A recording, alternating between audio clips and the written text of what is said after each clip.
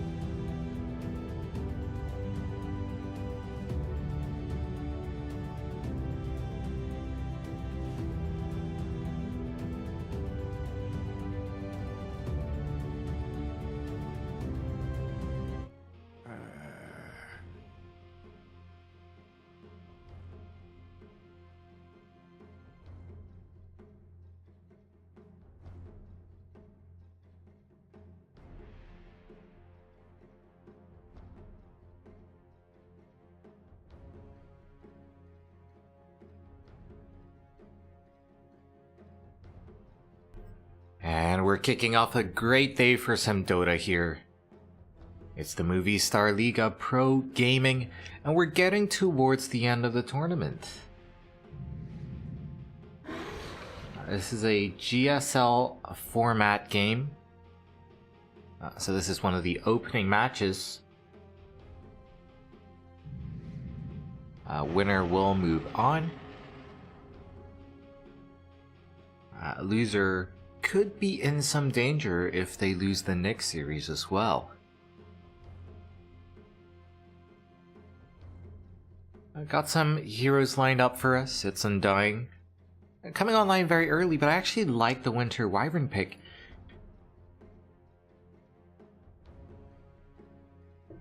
So that really does help you take down the Tombstone. Just having the bonus range coming out from that Arctic Burn. Definitely a hero who can be drafted around though. Heroes such as Pugna we see every now and then as a counter to the Winter Wyvern, making it so that the hero targeted cannot be hit if you put them in the ethereal form. Well, this is interesting though. A Timbersaw coming out this early into the draft. Obviously Timbersaw is a very strong hero in lane, and I don't want to say that's all that he has, but if you don't win your lane, then you fall behind in the mid game. You can't do that Timbersaw bully where you're sitting under the tier 2 tower, the enemy can't come forward to farm. You really need to be ahead, and I'm a bit worried that showing it this early in the draft will lead to it being countered. There are certain safe lane heroes, such as the Ursa, that do very well against the Timbersaw in lane. Monkey King, similar hero there.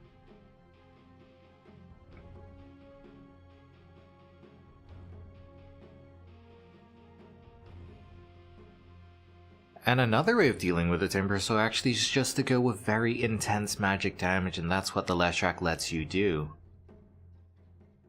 Definitely worth pointing out that the first two picks coming from Omega here simply don't have any stuns. They have a couple of slows, I suppose, and some decent slows at that. But you have to be worried about something along the lines of Storm Spirit coming out.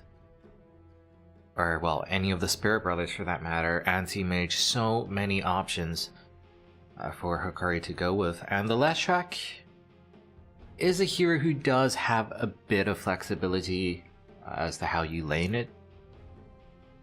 Vast majority of the time it is played as a mid laner, but support Leshrac, as long as you have some setup for the stun, is relatively similar to the Lina. But seeing the ban out on the Spectre does make you think, do they want to run this as a core? Because the Spectre does very well against Leshrac. At a very fundamental level, Leshrac is squishy relative to his damage output, so any form of damage reflection, blade mail, dispersion is great against him. Taking that out makes sense.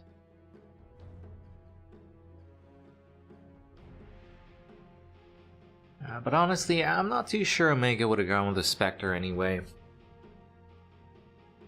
That would be another 0cc hero. Well, not 0cc, it's again, you get a slow, but that is about it.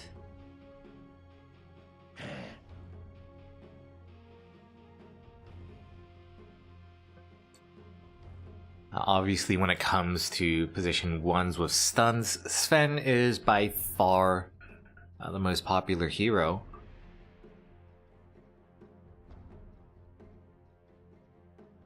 And so I'm kind of surprised that Hokori aren't taking that out. It doesn't do too well against the Winter Wyvern necessarily, but you do give your team a lot of armor with that Warcry. It's plus 15 armor on a relatively low cooldown, so that can help against the Winter Wyvern as well.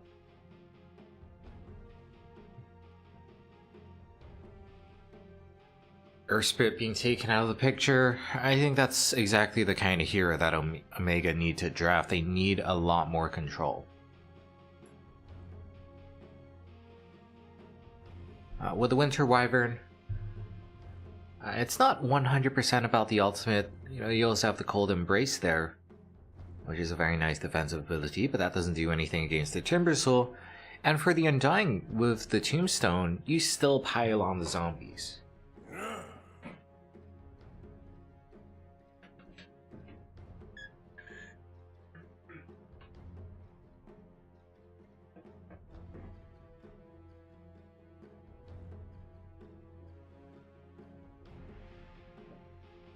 Personally, I am partial to that Pugna pick as a counter, but there are plenty of other options. Necro we see is quite popular against the Winter Wyvern. A hero gets slow, you just Reaper Scythe them down. Enemy doesn't get a chance to use the Cold Embrace for the save. Just taking out the Void Spirit, one of the more all-rounded mids. Can't really go wrong with. Does have some flexibility in lane as well, so that part's nice.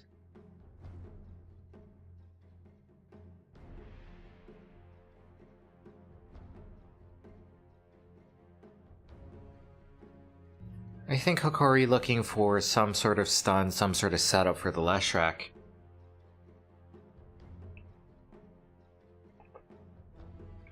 Doesn't have to be particularly strong. I think something along the lines of the Timbersaw would be enough.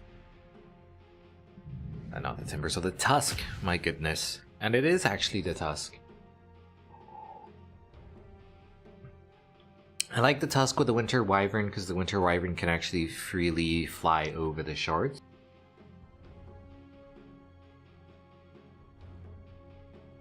At the same time though, you're not great against the Timbersaw being a strength hero and all that.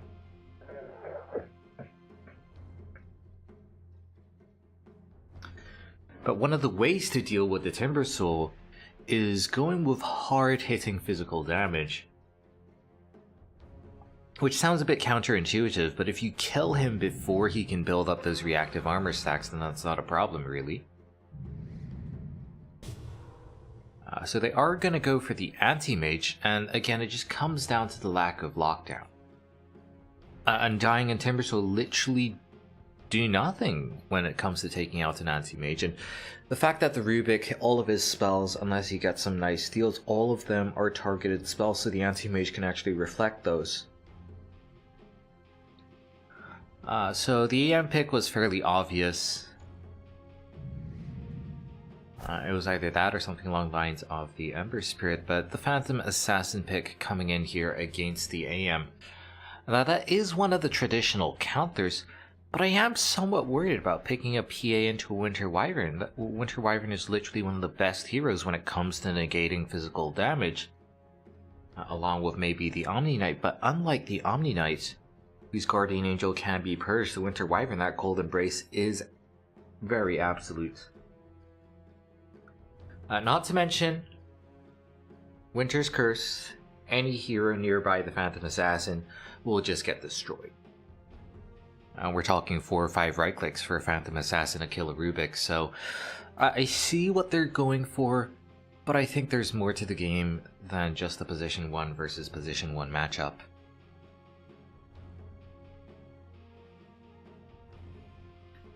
Now with the Anti-Mage in play, you're probably looking for a hero that can help you and your team go for this sort of 4 versus 5 strategy. Especially against the PA, AM not a hero who can fight. Definitely not before the maybe 25-minute mark where you get your Basher on top of the Battle Fury plus the Manta style.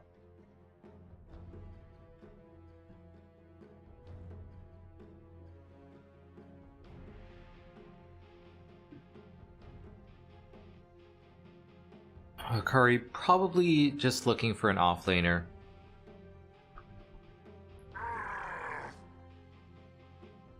Mars is still in the pool. I quite like the matchup of Mars into Phantom Assassin, because you are relatively tanky using the Bulwark, and that just means that you get so much value out of stick charges in the lane. I think there's some decent synergy with the Leshrac, just trapping everyone inside so you can deal that AoE damage. For Omega, I think a Templar Assassin could go very well, the sort of double assassin, huge amounts of physical damage, get that early game push going on. But at the same time, they do need more stuns. The only hero that they have is the Rubik. Ember Spirit coming out, I'm not too sure how I feel about this. I mean, he's decent against the Anti-Mage because Slight Chains gives you a very high initiation range.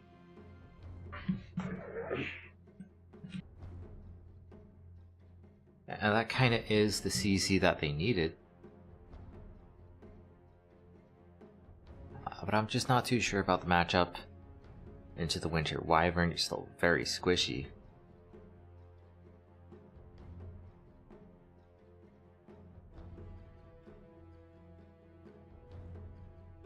Hokori, definitely think about the Mars. I think that's by far the most obvious hero.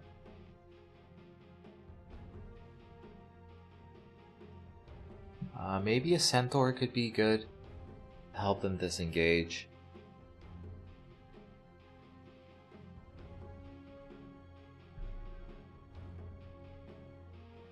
Tidehunter does do very well against the Phantom Assassin in lane. You're practically untouchable with the Kraken Shell. And again, it's that 4 versus 5 hero. If you go into a team fight with a spell as strong as the Ravage,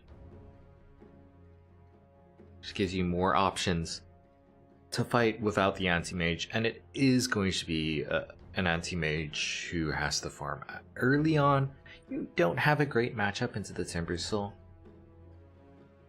He's a spellcaster with high mana, yes, but all of his spells are pure damage, so the counterspell magic resistance doesn't actually factor in.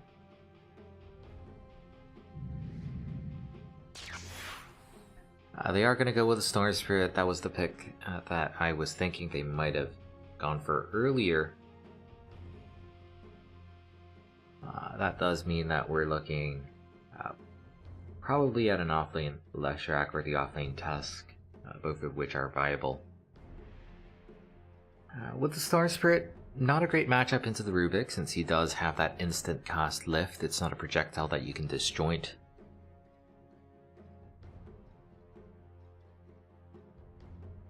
And against the Phantom Assassin, the True Strike is not something you tend to build early on as a Storm. Later on when you go for a Bloodthorn, then perhaps that's a way of dealing with it. In the end, it really is just that lack of lockdown on Omega. So we'll see how this plays out. The mobility of Hokori, but a bit offset by the early greed of an Anti-Mage. It's definitely going to be an interesting draft. We've got some very nice counters coming in. And so I think some heroes will actually have a very bad time this game, as in chain feeding bad times.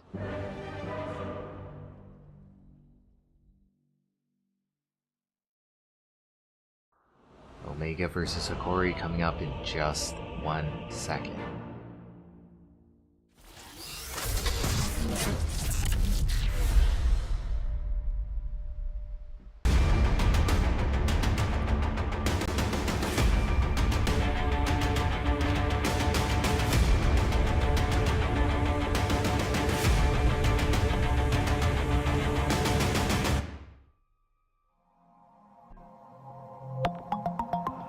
Live media, esports entertainment, leaders in competitive gaming.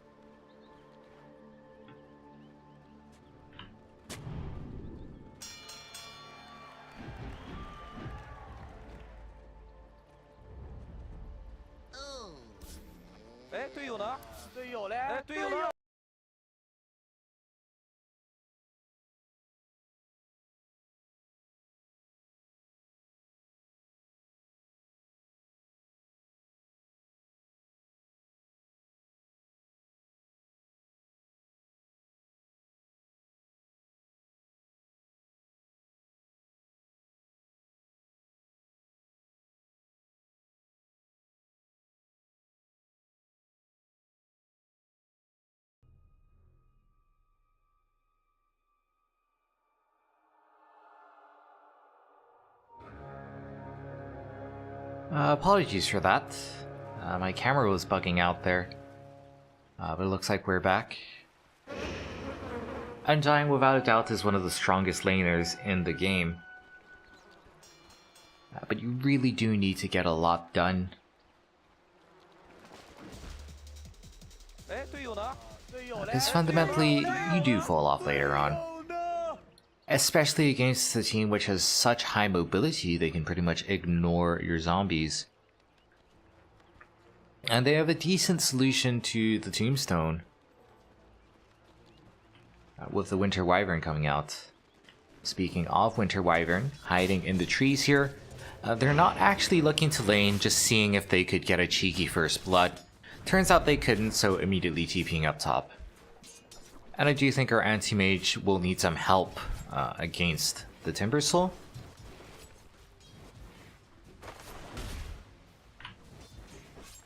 It's honestly a strange matchup, because as the Timber Soul, you are very mana dependent. But if the anti-mage burns all of your mana, then he actually can't deal damage to you. Mid lane, I think this is actually a pretty even matchup. I think it's skill based, I think it can go either way, even with kills coming into play.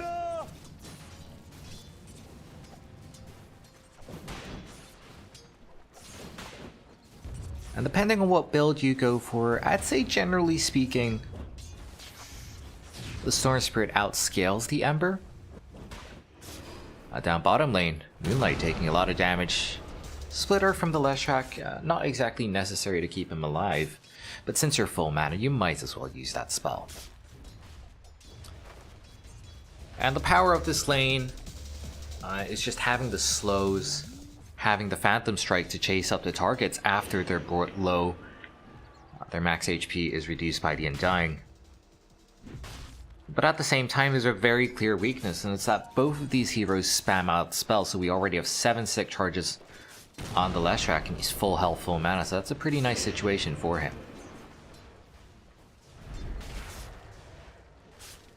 And for Moonlight, the strength reduction also takes away his base damage, so it's kind of hard for him to trade.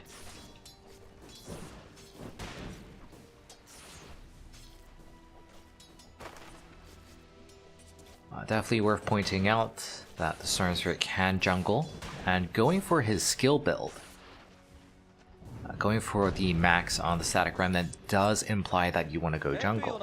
Normally if you intend to lane, you max out the Overload.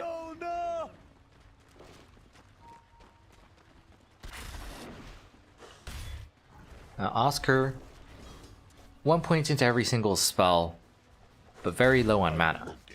Which obviously is an issue, but again it means that the anti-mage can't deal any damage to you. Once you get the Soul Ring, once you get the mana boots, that really will help. Going for the stun onto the Undying, that's not going to connect, so he's going to be able to run away. Undying doesn't have a particularly good time against the Tusk. And well, as we're seeing here, Undying is a very immobile hero. He doesn't have any mobility tools. And the best way for him to survive is to constantly get the Ks, increase his magic HP, but he was out of mana. You can get out of a lot of sticky situations by landing a 2-man decay. Of course, for the Undying to be dying, his main job is just to secure farm for the PA. Because he dies, he gets to come back in, perhaps even act as a courier for the Phantom Assassin's next items. And as the Undying, you come back full HP, full mana, that's honestly not too bad. 4-minute runes, gonna be secured. Arguably the best rune for our Storm Spirit here. And again, going back to that 2 points into the Static Remnant, it really feels like he wants to be getting some jungling done. I'm surprised he activates it this early, could have waited for level 6 before using it. But that means you're getting immediately a lot of value rather than holding on for some big play. And he actually is going to be pulling in the Ember Spirit. All of that damage does punch through the Flame Guard. Without the Flame Guard, it's impossible for the Embers to trade. I'm sure he will be fine though once he hits level 6, especially You can just get the bottle refill by TPing back to base and then coming back in with a Remnant. Playing around vision here. Playing around that fog of war with that tree. Ember Spirit will be able to secure his own bounty rune. And the Storm won't be able to get the steal. Storm Spirit about to level 6, but so is our Ember. And it's actually pretty hard for them to kill each other in these scenarios. Once again, going in here, but that Flame Guard, it's gonna get popped. And once it gets popped, how are you ever gonna trade?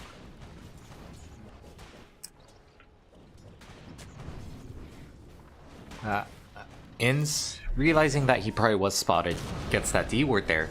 Stun landing onto the Phantom Assassin. No one to blink strike away to, not until the Undying comes in. Once that happens, she'll be fine.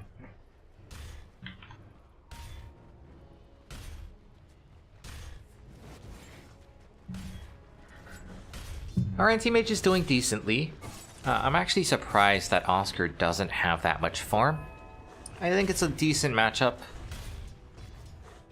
Phantom Assassin down bottom is going to get gone on. They've got the snowball to follow. Mirror being level 6, it is going to be an easy kill. Not going to get lucky with the evasion there. And that's something which you can do as these spirits. You're not great when it comes to killing the other because they're just so mobile. But going into side lanes makes a lot of sense. And rotation from the Ember coming in just a tad too late. Hisoka going for the Naked Battle Fury. So obviously you get that much earlier, skipping the treads. But does leave you somewhat vulnerable, but again, he's doing a pretty good job farming up, and I'm not convinced he should be. Magic damage is pretty good against Winter Wyvern here, doesn't even have the Cold Embrace, but he's doing a good job of kiting around. TP does come in from the support, as does the Storm. Now we are looking at Remnants on the Ember, so it's not like he'll die. Just ends up being a support for support trade, but all of that attention mid. Very obvious that Hokori don't have the members to defend down bottom. And that's especially true with even the anti-mage making his way into the mid lane. And going for the Naked Battle Fury, you really don't want to be dying. Snowball defensively to the creeps.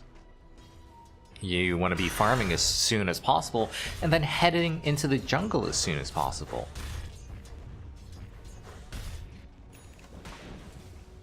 Whereas if you go for something like a Mask of Madness build, which we see every now and then in Southeast Asia, if you go for the treads, that's more of I'm looking to get some hits in lane, trade that damage. Now Oscar, level 6, again, that's pure damage. Anti-mage doesn't really get any benefit from that, but he's also a very high mana hero. Still not enough to finish that one off, but here comes the Storm Spirit. A lot of mana down.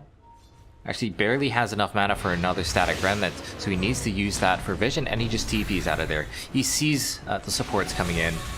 Just bail. Gardic, honestly not a great game for the Cold Embrace to do too much. This is massive though. Hisoka, he doesn't have the mana for Blink. Oh boy. Down bottom lane, not too sure what that smoke was about. Italy, he does deal a lot of damage, but he's also very squishy. He's surviving for now. Preemptive Split Earth is not going to land.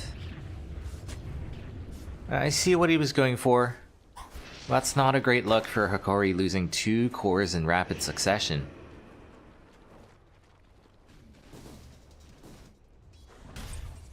And Timbersoul wasn't doing too well earlier, but now that he's got that maxed out reactive armor, you can play that bully. You can play up to the tier 2 tower, under the tier 2 tower, no problems whatsoever.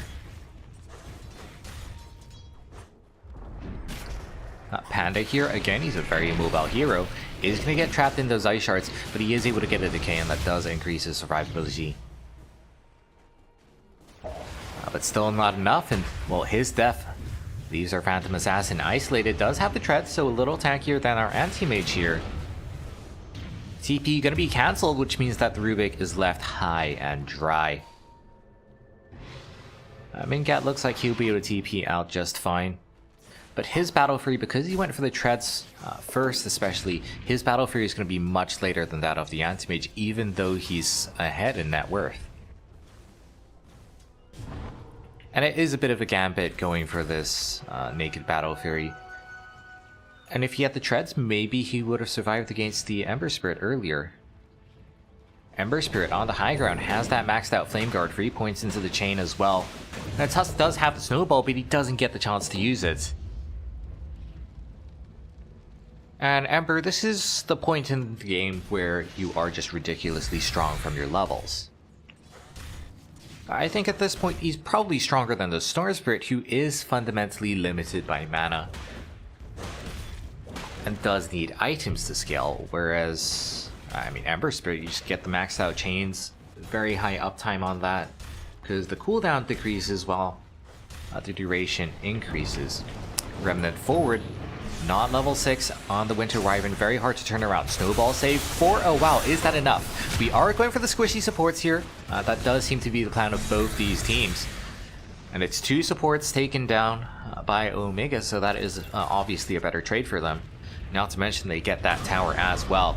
Now Timbersoul, he's only got a couple of reactive armor stacks. We know he's invulnerable to physical damage if he can build them up, but against so much magic damage, he is going to fall. It does cost most of the mana of our Storm Spirit, and that's a very easy kill for our Ember to come in and punish. Ends up being quite worthwhile. More kills going the way of Omega. Phantom Assassin comes in. There is no way the Anti-Mage can even dream of fighting this. Immediately heads down to the bottom lane. He's gonna get his Battle Fury at 12 minutes, which is not great, not terrible for a naked Battle Fury. But that does mean the treads are going to be coming online much faster, and 14-minute Battle Fury plus treads is sort of that decent par time. Going for the stacks here makes sense, knowing that the Anti-Mage is going to have his Battle Fury soon. Because if you do that beforehand, it's so easy to go for the steal. Now there's a smoke up here. I don't believe there's any Dire Vision that spotted that out. Haste Rune couldn't come with better timing here for the Ember Spirit as well.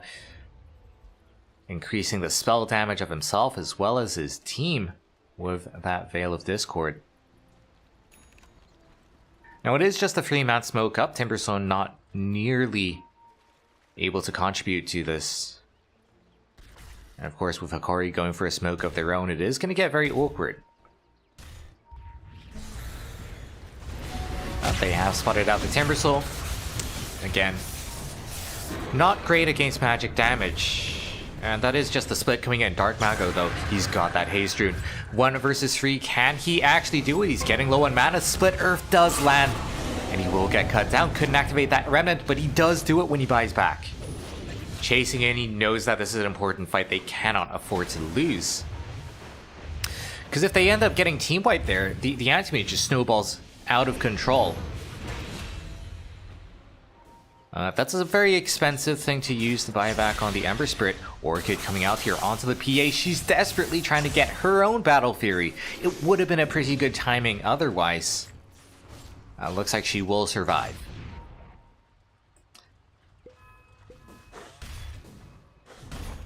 And so if you actually compare the timing for when the Anti-Mage gets his Treads plus Battle Fury versus the Phantom Assassin getting the Treads plus Battle Fury, it's quite similar.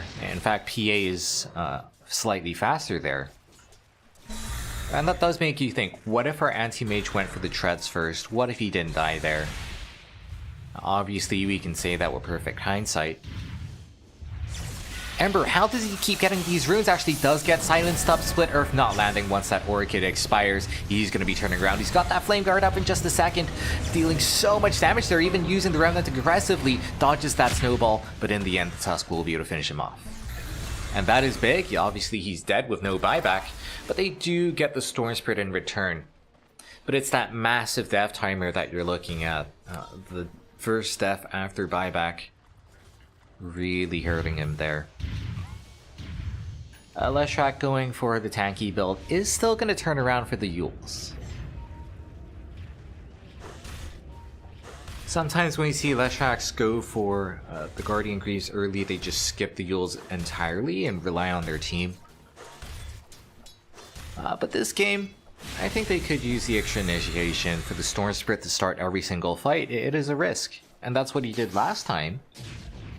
Did get the Ember Spirit, but putting yourself that deep in the enemy team, burning all of your mana at the start of a fight, that wasn't too great for Nier in that time. Timbersoul just shoring up his main weakness, which is that magic damage. Pretty much just hedging his bets. To a certain extent, Timbersoul does fall off in the late game, but it's not that his damage is not relevant. It's more the fact that he's just not indestructible, but already he's not indestructible, so maybe he'll have problems going late. Anti-Mage with a percentage mana burn, that's also very good. Lifting up the Winter Wyvern here, very squishy hero, does have 20 stick charges, is going to use them. The rest of the team coming in, snowball save to the creeps. Nice Ice Shards as well. 2-man split Earth coming in, they're trying to burst down the Ember, and they will get him once again. And losing the Winter Wyvern in comparison, that is a very cheap price to pay, but now you have to deal with Phantom Assassin. Comes in, does get a couple of nice crits. Hokori couldn't quite fight into that. Tombstone, it's only level 1, level 2. But just the vision it gives, the slow it provides, I think the damage really falls off at this point. Still a very good fight for Hokori, trading 2 supports. And we're actually looking at a lot of deaths on our Ember Spirit now. He has been contributing a lot, but every single death is so costly. Lifting up the Storm Spirit, I don't think they can get this kill. It's that chronic lack of control coming out from Omega, with the Ember Spirit being dead half the time. They literally have 1 stun. They have Rubik Lift, and that is about it.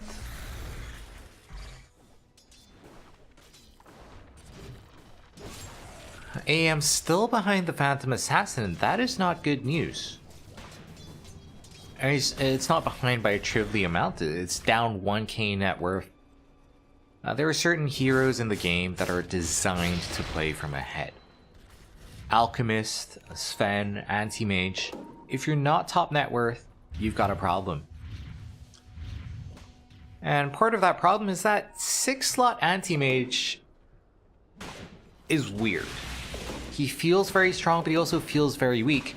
Whereas there are certain 6-slot heroes, such as the Phantom Assassin, which in my opinion are always ridiculously strong. You can go for a Rapier late game on the PA and it's very viable.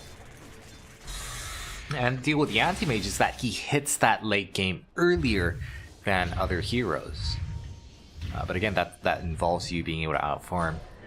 Super late game, you can do well against high-end, high-mana heroes, such as the Timbersoul, but for every other hero that just doesn't do anything. Roshan started up here. Doesn't seem like Hokori know what's going on. In fact, they're grouping around this mid lane, perhaps looking for a kill or two. Dark Mago, knowing that it's secure, is just going to peel off. Storm Spirit goes in again with that Orchid. Ember Spirit, he's got the Blade Mail, but he doesn't actually deal that much damage back to Nier because it's so many damage sources. So now fighting at a disadvantage. Big Winter's Curse, Phantom Assassin. Can we get some crits? It looks like the answer is no, but it does set up for the split Earth afterwards. Leshrak puts out so much damage, but he's so squishy there. It's all about this Phantom Assassin now. Does have the Aegis. Can they actually take her out? Evasion is very good against the Storm Spirit. But guess what? Cold Embrace is also very good against the Phantom Assassin. Doesn't matter, he will find the crits afterwards. Then again, was that a bad fight for Hokori? I mean, not quite. It actually ends up being a 4 for free trade with the Undying buying back. And so considering that you got completely caught off guard by that Aegis, I'd say this is an acceptable outcome.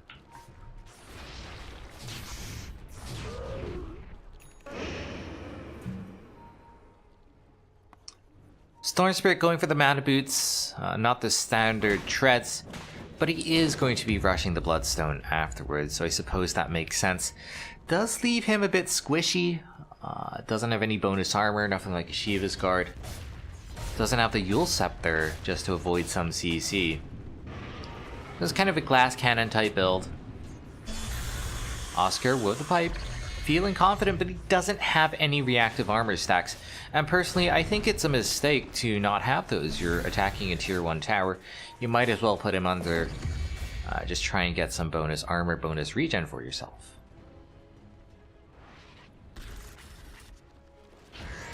Just gonna end in the tower, but seeing the Phantom Assassin in the mid lane does leave them vulnerable here. And it's just a simple numbers game. This is a 3 versus 4 fight. Winter's Curse to disengage. Might end up being an even fight regardless. But I think it's actually a bit of a mistake to show the Phantom Assassin. Turns out to be a good fight for them once again. That's just because the VA is ridiculously strong. So much damage with that Desolator. And she's the most farmed hero in the game, so I don't think that's a surprise. Gonna be skipping the BKB here. That's interesting.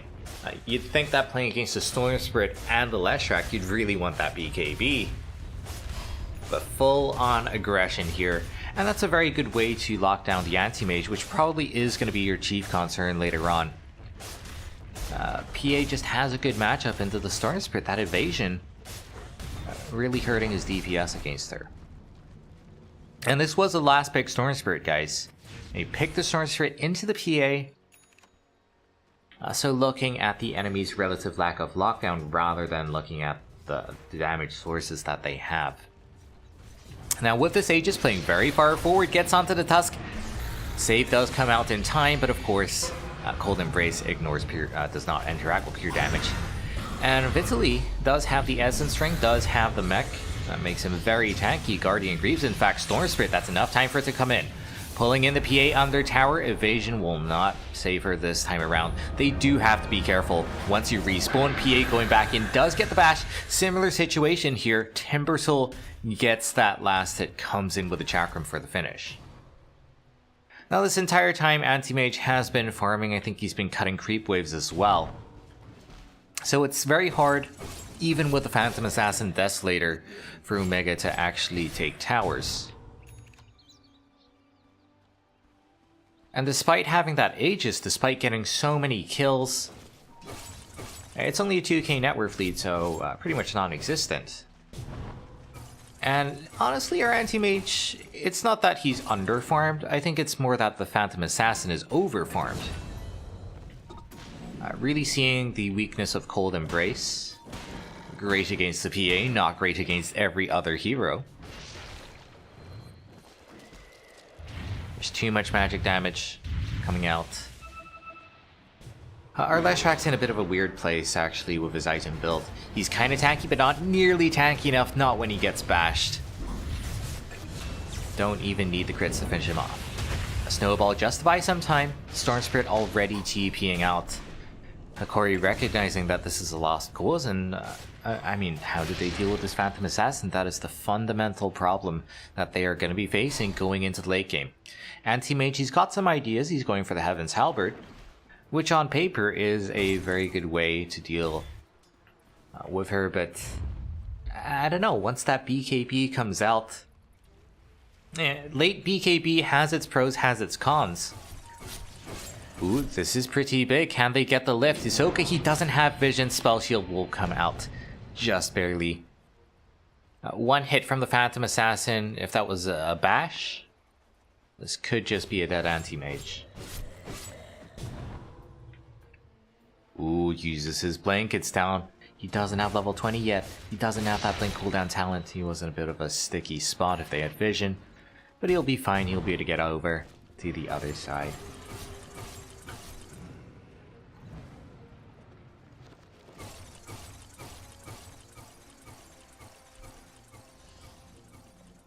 Yeah, so back to the Phantom Assassin BKB thing.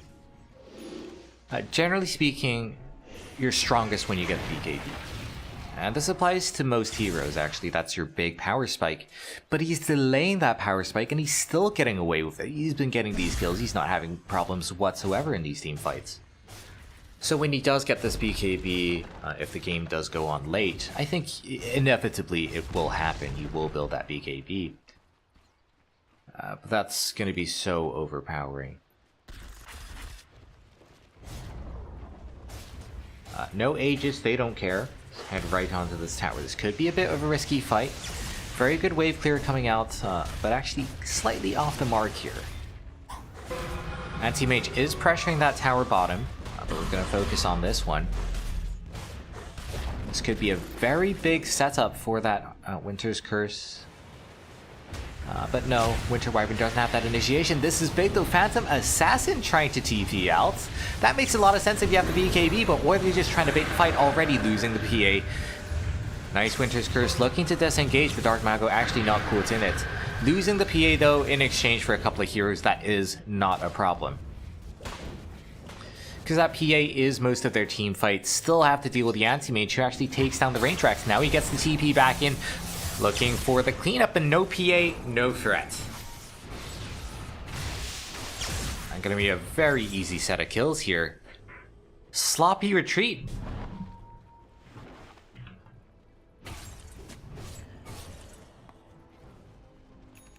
I mean, honestly, sloppy doesn't even describe it.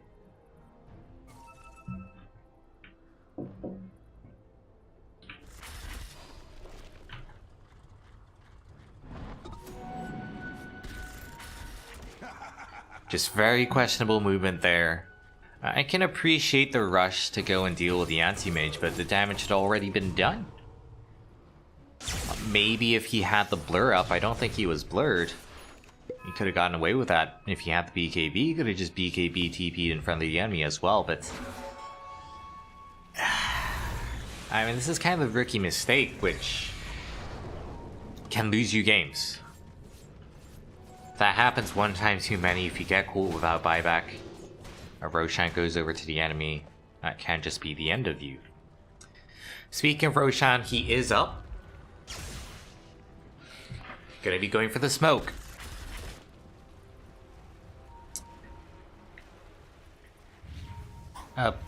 Both teams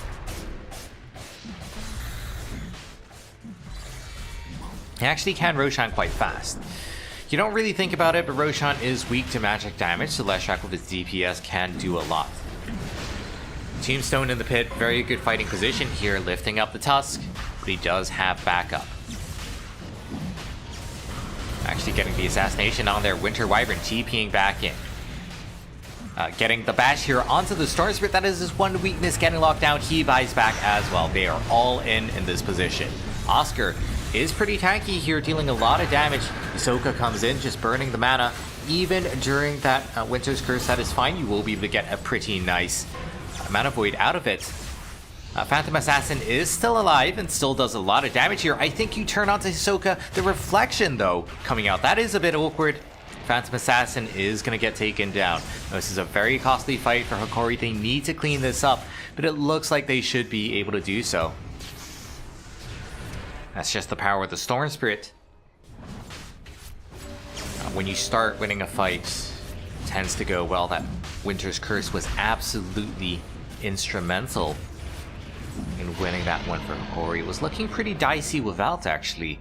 And their Anti-Mage, no matter how much farm you think you have, it still feels like he's so squishy. We saw the Timber Soul putting out a lot of AoE damage. And that applies even to the Anti-Mage.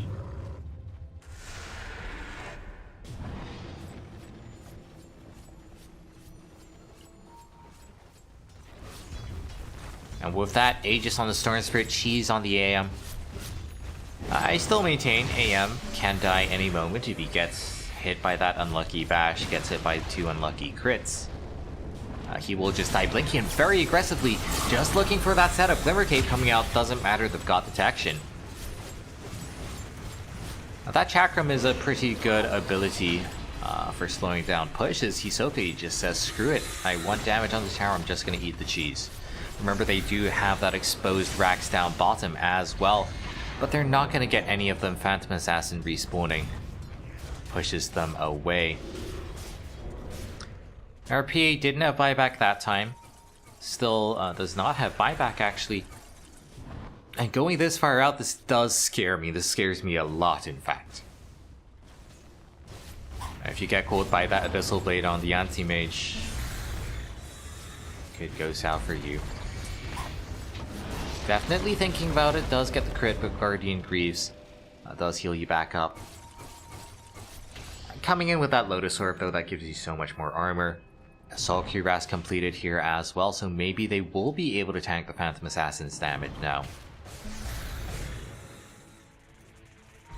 Arcane Rune in the bottom river. Long Zip coming out from the Storm Spirit. This is a very risky play. Ember Spirit showing himself, though. I think they maybe could have tried...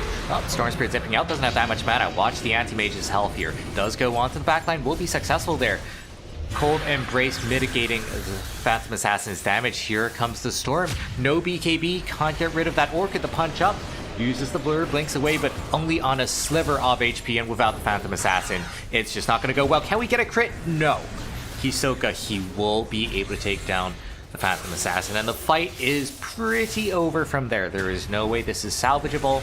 It's only a matter of how many more heroes they lose. It does feel like the Anti-Mage is online here, but you can argue that maybe luck had a factor in that. I think you can argue if the PA got a couple more crits, got a couple more bashes, that would have been a much better fight, but at the same time, that newly increased survivability from the Assault Cuirass really helping the entire team power through that fight, and Phantom Assassin does not have buyback. We know that, but Hokori cannot be certain. It is very possible that PA is buyback at this point in time, but it might not even matter. Snowball forward. Once again, Dark Mago gets taken down, and he's quite consistently dying in these fights despite being an Ember Spirit. That's supposed to be one of the most mobile, hard to kill heroes in the game. But Omega, they tap out. At the end of the day, Phantom Assassin not having buyback, I just meant they'd be playing against Megas, and it's not an untenable situation against Megas.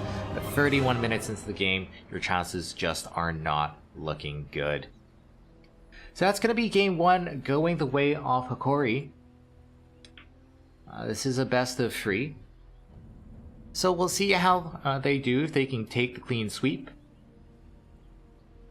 or whether Omega can bounce back.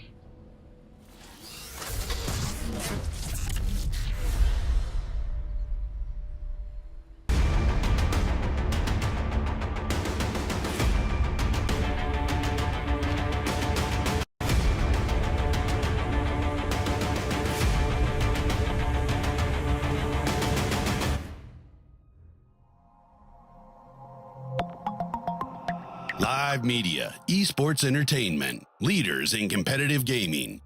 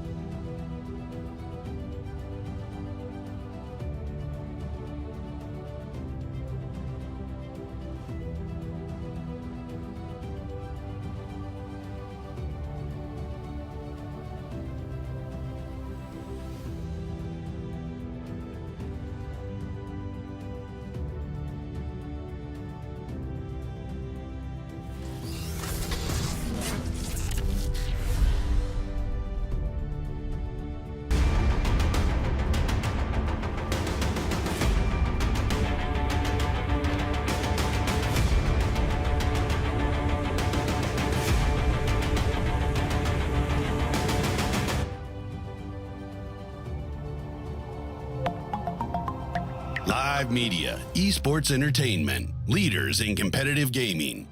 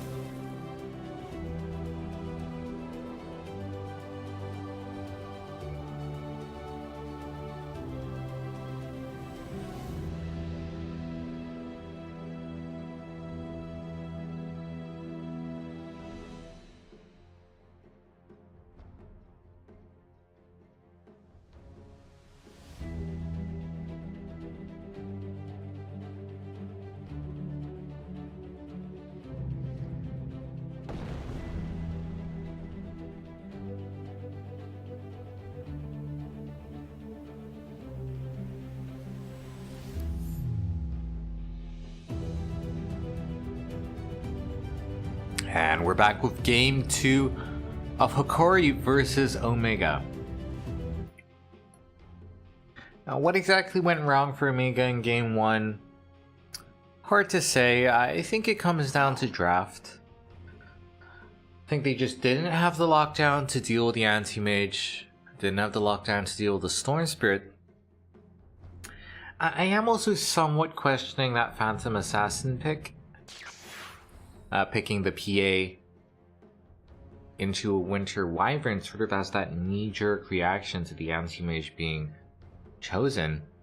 This is very interesting though. I mean, Hokori, Undying plus Leshrac, great. Can't really go wrong with that. Interestingly enough, They opened up with the Leshrac as well. But it was actually Omega who took the Undying. I don't think I've ever seen a first phase Storm Spirit. I mean, not ever, but it's just not the kind of hero that you show first phase and expect to get away with. So what's the plan here? It does go well with the Crystal Maiden, but not nearly as well as it did maybe a year ago, when Crystal Maiden still had that mana cost reduction talent. I mean, now you're talking, what, 3 bonus mana per second? Is that really enough to justify a Storm?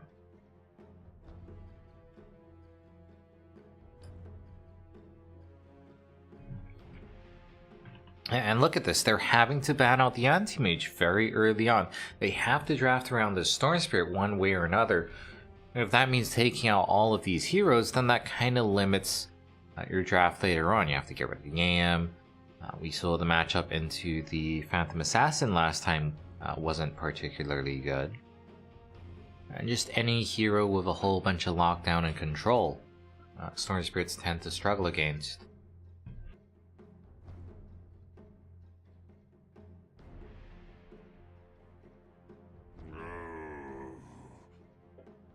And the Undying was part of the problem for Omega last time.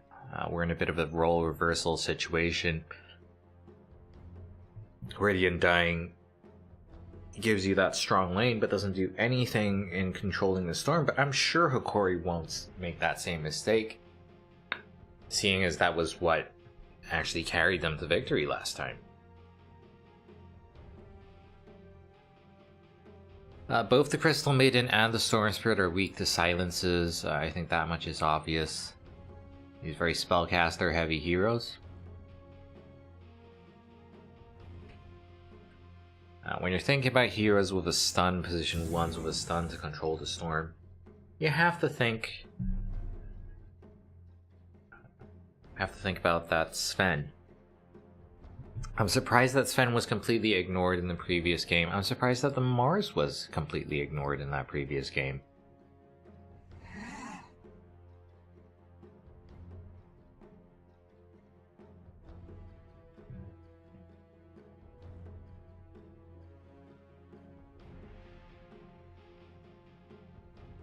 But we do see that Mars being banned out now, and so that makes a lot of sense. I think he's one of the best heroes when it comes to setting up on the Storm. It's not 100% reliable with the Blink, but if you get a Yule Scepter, then it's very good for catching him out.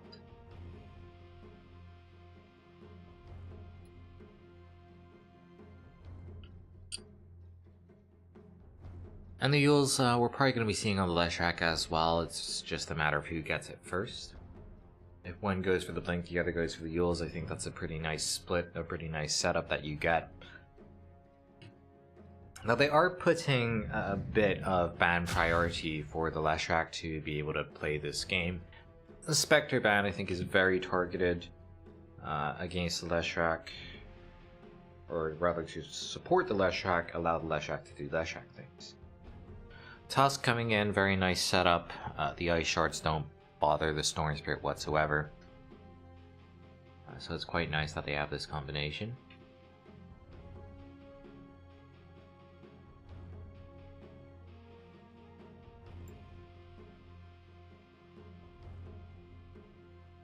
He's just a very all-around hero, can't really go wrong with it. Hokori, Slardar is still in the pool. Kind of surprised to see the Slardar ignored thus far. It was banned out very early. In game 1 is actually a first phase ban. And you're definitely looking for an offlaner who has that extra bit of lockdown. Now in Hokori's case, they actually ran the Leshrac as an offlaner last time, so maybe that's why they don't want to pick a position free here, because that would lock in some of their heroes. And the Void Spirit is the perfect hero to stay in line with that. Could be played in pretty much any role, same as the Leshrac. So just making sure that they have the good lane matchup. I think Void Spirit actually is pretty good against the Storm. It's similar to the Mars. Once you get the Yule set up, it is impossible for the Storm to get out. You simply cannot zip, because there's a perfect chain stun coming from that Aether Remnant. The Sven's coming out, but I actually thought it would be coming out from Hokori rather than for Omega. And there's the Slaughter finally making his appearance.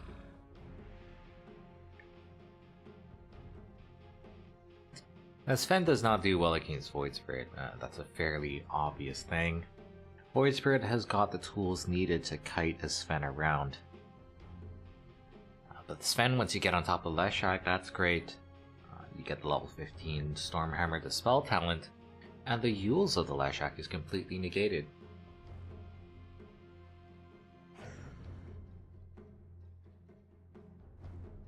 I think you might need to go for the Yules anyway, because it's pretty good against Orchid. We saw an Orchid Rush last time, pretty good against all of the other heroes, just not the Sven.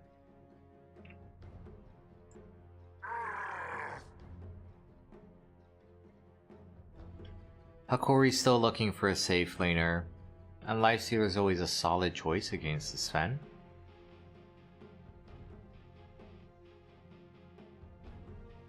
I'm wondering if there's room for a Troll Warlord. I think a Troll Warlord could be pretty good here. You can actually man fight the Sven. A bit of a worry of getting kited around by the Storm Spirit, kited around by the Tusk. It just means that you don't have to worry about that 1 versus 1 matchup.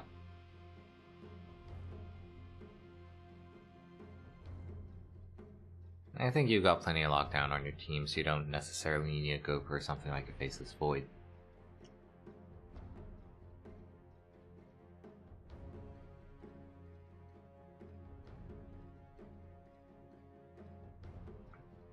Monkey King, in my opinion, is a pretty solid choice against Sven because you get a lot of bonus armor from the Wukong's command. So that would be my preferred pick there. But he's not exactly a super popular meta hero. Alright, so they're gonna go with Terrorblade, and this is good and bad. You have a pretty good time against the Sven because you're just a ranged hero. You get a Scotty very early on, you can kind of kite him around. But against the Storm Spirit, you got very high mana. That doesn't help you against magic damage, or well, very high armor. And as long as the Storm has mana, then he can deal with you. Very hard to get a Sunder when he's zipping behind you.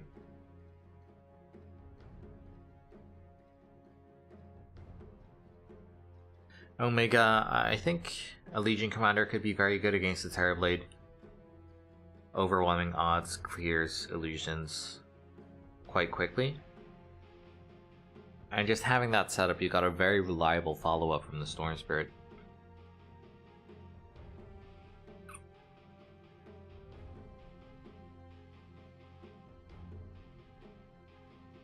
I'm really liking the LC. Like a Tidehunter can do quite well against illusions as well, because you can't get a BKB on illusions. Going with the Batrider, we'll see how that works out. Personally, I'm not a fan.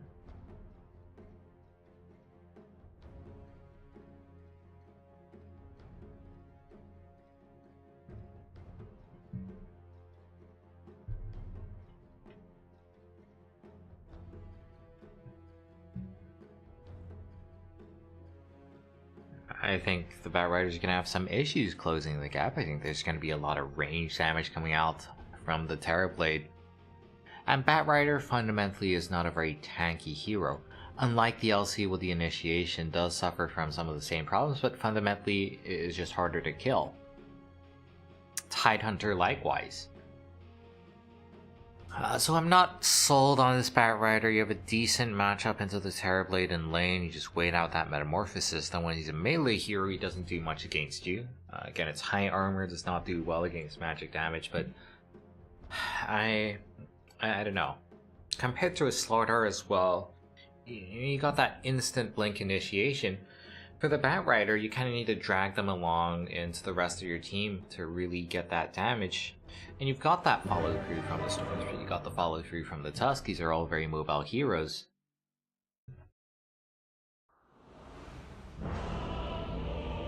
But the worst thing about Lasso is that it ends when you die, and I think Oscar is going to be dying a lot.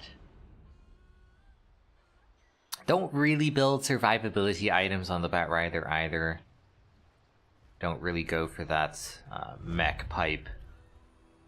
All of those survivability items, it's probably going to be Boots of Travel at some point, maybe Yule Scepter, maybe the Blink, and this just does not help you against a TP, against that pool damage coming out. Overall, I think our Terrorblade is going to have a decent time. I think the Void Spirit is going to have a very good time. You've got the squishy backline, the Crystal Maiden you can be going for. We are seeing a bit of a cheeky smoke coming up. Moonlady's going to be breaking that on the high ground. Surprise, surprise. Got the Sven stun, one of the strongest spells, level 1. Quick and easy kill there. Does go the way of the Crystal Maiden, which is maybe not ideal. And seeing those 3 heroes, they are looking for revenge. Gonna be running into Storm Spirit here, not much the Storm can do, but at the same time, Undying doesn't have lockdown, Terrorblade doesn't have lockdown. How are you ever supposed to chase down the Storm?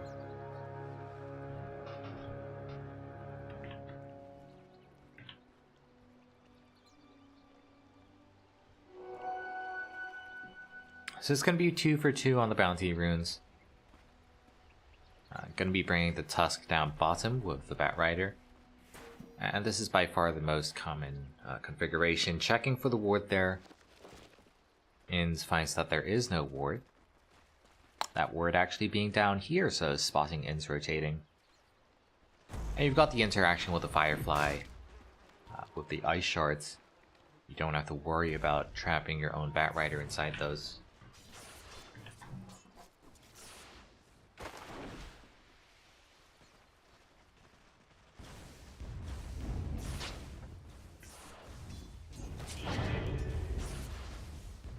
Storm Spirit has a decent time in lane against the Void, but at the same time, with the Resonant Pulse, you won't be taking too much damage. It does actually block overload damage despite it being magical, since it's still considered attack damage. Bottom lane, we haven't used that meta yet, and often we see Terrorblades just use that first meta as soon as possible, so it then comes online the second time as soon as possible. But I think keeping the meta as a defensive tool in case the Bat Rider decides to all-in him at level 3, just having that meta, sometimes offense is the best defense, and this is absolutely one of those cases. Courier gets taken down. Nothing too important on that, I think. Just getting that full stick is probably the most important thing. Pool is coming out, no idea what this means. What I will say is that this Leshrac potentially could be dead.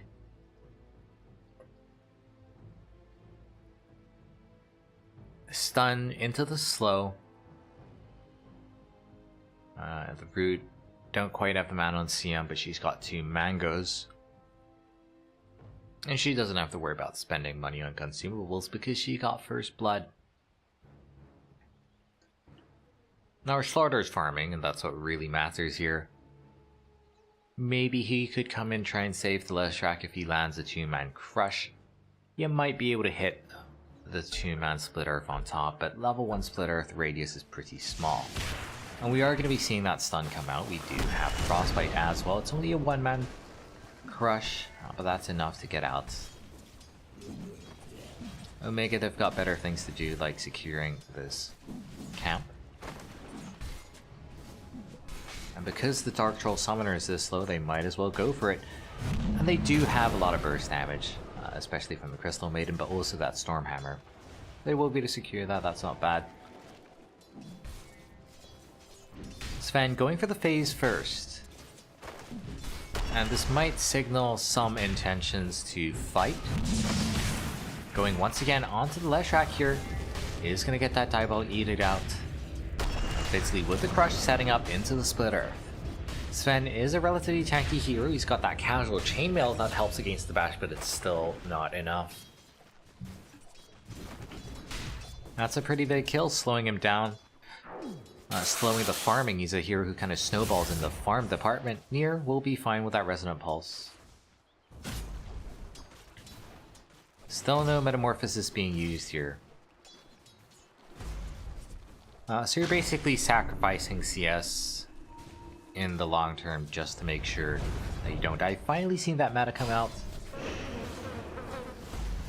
Gonna be securing every single last hit in denial, or rather he better do so when you've got 103 damage versus 45 damage. You're literally doubling up the Bat Rider.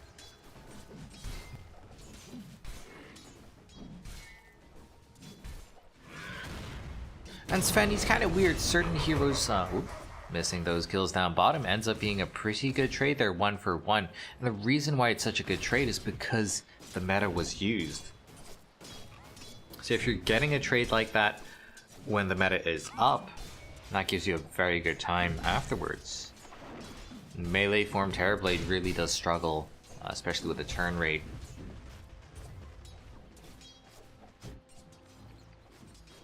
And Terrorblade is one of those heroes you can't hand in the jungle very early on. You hit level 5, you get 3 points into the mirror image. And you can go for that setup. Moonlight here comes in with the TP. 2 points in Diabolic Edict deals a lot of damage, doubles in damage from level 1 to level 2. Not quite level 6 on our Storm Spirit, so he's not looking to follow through. Is instead just going to be pulling in the Void. But Void is such a hard target to go for. Ends making a rotation in. Besides, it's not worth his time. Does mean that we have ourselves a 1 versus 1 up in that top lane. Minor CS advantage for Minkat here. And I'm missing all of these heals. What the hell was that actually? Why is a Crystal Maiden trying to run in solo against the Leshrac? There's just no way you'll be able to win against a Diabolic Edict level 2. Oscar, he's thinking about it. He's looking to go for the dive, does have vision. A Forest Axe, we'll see if that's enough to take him down. Gardic dropping that Tombstone, so eventually they will be able to take down the Bat Rider. The issue is that the Terrorblade dies first. And the zombies chasing on, they will be able to get that trade. Losing to Tusk as well. That's just the power of Tombstone if it's left to do its thing. But is that worth it? Hard to say. Long zip forward, Dark Mago completely out of mana. So that's a pretty big loss. Our Void Spirit's about to hit level 6 as well. Should be hitting that off this creep wave. And that's where being low mana might hurt Dark Mago a bit. In's coming around. No real solution for the Slardar. And they're actually going in. This is a pretty nice bait, but will they lose to Sven first? Physical damage, he's very resistant to, and that's the Diabolic Edict damage mostly being ignored, but it's still not enough. Already, it's not a good trade. Even if you take down the Leshrac here, it's still not worth losing your Sven. And it's not that the Sven can't play from behind, it's more that if you get ahead, he is a ridiculously strong hero because that early Mask of Madness will let you farm, and this is not going to be a very well-timed moment. If you look at the net worth, he's slightly behind a Terrorblade, but the Terrorblade doesn't need any items to go into the jungle. He needs 3 points in the reflection, and that is super efficient there.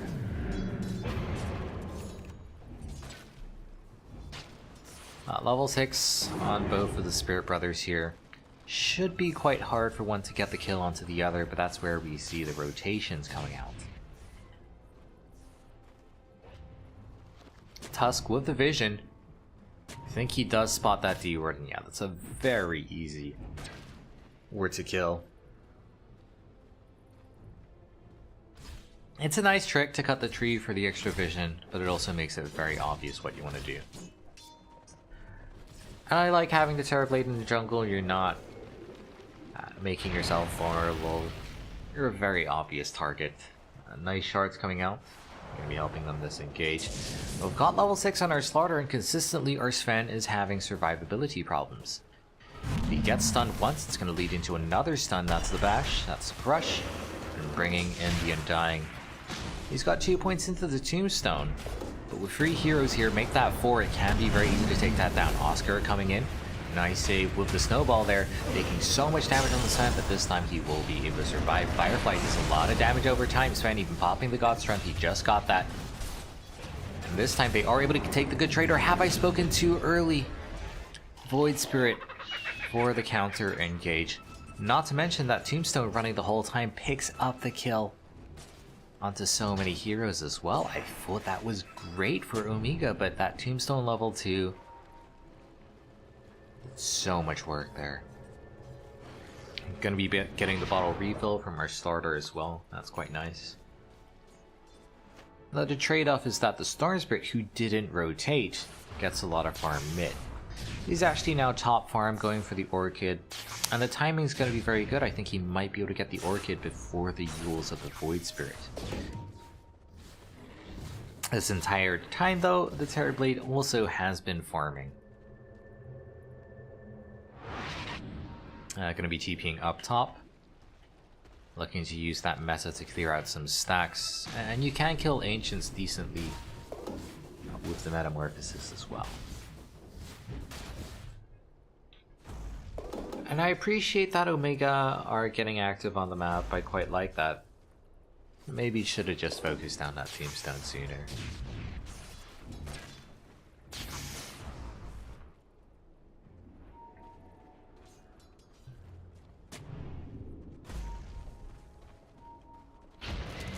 Ice Shards. Gonna be catching out Moonlight. It's just a level 5 flash track, so it's honestly not that big of a kill. But accelerating the Orchid is always nice. Sven in the jungle here, not super efficient. FaZe is far worse than Treads when it comes to farming. Look at how slow this guy hits. Of course, the Mask of Madness is gonna help, but he just hasn't been finding much success in lane, so that Mom is very much delayed. A 9-minute Mom on top of FaZe or Treads is honestly not even great timing. It's decent timing, but it's very late in this case.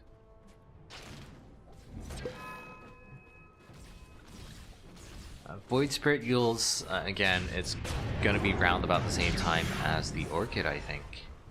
That could be a very big window. DD activated, so we can now pick up that region. That could be interesting. Going for the smoke here. We got that very long zip coming in. Ideally, you want to be killing the Terrorblade, and Terrorblade's actually very easy to kill with the Storm. 780 HP. He's got god-awful strength gain compared to 1.1k HP here. And they are going to be able to find him. This is massive. He doesn't have the Sunder. The Chain Stun is perfect there. That's exactly what they wanted. And they can still go for round 2. They've still got that regen rune in the bank. I am somewhat concerned about our Sven.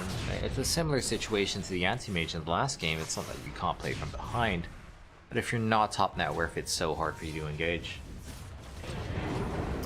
Going in here with that Aether Runner, they pull in the Tusk. He still has the Snowball, going to be buying so much time.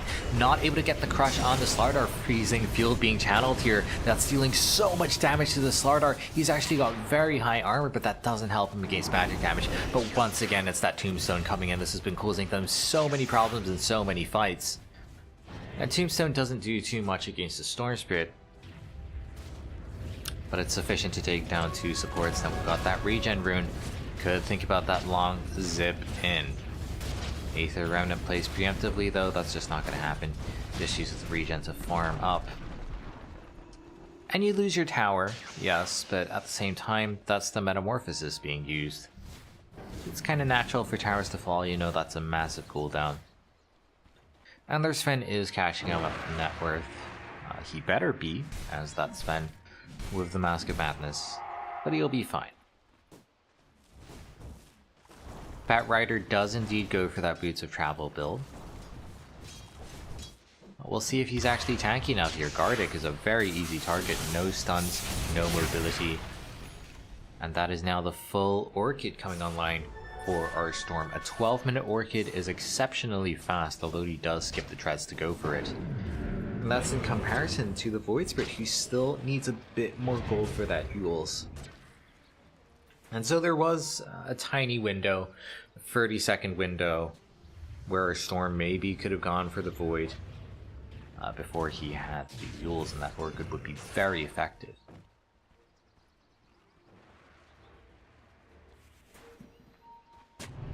But unfortunately they won't be able to find that window. They will be able to get the tier 1 tower top.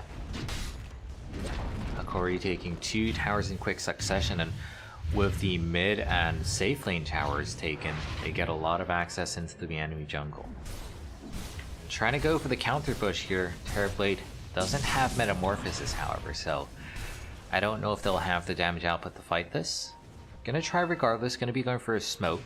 Maxed out Tombstone has been very significant this entire game. Getting the Dual Scepter up, this is very big. There is no way the Storm can escape. Minus Armor takes him down so quickly. And, well, there's no way Panda gets out of here. You saw how fast that Storm Spirit died. So obviously the Crystal Maiden does not stand a chance. And that's just the power of the Void Spirit Dual Scepter. That's also one of the things about sitting on an Orchid, is that unlike the Yules, it doesn't give you any defensive power. It's great when you're actively looking for kills, not so great otherwise. And the net worth lead that our Storm Spirit has built just goes right back the other way. Hood coming out from our Slardar. So he's tanking up, whereas the Batrider is not. Batrider going for the mobility. And I mentioned this during the draft, but this last pick Batrider can only do his work until the enemy gets farmed. And at some point when this Terrorblade gets super strong, he's got that full Manta, you will just be taking so much damage when you try to go in on the Batrider. The smoke on smoke situation here, it's only a partial smoke from both of these teams. Sven's still farming, Terrorblade's still farming.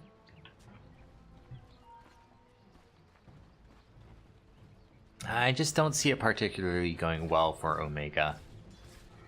They know roughly where the enemy is. Smoke's going to be breaking here.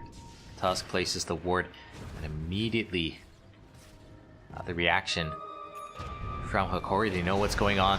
Arcane Rune, they're looking for the setup. Batrider does lasso into Terrorblade. He's got the Sunder, but he can't get it off. He gets punched up. CC is pretty good there. So core for core, Panda interrupted on the freezing field. Arcane Rune on Hokori will allow him to clean up there. A TP out from Oscar, that's not going to be successful. That too gets cancelled. It's just the full cleanup once again for Hokori.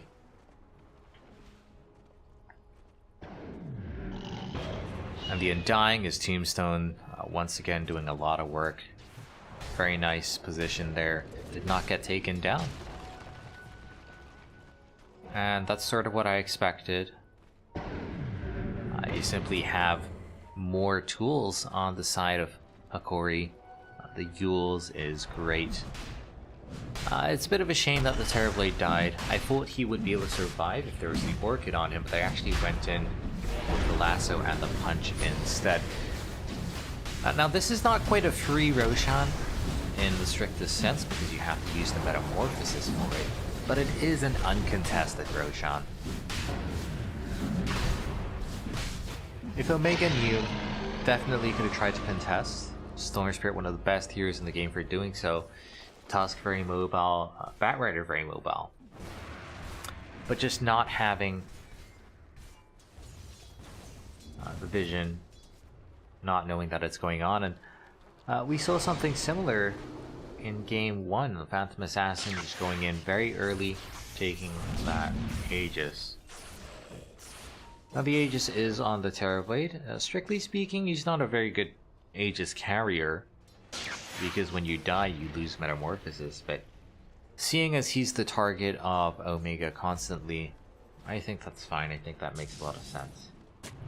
You know that the Void Spirit is nearly impossible to kill with that Yules, and because the Slardar is tanking up, that shouldn't be an issue either.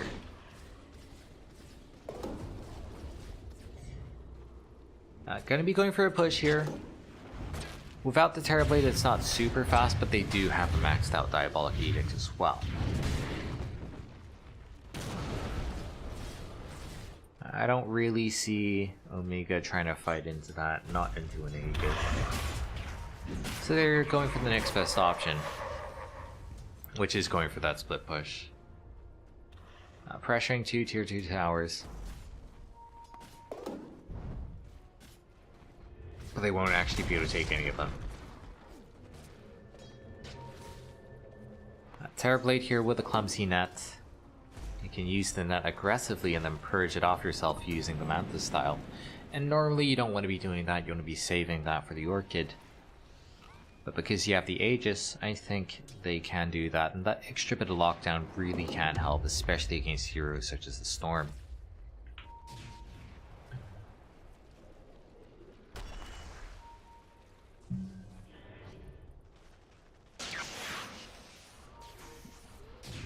Still working on the Blink Dagger of our Batrider. He's actually, no, he might not be going for that Blink at all. And as it stands, we've seen a couple of lassos that resulted in a kill last time on the Terrorblade. But they haven't been getting that many clear-cut fights, not that many clear-cut wins. I think what Omega can do in theory is you go in with a Batrider, he gets a lasso, Storm Spirit for the follow-up, but we just haven't seen that much. And it's another last pick hero coming out from Omega that I'm just not 100% sold on. Tier 1 tower falls extremely quickly.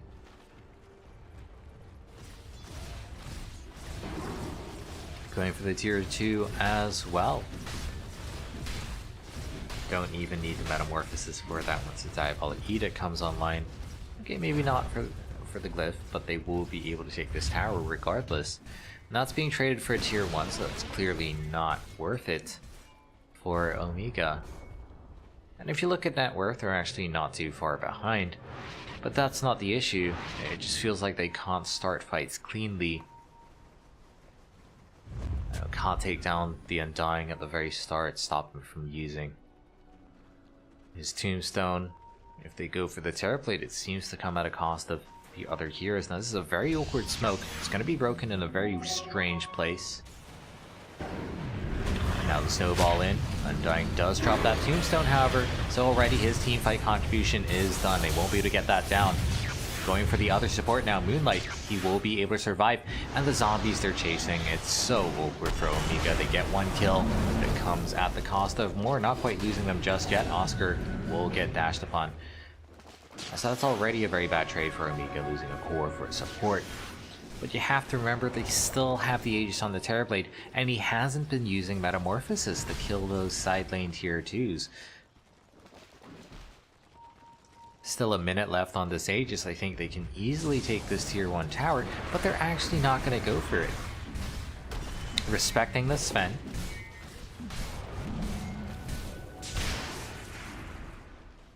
I think if he uses God Strength, and you know you still have the meta on the Terrorblade, then you 100% go for a fight. But in the end, it's a 1-for-1 trade in your favor, so what's the problem with that? Batrider really having issues with the survivability. He's trying to go for that awkward BKB timing, but he just feels so underfarmed.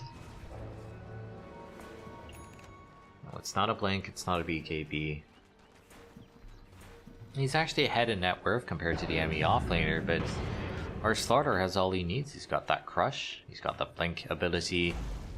I actually can't quite catch out that Batrider there. So that's very awkward. Eul's Scepter for the setup onto the Sven, but our Sven is very strong, still holding onto the God Strength, could potentially turn around. The second they see the Terrorblade, well, they just run away in terror. You got the full Scotty on the TV as well. That's great against the Sven. You can really hamper him from getting onto heroes. He's got the Superman with the axe, yes, but once that expires, how are you ever going to deal with this TV? He's even got that clumsy net that we talked about. Going in for the pickoff here onto Inns. Snowball will buy some time, but really does not feel like Omega are in a position to try and punish that. Once again, Hokori taking more towers without having to use the meta. It's very hard to go high ground against the Storm Spirit, so they're not even going to try. But keeping that Metamorphosis, that's their ace in the hole. And they're not going to be using that until they see a good fighter if the Sven uses his first. Oscar uses the Firefight, just doesn't have the tools to chase up, doesn't have the tools to start fights on their own terms. And I think that's only going to get worse as the game progresses. We've got that Scotty now on the Terrorblade. It's great for cutting around the Sven, but also pretty good against Bat Riders with no blink. Can our Storm Spirit with his mobility make up for that? Maybe not. Not until he gets that BKB. Unlike game 1, where Hokori played the Star Spirit. Against the Storm Spirit, they've drafted plenty of control. Smoke up from Omega, historically these have not gone very well. Historically these have gone terribly, in fact. We are going to be seeing the Void Spirit on the high ground, and he's actually the one who goes in 2-man crush there. Crystal Maiden very low. Sven finally turning on the BKB, using that God Strength. CM Freezing Field gets interrupted, but the Scotty, the slow, the raw damage coming out from this Terrorblade. Storm Spirit comes in very late as well, and those zombies still chasing the Sven, still providing vision. He Superman's over to the creeps, but the crush will follow him. Once he gets bashed, that's going to be Hisoka joining in. And that's yet another smoke up that Omega end up not winning. And was that even that unpredictable of an outcome? I don't think so. Storm Spirit wasn't nearby. For Omega, if they don't get a clean kill at the start, it's just never going to turn out well for them. Just that rule staying power of the Terrorblade, the rule of damage that comes out from him. Storm Spirit goes in, tries to slow this down, but they've got the illusions attack, so that's not an issue whatsoever. They know that the enemy doesn't have the glyph, and this is at minimum going to be a Rax. I do like that Crystal Maiden tanking the Aether Remnant, allowing her other allies to survive. Batrider with the lasso here, but the Glimmer Cape, our Terrorblade doesn't take any damage, and he's still so healthy. Still has the Sunder. Storm Spirit with the assassination, but now he gets bashed up. Still not quite that chainstun to control him. Hisoka, he's got that Sunder, will be able to get it off just in time, just as that BKB expires. Dota is sometimes a game of inches. We're not done yet. Manta Style purges off that Orchid. And finally they will be able to set up onto the Storm. They actually don't get this chainstun though. Sven coming in is able to clean up. Ends up being decent for Omega. I don't want to say it ends up being good for Omega, because they still lose that tier 3 tower, and the Terrorblade gets away. And it really comes down to how farmed this Terrorblade is, how hard he is to kill, and how much damage he outputs. Slardar in the mid lane will get taken down.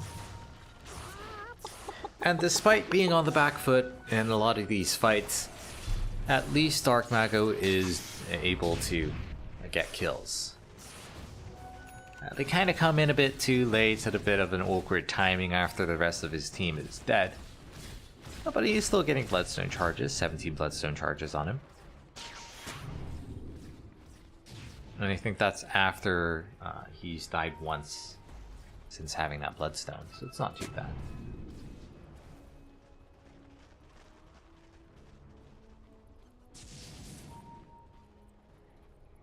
Fundamentally, if you look at net worth, it's only a 2k advantage. But a bit of a big spike there. Shame they weren't able to clean up that Rax. That would have given them even more gold. We are approaching Roshan respawn. It's on the long side. Got Couriers in the pit already going for that. Once again, Omega, they're going to be smoking up. And I think the last 3 smokes that they've gone for just have not worked out. Their vision needs to be good. They need to know exactly what's happening, but how do you do that when the smoke breaks on the high ground? Going in there, Storm Spirit for the backlines. He gets sighted, does have that BKB though.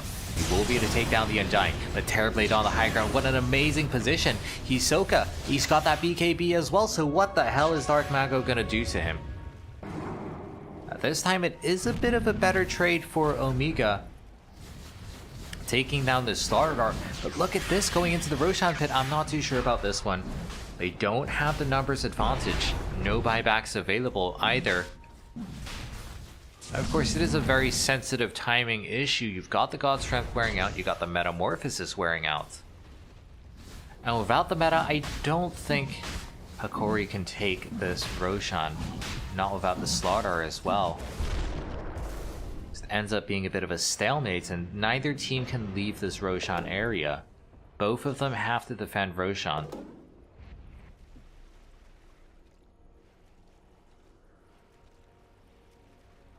And Storm Spirit, he's got relatively high HP, he's got 13 armor, so he's not particularly squishy to that either. But he's still taking so much damage from the Terrorblade, and this is pretty much the story of this game, is Terrorblade deal too much damage. Into the Roshan pit we go. Omega are quite close by. They know that this is going on, and they do have the tools to get into the pit, scout that out. You see exactly how low Roshan is here. Oscar, he can fly over quite easily. Storm zips in. Already we do have that tombstone being dropped, and a giant gold ball all the same. Dark Mago with that BKB able to do so much. Hisoka fundamentally without the Metamorphosis is unable to contribute that much damage. The buybacks, they're starting to come out. But dragging Hisoka to the high ground. This time he does not have his Metamorphosis to be able to rain down with attacks, whereas our Sven actually does have the God Strength. Still no meta for quite some time. I mean, God, he's thinking about it. Storm Spirit will get closed out this time, though, immediately buying back. Storm Spirit without that BKB is still just so vulnerable. And we've got Metamorphosis coming up in just a second. 17 seconds, but Roshan is already so low. Minget taking so much damage from his own illusion, however. Roshan, it is taken. Storm Spirit will be able to grab that Aegis just in time, but it costs them their Sven.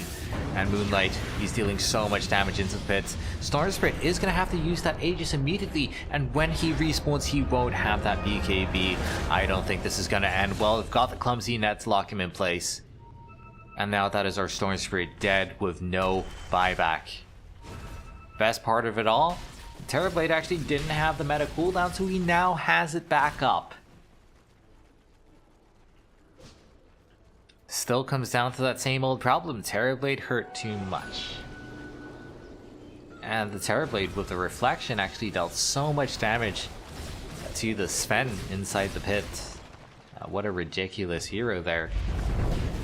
We do have the meta. Oh my god, look at how fast that CM dies.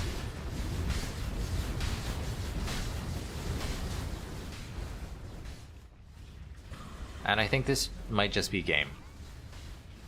Hokori, they know 100% that the Storm Spirit doesn't have buyback, and even if the Sven had buyback, he still would not have his ultimate. A Batrider trying to drag Nier into the fountain, but that was never going to result in a kill. That's going to be it, guys. GG gets called. Omega, they get 2-0'd. Hokori feels like draft wins in both of those games. The Sven wasn't able to achieve too much in this game. That Scotty slow coming out was just a little too powerful. Storm Spirit had a decent showing, but it's so easy to die this game, and just 1 or 2 deaths will set you back so much. That's going to be Hokori taking the 2-0 there, so looking pretty good heading further into this finals.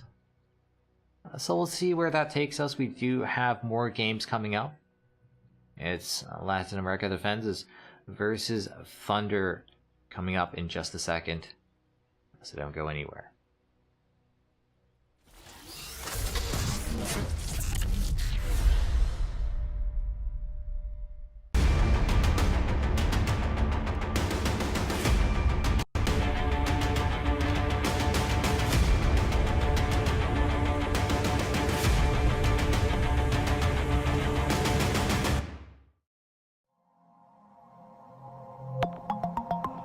Live media, esports entertainment, leaders in competitive gaming.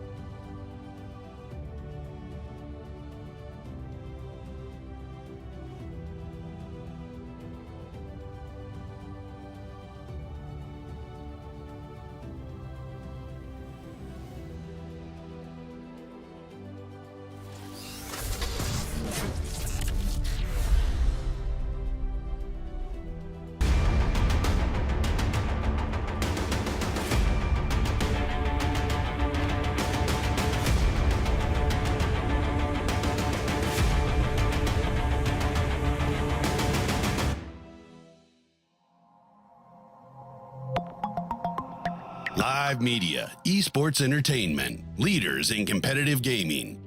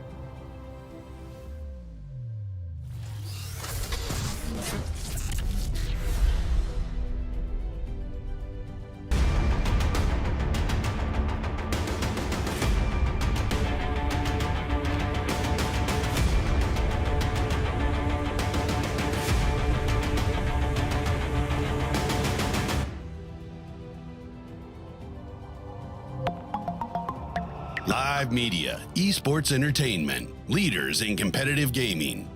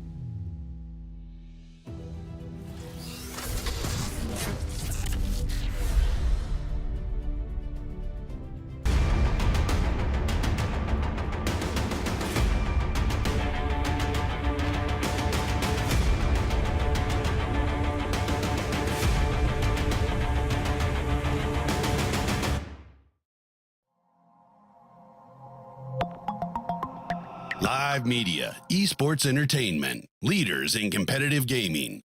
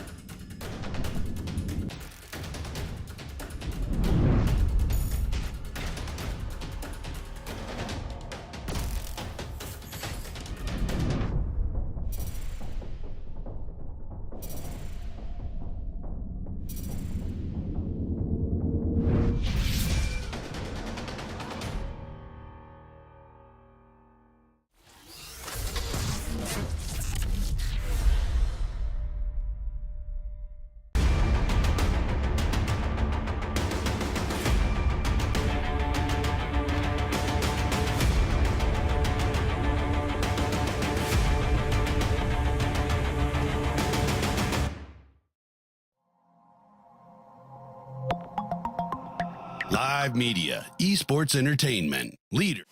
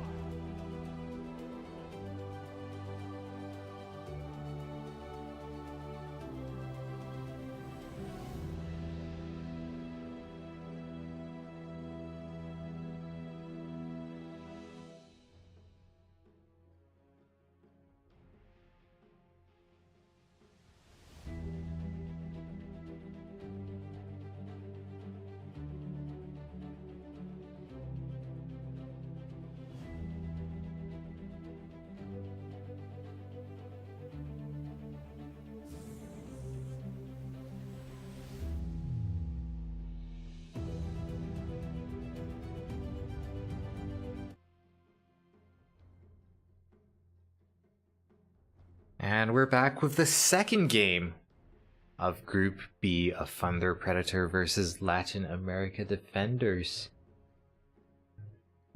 For those of you who are unfinished with this current format, we've got two groups, Group A and Group B. This is Group B, and we're playing a GSL style. So the winner of our last series was Hokori. They're going to be playing against the winner of this series, and the winner of that series then is qualified for the next stage, going to be going into the semi-finals. Whereas if you end up losing this one, that would then put you against Omega, and if you lose that one, then you are just out of the tournament. Rubik plus Magnus very early on. Now the second they saw the Magnus, they went immediately for the Omni Knight. Now Omni Knight isn't particularly good against the Magnus himself necessarily, obviously being able to reduce RP's duration significantly with the Heavenly Grace is very nice. But the Guardian Angel in a strange way is very good against the Magnus. And that's because fundamentally, as the Magnus, you are there mostly just to buff up this physical damage carry. Usually a melee hero, usually someone who hits very hard, does a lot of cleave damage.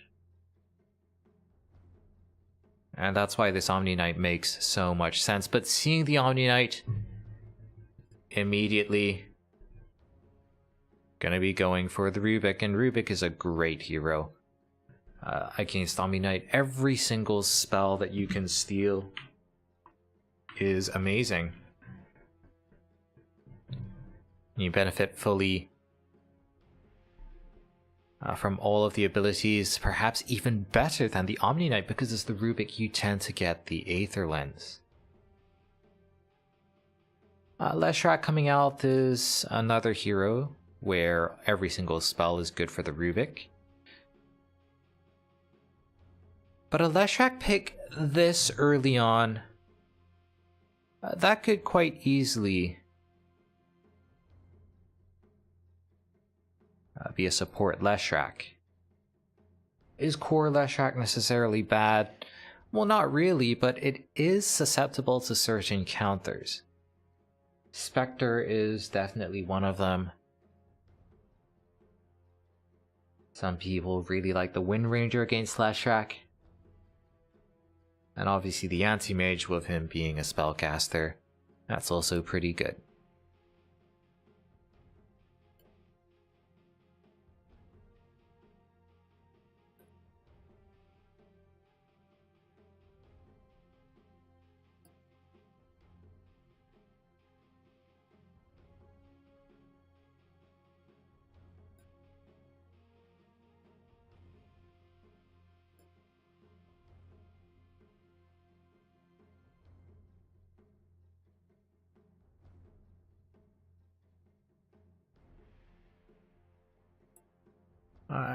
Interesting that we only see the Anti-Mage banned out here. I was thinking for sure we'd also be seeing the Spectre banned.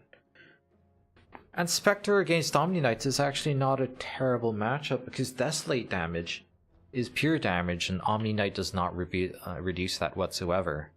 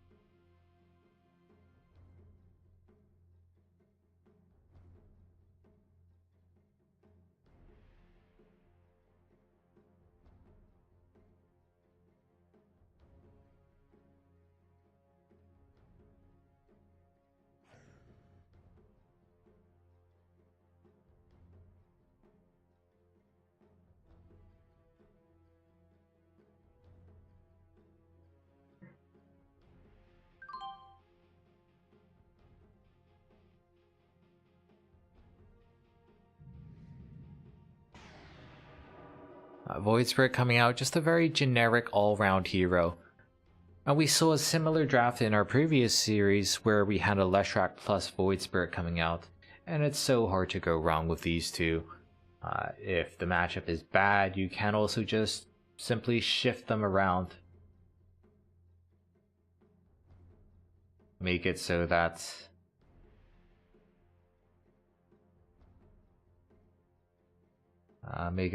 you can have that flexibility there.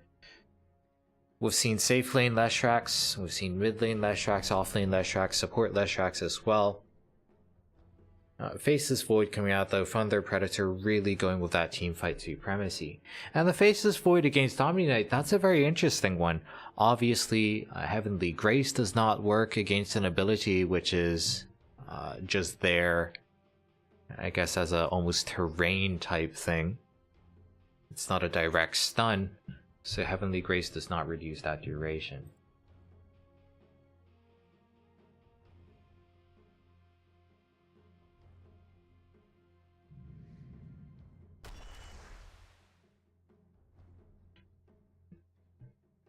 Then again, your Faceless Void deals a lot of magic damage. The bash is actually magic damage if you go for the MKB. That is also magic damage. Interestingly enough, defenders picking up the Slaughter. Now, they don't have too much physical damage on their team just yet. You get a bit of physical damage from the Void Spirit, and Diabolic Edict is also physical. So, last time defenders definitely have something planned as their final pick. Probably a core with very heavy right-click damage.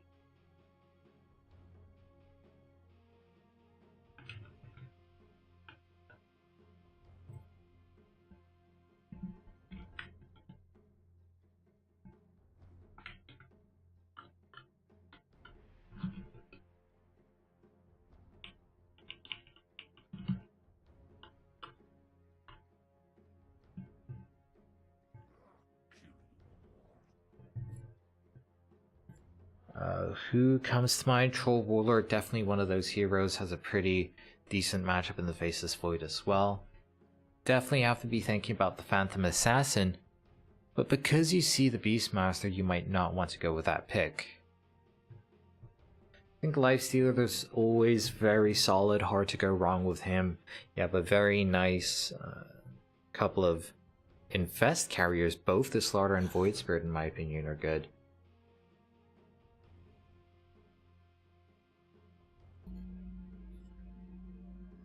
Interesting that they take out the Jar Ranger, because in my head, Faceless Void is decent against the Jar Ranger. You've got a lot of mobility coming out.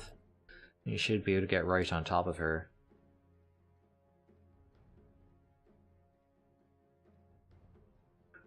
Thunder P, I think Zeus could be very good.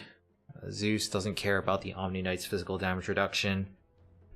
Goes very well with the Faceless Void, just having that reliable source of damage. But they're going to go with the Pugna here, so that's more preempting what LATAM defenders are going to go as their final pick. And Phantom Assassin, yes, that's a very obvious hero, but do you really want to be using a Phantom Assassin against this Pugna?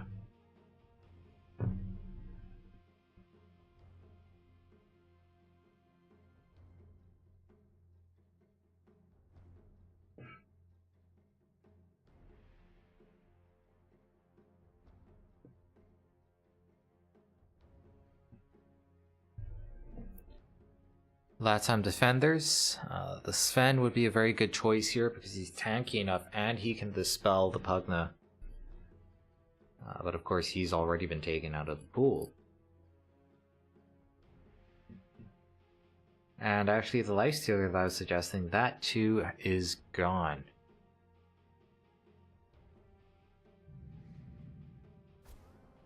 It is going to be the PA in the end. That was definitely the most obvious option, but they did take some time to think about it.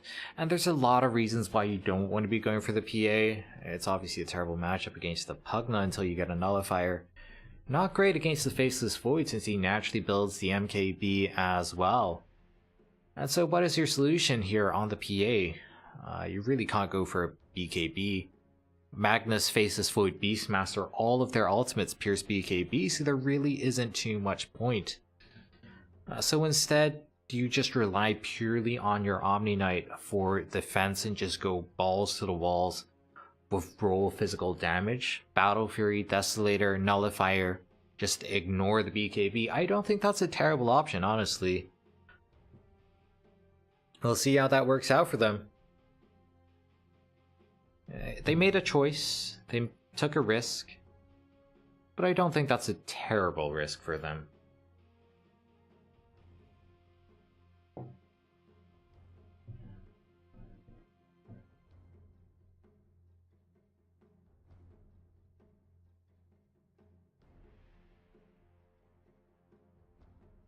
Pugna's always an interesting hero that we see.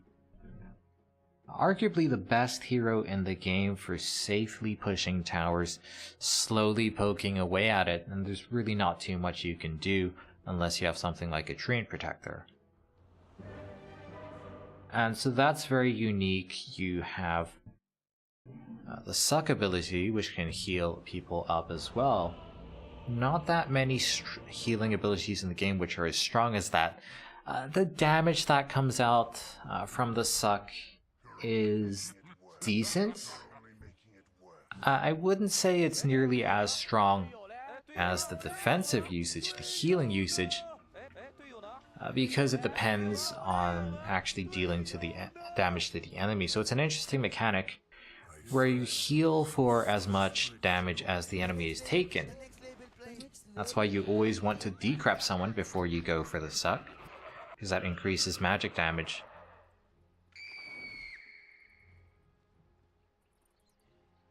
But I have no doubt we'll be seeing a Glimmer Cape coming out from our supports at some point. That's really gonna hurt. On the other hand, we do have this Super Faceless Void.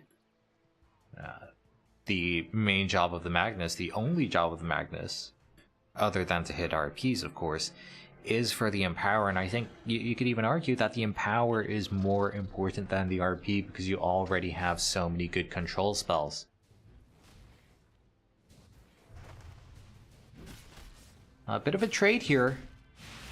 That boar is definitely a bit of a vulnerability, but it gets the knight. You don't want to be giving that over. So much gold, so much EXP.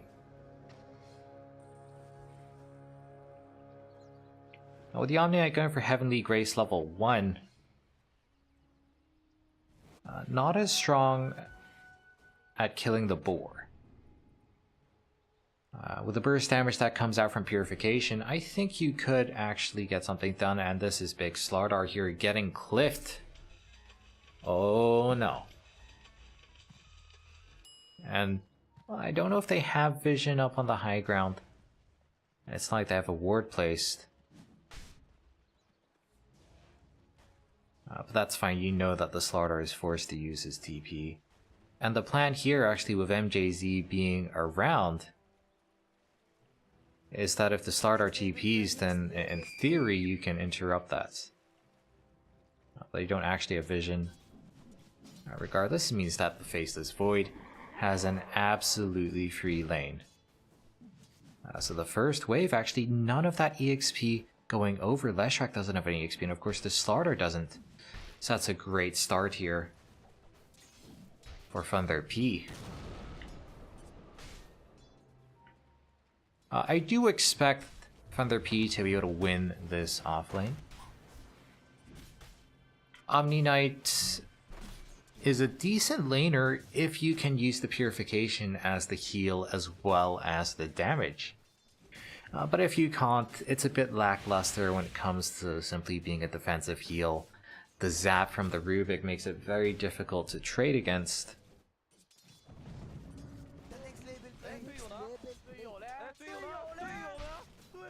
At some point we probably will just see the Magnus stack and pull. It's not great when it comes to trading hits in lane, especially against the Slardar who has the bonus damage from Bash. Mid lane, this is an interesting one. I think it's somewhat Pugna favored.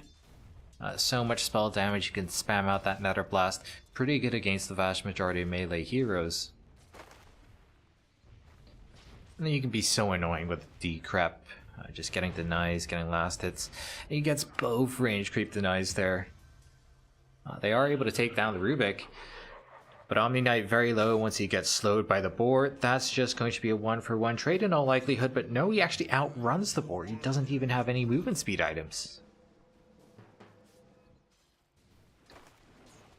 So that's something. I think not just the kill onto the Rubik, but also getting the PAs on free farm in lane. As Slardar, he knows there's no way he can actually kill the Magnus, but just going for that damage efficient trade, face this Void. He's stunned for so long, he won't be able to time walk all of that damage off. I really don't know what our Magnus thinks he's doing here, just trying to sit and right click against the Slardar.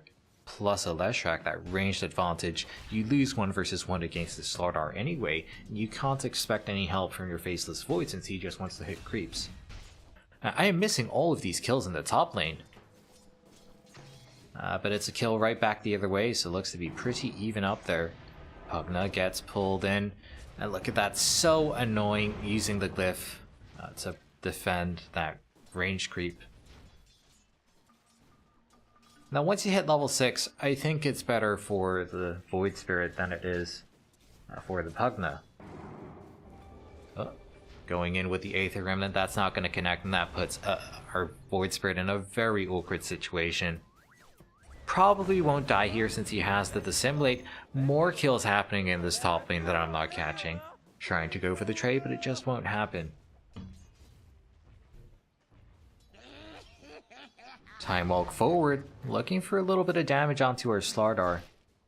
And that's of course possible because the Leshrac isn't in lane. Leshrac coming in to help secure the rune, turns out it's bottom. And the Lesh should be able to zone out the Pugna. They should be able to get there first. That's a pretty nice advantage. Salve out onto our Faceless Void. The Empower starting to come into play here.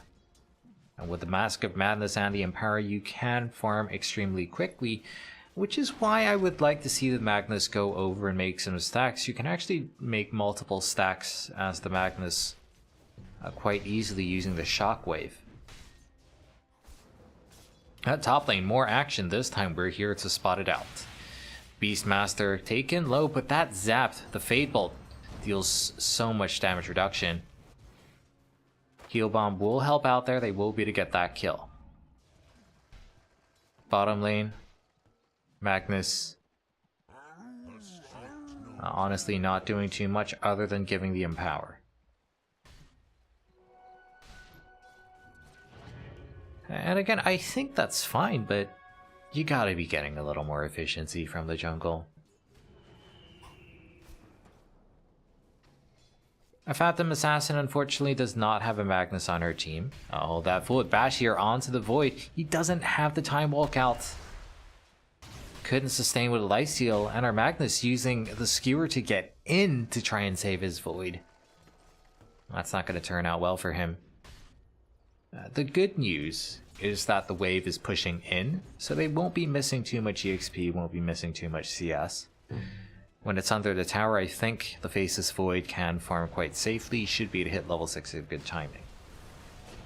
Suck coming out, but that's not going to work, not against the Void Spirit.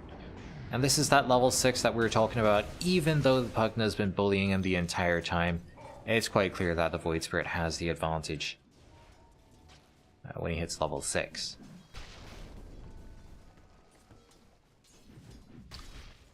So the pull coming out, that's really going to offset the EXP that they would have gotten otherwise. Crit comes out onto the Beastmaster. But looks like he'll be fine as 6 stick charges to fall back onto as well. Gonna be rushing the Necro 1 as you do. Whether or not he completes that into the Necro 3 is a different story. A lot of Beastmasters like to stick with Necro 1. More kills that I'm missing. How does our Faceless Void go down in that scenario? That really shouldn't be happening. But he does have his Mask of Madness. Going down twice in this lane, that's not a great start. And he doesn't have that many stacks in the jungle. can't really rely on that. Once again, Void Spirit going in, has the Arcane Rune, so it's very cheap. And this should be another kill. He's holding onto that Astral Step for as long as he can. Lifting up the Omni Knight, they'll be able to take him down. I don't know why PP is not using his abilities. I feel like that could have been a kill. He's just saving them defensively. Of course, if he's using his skills defensively, then who's there to protect the Omni Knight? It's a very strange engagement coming out.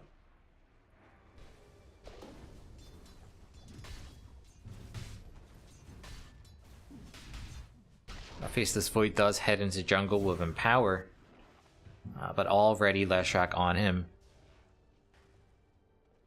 That's just so annoying. And if you had these stacks, you could feel much better about going into the jungle. You'd get Chronosphere up, which makes it very hard for the enemy to interfere with you farming. Instead, we're kind of looking at a Poverty Void. This is compared to the Phantom Assassin, who's gotten a couple of kills top, is top net worth. Should be able to hit that battlefield at a decent pace. Of course, our Faceless Void, he does farm very quickly with that Mask of Madness with the Empower. I'm sure he'll be fine in the long run. Really diving under this tower here. Beastmaster, 1 EXP short of level 6 there. We'll be able to get yet another kill onto the Phantom Assassin. They're really snowballing out of control, it seems. Where our Faceless Void clearly is not. Putting the Void in the jungle does give the free lane over to the Magnus. That's quite nice. But of course our Magnus has to be a bit careful with the Corrosive Haze. A supposedly tanky hero like the Magnus will fall quite easily.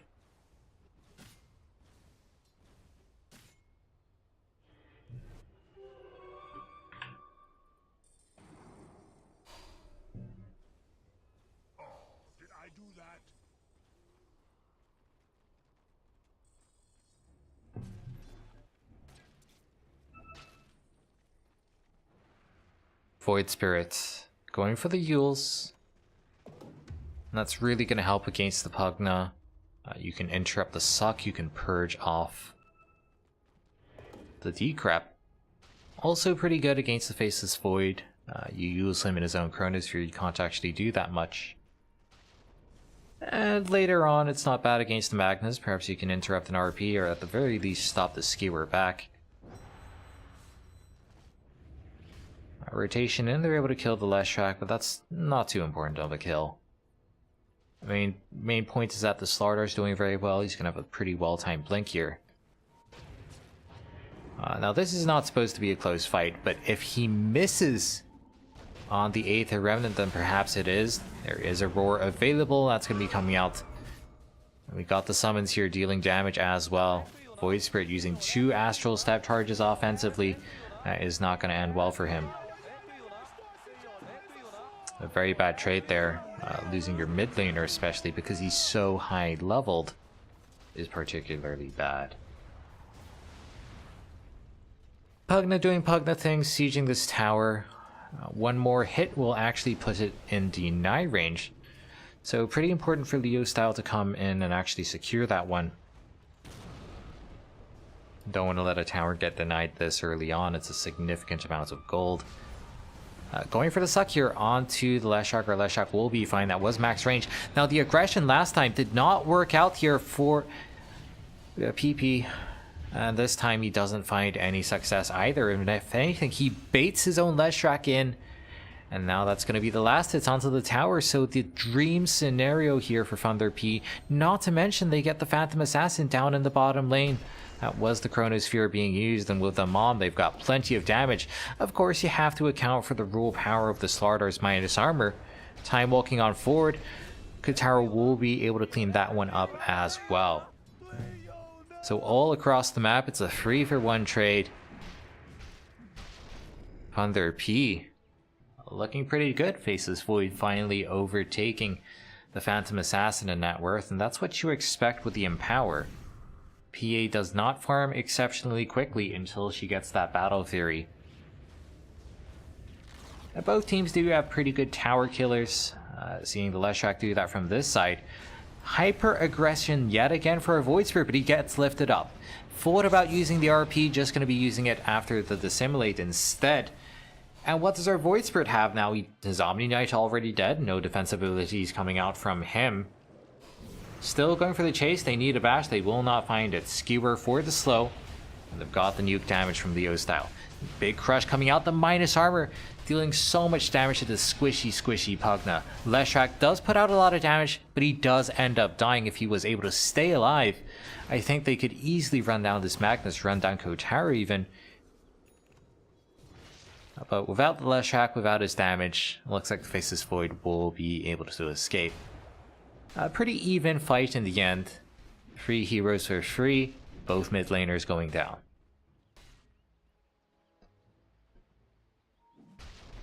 Unlike Thunder P though, defenders, they're not limited by these long cooldowns. They don't have to play around Chrono, they don't have to play around RP. Even the Roar early levels is quite long.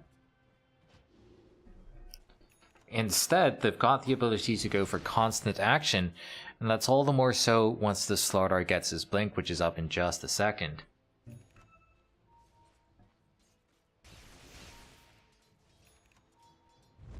So that's going to be a very strong point for them. Of course, Beastmaster, he doesn't need a blink to get his job done. They just have such long range on that BKB piercing disable. Smoke gets broken here. It's a bit awkward for both these teams. Thinking of going in for the crush, but he doesn't have a clear shot. Does go for the squishiest target, but again, without that Aether Remnant hitting, it just doesn't seem to work out. Still holding on to the Roar here, going to be using it onto the Leshrac. But immediately with that Heavenly Grace, it's not going to last for that long. No one dying just yet. Nether Ward is about to expire. Is that going to be enough for defenders to re-engage? Quite consistently, they're having problems on PP connecting with the enemy. Round 2 coming in. Smoke gets broken, that's a bit awkward, but you will be able to blink in, knows that there's no Roar anymore, but the stolen Corrosive Haze, the minus armor doing so much work against the Slardar himself. Chronosphere comes out, catches 2, just on the edge, able to get that suck off. And physical damage immunity, that's great, not against the Pugna, however. Then again, that Chronosphere only did result into 1 kill on the support, but headed right into the Roshan pit. Normally this would not be possible, but that stolen Corrosive Haze coming in handy once again.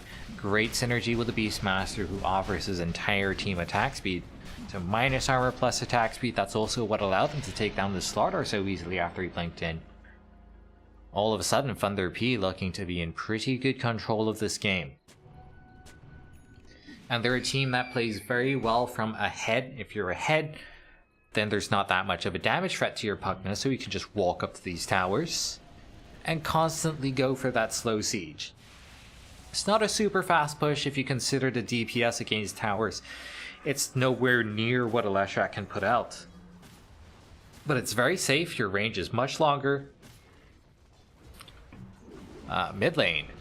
Faceless Void gonna get gone on, but he's got the time walk out. Unfortunately, he gets taken down just before, but I don't think this is gonna end well for LATAM defenders. Fundamentally, that was just the Aegis of the Faceless Void.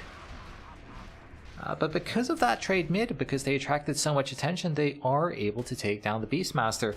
Not to mention deny this tier 2 tower. Now that is still a sore blow. But definitely better than it getting taken down. And you know that the Pugna is going to be coming in. Eventually that tower is going to fall.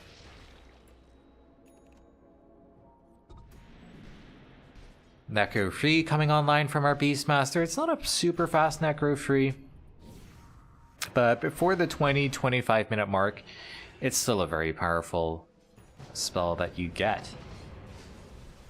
Once again, Void Spirit's playing so far forward, and I don't think it's working out for them. Phantom Assassin only with the Battle Fury now. Still working on that Desu, can't really join these fights. Whereas Thunder P, just by having these very strong long cooldown ultimates, whenever they have them ready, they can just go and try and brute force left-hand defenders down. Got the Chronosphere up. And of course, with the Hulk providing vision, you have to be so careful on the side of defenders. One false move, you will get Chronosphered, you will get roared. And this is that slow but super safe push coming out from our Pugna, even with the Arcane Rune there. Now, you don't have the Aegis, but they're still feeling quite confident in a fight. You've got that Chronosphere up, RP is available. Time walk forward. Don't need a Chronosphere to take down this squishy support. Well, looks like they won't be finding anyone else. Nice TP out there. Is a bit awkward once again with the retreat. A couple of heroes being left behind. Last time they went for this sort of movement, Sacred ended up getting cooled up top. That Necro Free right now is just so strong. So difficult to actually fight into it. So they got a kill. Gonna be sieging this mid tower once again. Glimmer Cape allows Sacred to get in with that Roar, the Suck coming out, dealing so much damage. Not messing around, just use the RP. Wasn't necessary 100%, but they just want to make sure. So now 3 versus 5. Latam defenders, they're still gonna go in. Phantom Assassin with that roll damage coming out, combined with the minus armor, is enough to even up the odds. And the Faceless Void was nearby, had the Chronosphere, but just couldn't quite find the opening. Very risky move to go for a fight when you've already lost 2 heroes, that goes without saying. But PA does pull it off, and at the end of the day, that's why they chose this combination. Slardar plus PA, just gonna be going for the creeps here. Ooh, one big crit to finish off that Necro Free. But the feedback of that last spell taking down the PA. 12 HP, but interestingly enough, we're going to be going for the Basher. I was thinking that Nullifier would be the better choice in most cases just to deal with the Pugna. It's very obvious you don't want to be going for BKB. Honestly, that's just a bit of a waste. Dual Scepter here for the setup. Important that they kill all of the creeps so that the Aether Remnant gets the connection. Attempt to dodge on that split turf, but just a tiny bit off. And that's pretty big. He is that Chronosphere threat. Without the Blink Dagger on the Magnus, you're not too afraid of that.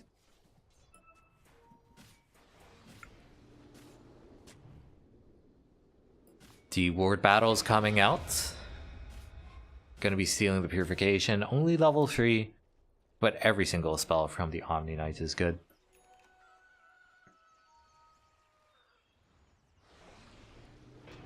A bit of a scrappy game, I guess. Very back and forth. Lots of little skirmishes, but no full-on team fights. No 5-man wipes either. Roshan was taken exceptionally early this game, making use of the stolen Corrosive Haze. But the team that actually has the Corrosive Haze can also take Roche extremely quickly. That's always something you have to keep in mind throughout this entire game. If you lose a fight and you're remotely anywhere near Roche Pit, you will get punished with that Aegis. And Thunder P, if they have an Aegis, then they can feel very confident when they go for that siege onto the high ground. Leshrac getting called out, we've seen this quite a few times now. But that's fine. For your Leshrac to die knowing that your Phantom Assassin is on the other side of the map farming away, well, there are worse things that can happen.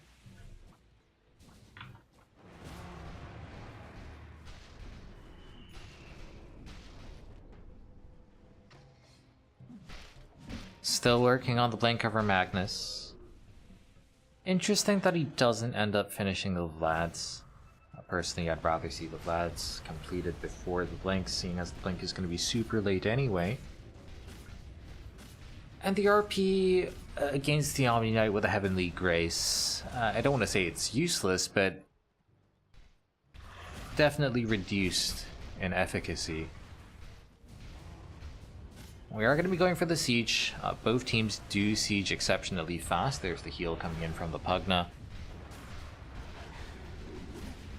Pugna, great hero, Beastmaster with all of his summons and the attack speed aura. That's also nice. But on the other side of things, you've got the PA with the Deso, which amps up the Diabolic Edict damage as well. That trade was very much in favor of Thunder P, however, since they took the tier 2 tower and the tier 1, whereas their own tier 2 is still relatively safe. And that tier 2 in particular is quite important because it's a Roshan TP point. Speaking of Roshan, we're going to be seeing minimum timer in just a second. Hard to say which team is favored, if it's a long or short Roshan respawn. We'll just have to see.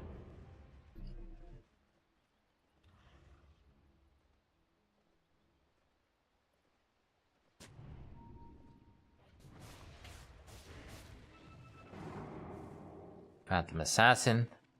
Having that Basher is a very real threat to the Faceless Void. Our Faceless Void quite naturally is going for that MKB.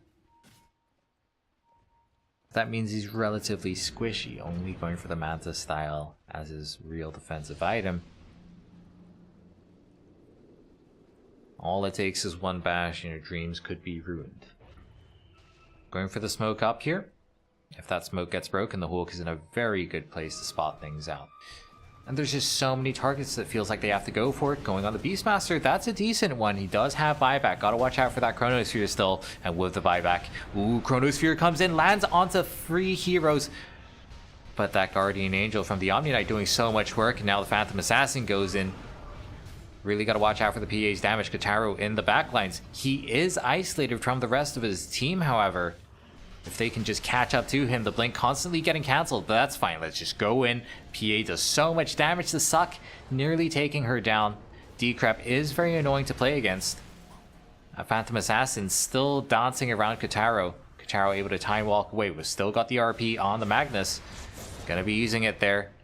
Heavenly Grace is a great ability, but we'll see if it's enough. The crits coming out from the PA, there's just too much damage. But in the end, Thunder P just able to outlast their enemy. Kataro got so much value out of Time Walk throughout that entire fight. And likewise, the Pugna with very low cooldowns on his spells. Just the constant decrep coming out. No BKB to deal with that. A very messy fight. Thunder P do edge out ahead slightly. Going for even more offensive items on the Faceless Void. Time walk forward. I mean, that offensive item build means he deals so much damage. That doesn't really count for much if you can't lock down your enemies. And in this instance, because he didn't have the MKB, he couldn't do anything against the Guardian Angel, even with that nice Chronosphere. With the MKB, you get a lot of magic damage, so you might actually be able to kill people through the Chrono regardless. Nullifier is obviously good to have against that Guardian Angel. You can't actually get rid of Heavenly Grace. You used to be able to purge off Repel. Look at that. Theo style with a Suck, not only restoring his teammates' HP, but also their mana.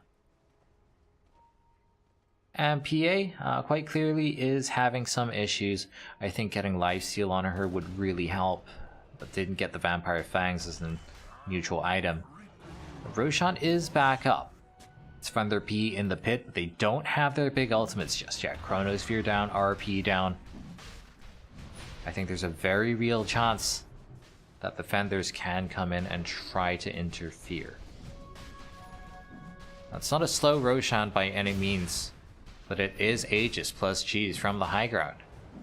MJZ trying to zone out the enemy, ends up getting cooled. Magic damage is not a problem, they're able to take him down even through the decrep. Faceless Void time walking out of the pit will be able to take down one. But meanwhile, Phantom Assassin cleaning up the rest of that fight. And Slardar in the river, you gotta be careful. Blinks forward, gets right in onto the Pugna, bashes from the PA. Will do the job. Kataro does have the Chronosphere, lands it here onto the Phantom Assassin. Guardian Angel for the save once again, however. They pull it back on the Pugna, they really want to get something done here.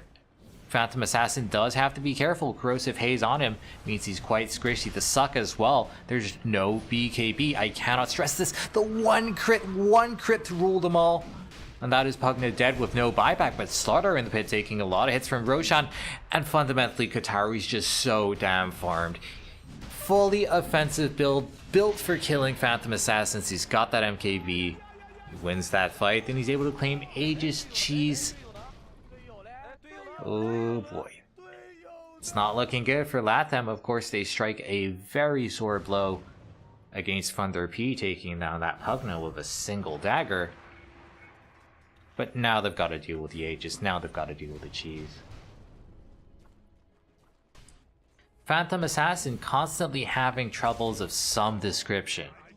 Either getting kited around by the Decrep, just getting stunned by the Faceless Void, being held in place by the RP, or simply just getting out damaged by the MKB.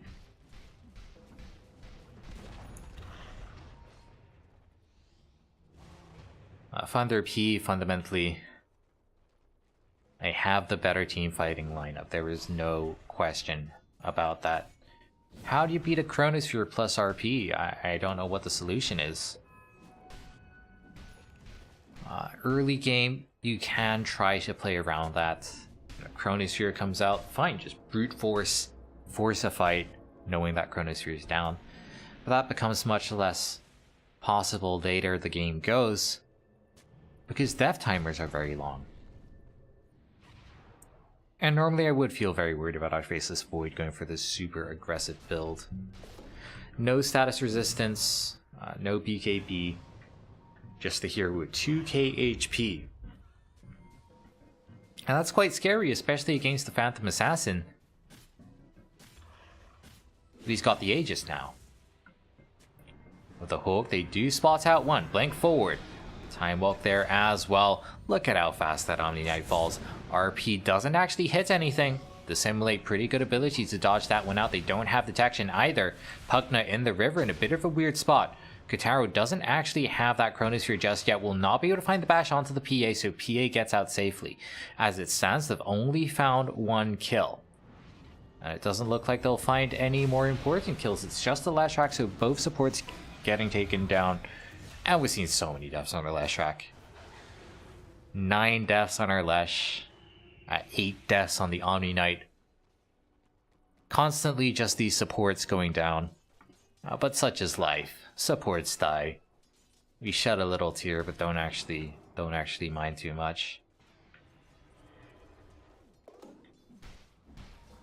I would like to see them try and force something. Faceless Void, you know he's so ridiculously strong. Anyone in the Chrono will die, and Guardian Angel won't work out this time around.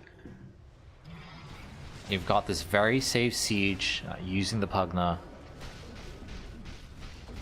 Look at how fast that tower falls. The attack speed aura coming out from the Beastmaster as well. The Solar Crest really buffing up Kotaro.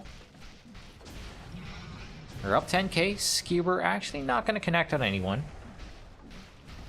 But I can appreciate that he's trying. It's going to be mid lane Rax falling, no issues whatsoever. Slaughter goes in, does get lifted up. They're controlling the Faceless Void for now.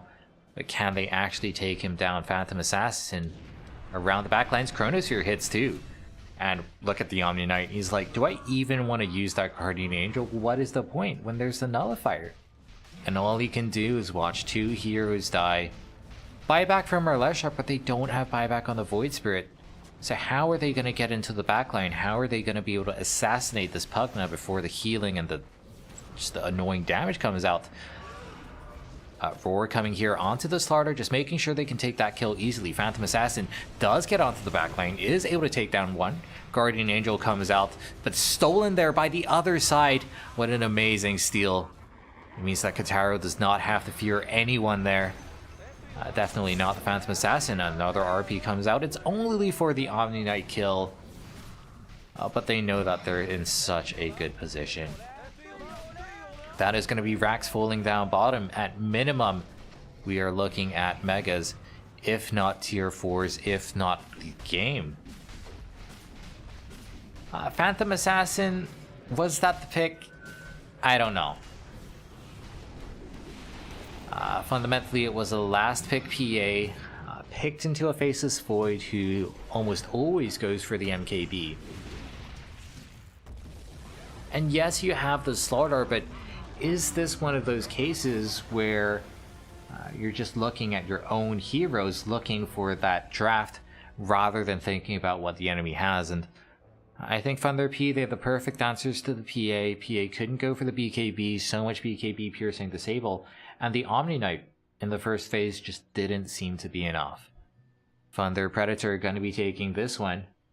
And this is a best of 3, so there are a couple more chances for LATAM defenders to try and come back. Game 2 coming up in just a second.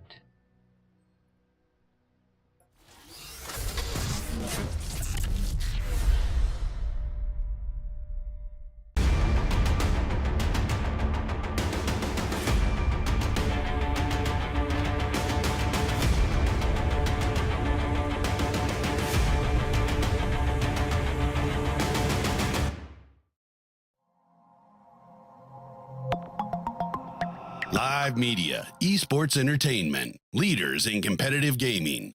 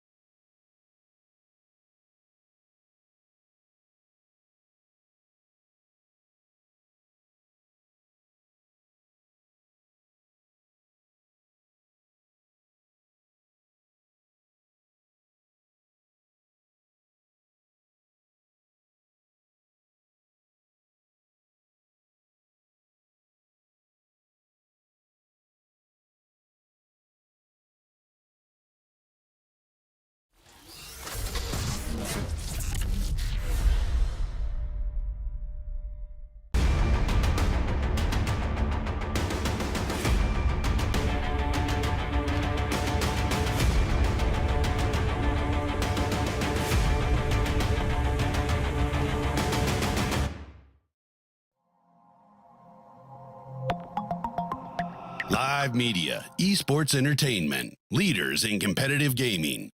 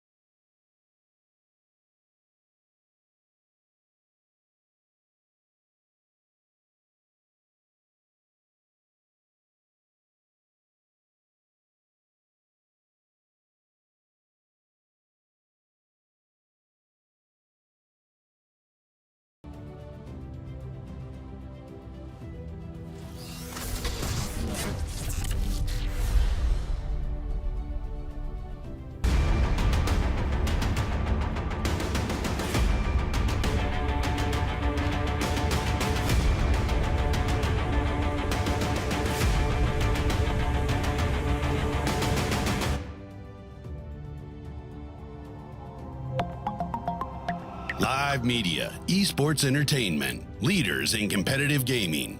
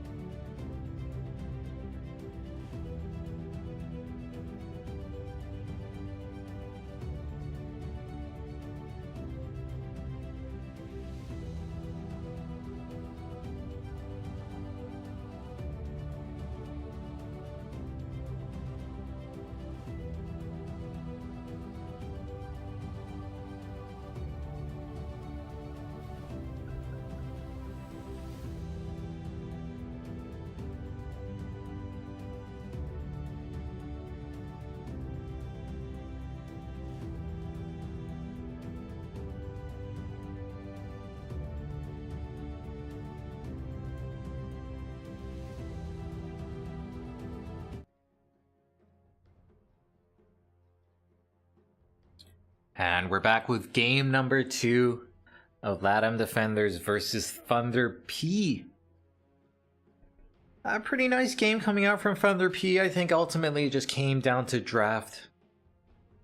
I feel like the Phantom Assassin pick didn't do enough. Pugna with the Decrep gave her so many problems, and Thunder P simply having the better team fight spells. So many things to watch out for. RP, Chronosphere. If either one of them catches you, you're just dead, and later on, even the Guardian Angel wasn't enough once the MKB and Nullifier came out. It's actually kind of similar to our previous series, where we saw a late pick Phantom Assassin not actually achieve too much. And that was a PA picked into a Winter Wyvern last time around. This time, it was a PA picked into a Pugna, picked into a Faceless Void that just did not go well for them. Definitely hoping to see a different draft this time around, a more fluid draft. A draft that actually responds to the enemy's picks, rather than just kind of closing one eye and just picking according to your notes and your notes only.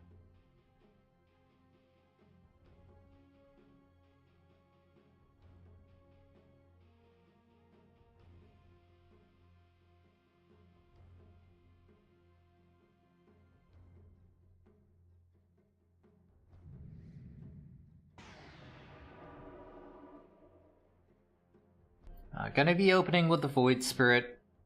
I think this is one of the most picked heroes in Dota right now. Because a lot of teams don't actually ban it. And it's just a very versatile hero, can be played in a variety of roles. Very few truly bad matchups for him as well. Latam defenders taking out both the Mars and the Slardar, so the more popular offlaners already are gone, but Thunder Pico for the techies. Oh boy. Now techies' last pick is one thing, but they have shown it very early. And this does allow for certain counters. Illusion-based heroes, summon-based heroes are generally quite good against the techies. I think the Beastmaster, which we saw in last game, can do very well against techies because you also get True Sight from the Necro 3. But we'll see how Latam choose to respond.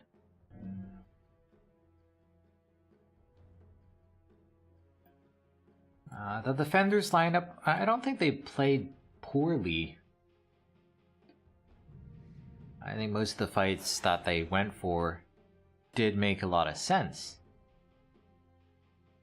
But when it came down to it, Phantom Assassin just couldn't execute. And again, I'm not blaming the player, I think it just comes down to the picks. So it is going to be the Beastmaster here, but immediately answered by the Enchantress. With the Beastmaster, you summon your boar, it just immediately gets taken over by the Enchant. And the Beastmaster is obviously good here against the techies, and that's the main reason why they chose it. And for Thunder P, we'll see if they want to adjust the techies. It normally is played as that position 4, but also played in the off lane every now and then.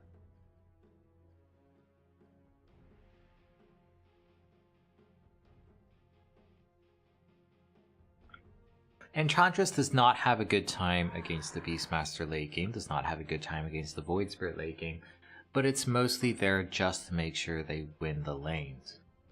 And I'm very certain that Thunder P will be picking these very strong late game hard carry heroes in their coming few picks. Gonna be taking out the Nature's Prophet with a Summon Treants. That's another very effective way to clear out the techies' minds. And for the Beastmaster, his boar is actually relatively expensive. Not in terms of mana cost, but feeding it over gives a lot of EXP and gold. Not so much for the Treant Protectors units, especially if you only funnel them in one at a time.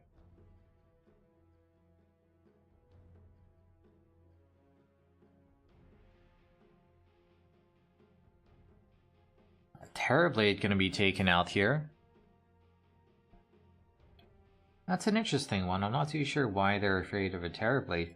Maybe they want to go for something along the lines of a Lifestealer, which makes a lot of sense. Lifestealer with that magic immunity can be good.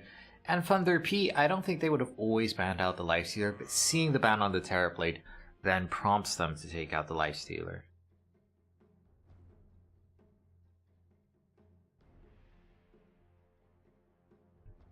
Kunkka ban is interesting. I think Kunkka has a very nice combination with the X-Mark and the Torrent. Very easy setup for the techies to wiggle his bum and go for the suicide. Technically, it's not a suicide these days. But you get the idea.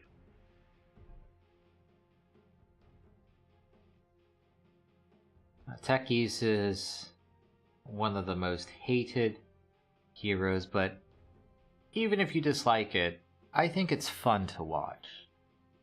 It's obnoxious to play against, and perhaps even to have on your own team.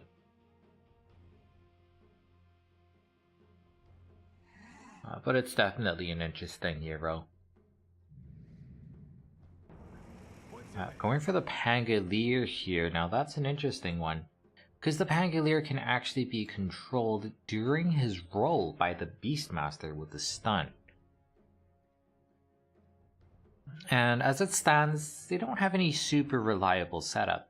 It's not every time that you can get a good connection from the Pango. It's entirely possible you get kited around. And I really think they need a little more with their other picks.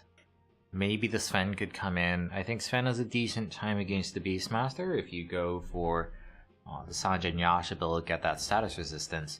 It's going to be the Pugna coming out once again, but this time for defenders rather than Thunder P.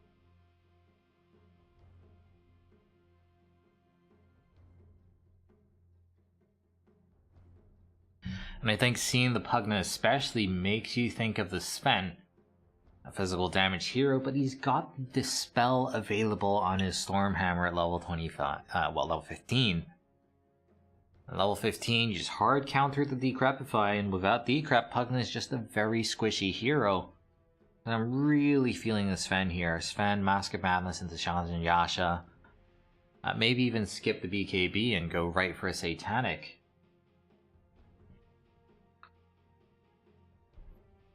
Because they've seen how the Phantom Assassin goes in, and you're going to get kited around. The control coming out from the Beastmaster as well makes it kind of hard to go for something like Control Warlord. I think by far the most obvious choice is that Sven. Morphling I think could be decent as well. You can actually build into a Lincoln, so that can be useful against the Beastmaster. And you just have that burst nuke damage to take down the Pugna before you can heal. And Decrep doesn't even help him against a Needblade Morphling.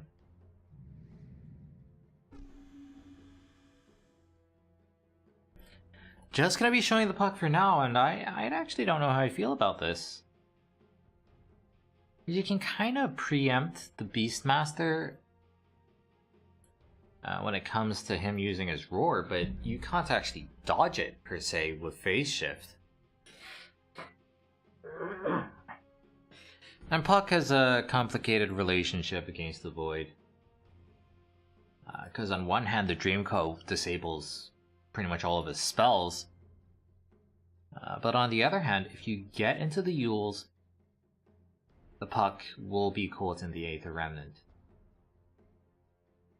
So it's a matchup that has both its pros and cons.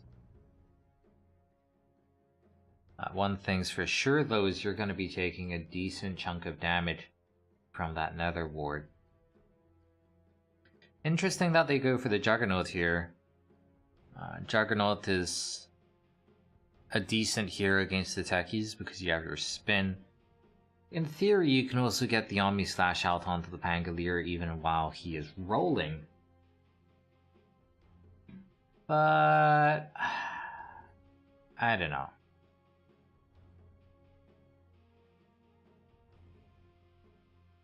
Against the Puck as well, when you get the Ags on the Puck, it's pretty good for controlling him.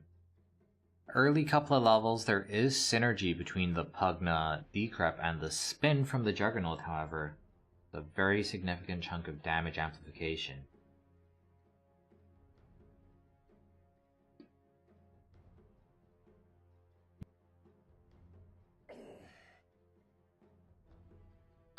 Gonna be taking out the Morphling here. I think Morphling has a very good matchup into the Juggernaut as well as the Pugna, so that makes a lot of sense. I quite like that.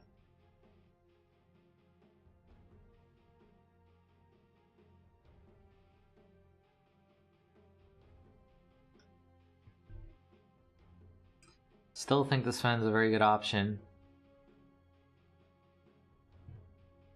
Faceless Void could also be decent here. Possibly even an anti-mage. That's if you feel confident enough with the spell shield.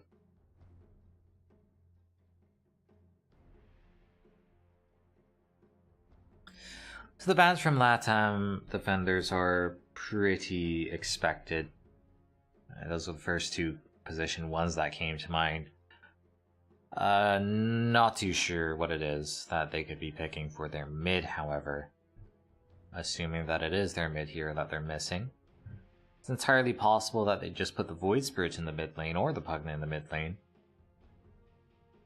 But Thunder P seem convinced that they're missing a position too.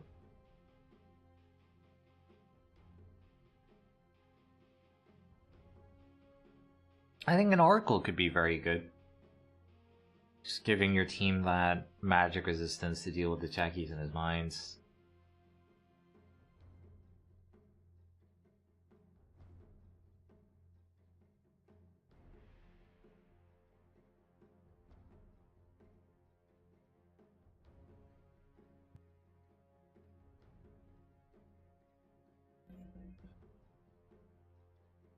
If you really want to, you can actually engage in a summon battle against the Enchantress using the Chen.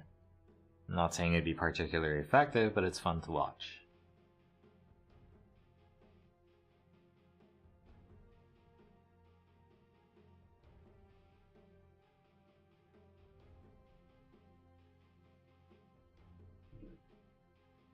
Really taking their time with this final pick. Gonna be going with the Magnus. We still don't know if this is a support Magnus or a mid lane Magnus. We have a lot of ambiguous heroes. I think chances are it's gonna be the Pugna and the Magnus as supports with the Void Spirit in the mid lane.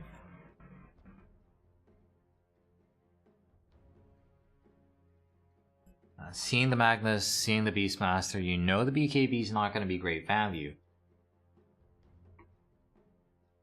I think you're looking for someone who can build a Satanic and just straight tank through whatever CC comes out. I still think Anti-Mage is a decent choice.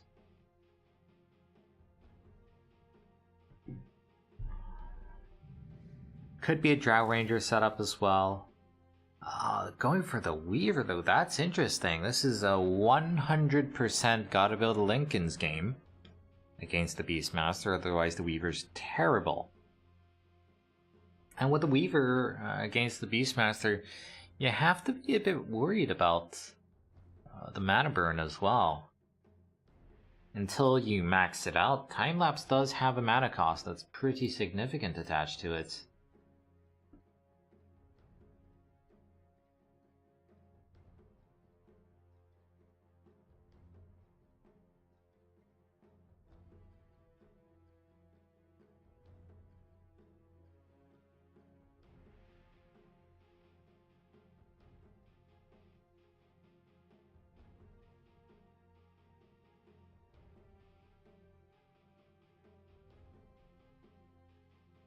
Overall, I think it's hard to go wrong with Defender's draft. I think for Thunder P, a lot of things have to go right, and the execution has to be on point. I'm not saying they have a weaker lineup, but it's just easier to play LATAM Defenders. I do think Enchantress should have a good time in lane against the Beastmaster. I think, generally speaking, they've got the better lanes, the better lane counters. I think Pangolier is very good against the Juggernaut because you can easily avoid damage on the spin. Was that smart? The next label play.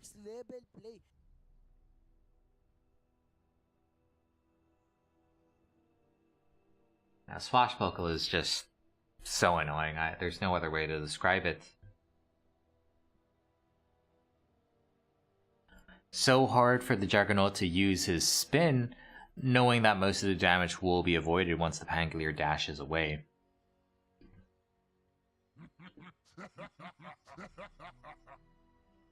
So it's actually going to be the mid Beastmaster with an offlane farming Magnus. I like the combination of Magnus plus the Void Spirit. It does give you some kill pressure. And putting the Pugna with the Juggernaut makes a lot of sense. And by having the Beastmaster in the mid lane, in the 1 versus 1 lane, they avoid having the Beastmaster versus Enchantress matchup, which is the main thing that they're worried about right now.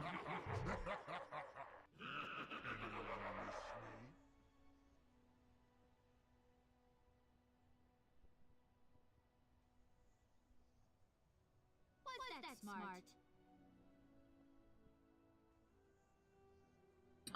As for our Weaver, it's a bit of a strange hero when it comes to scaling. In a way similar to the Drow Ranger, you hit this very early power spike when you hit maybe that level 7, level 8 mark, and that's just from your skills. It's just from having EXP, you don't need too much farm. And then in the mid game, it feels like you fall off. And your damage output just doesn't seem to be that good. You are still very powerful in team fights. Because you're hard to kill. You sort of scuttle around, just put out some DPS, dive for the backline, that's all nice. But if you get RP'd, if you get roared, you will just die. And then when it comes to the late game, then you start scaling very well again with just a 6-slot build. By getting more items. So we've got the mid lane Beastmaster to try and avoid the matchup into the Ench. But running the Pangolier mid, I actually think both the Puck and the Pangolier can lane against the Juggernaut, so it really just comes down to which hero they want farm priority on. Which hero they want for initiation as opposed to damage, and clearly the mid hero is the one who's supposed to be dealing damage. Whereas the offlane hero is supposed to be the one with the CC. Either way around works. Kotaro here, pretty strong level 1 hero, because you can disengage very easily. Slathen perhaps not so much on the edge, but he does have that minus armor applying. Will be the first one to go down, but that's fine because Kotaro gets the kill. Not to mention he gets the bounty rune Shikuchi for the easy disengage.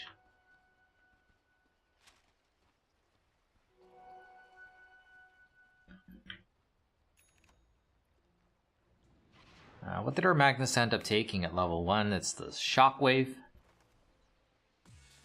Stick Charge is going to be pretty important in this matchup. Shikuchi actually gives over a lot of stick charges.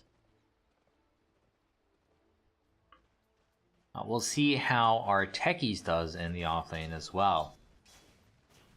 They shouldn't be able to get too many kills here, not onto the Juggernaut, but perhaps onto the Pugna. The Pugna, again, you have this combination with the Decrep, amping up the damage, just using the Blast Off for a little bit of extra DPS. But that puts Liu Sao in a very strange position, the spin damage dealing so much damage to both of these heroes, but not enough to actually take them down. Gotta be really careful on this Pugna, he's still healing up with the tangos, still not very healthy. 2 ranged heroes harassing, we'll see how Arms can do. He's getting a lot of last hits, he's taking a lot of damage for it. Mid lane, I think this is a very Pangolier favored lane. You have to be so careful not to feed away the boars. And any harass that you do is kind of meaningless once you get the bottle. Missing that kill, kind of hard to survive when you're this low HP. The range on Blastoff is very good early on in relative terms because they don't have boots. And even though the Pugna is one of the highest base movement speed heroes in the game, you can't expect to land that one. And Blastoff, it's such a short cooldown.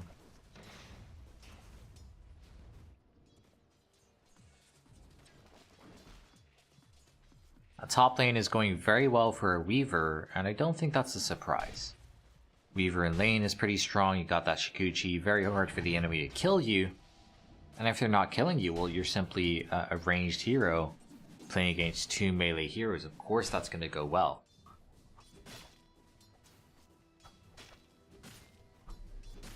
That boar harass is annoying, but Sacred is still keeping up in farm. A lot of denies coming out for PP, however, and that's not great.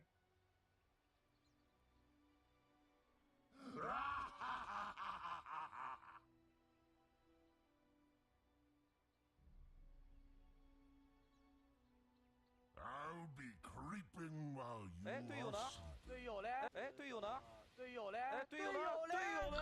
Hopefully we can get this pools resolved soon. Juggernaut probably does not have to go for the Battle Fury this game since he's got the Magnus with the Empower. And that's going to really allow him to accelerate and farm.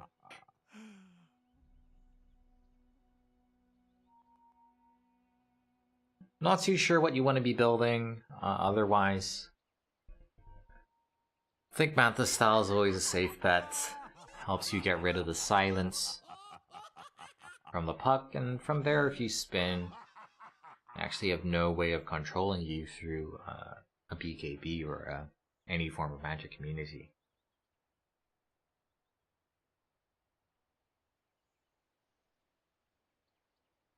And we're back. Leo's style, if you play the offlane puck, I think you tend to go for the blink first. I think going for the Boots of Travel build is also viable, but that's a bit greedy. Then again, greed is perhaps what you want when you've got the techies on your team.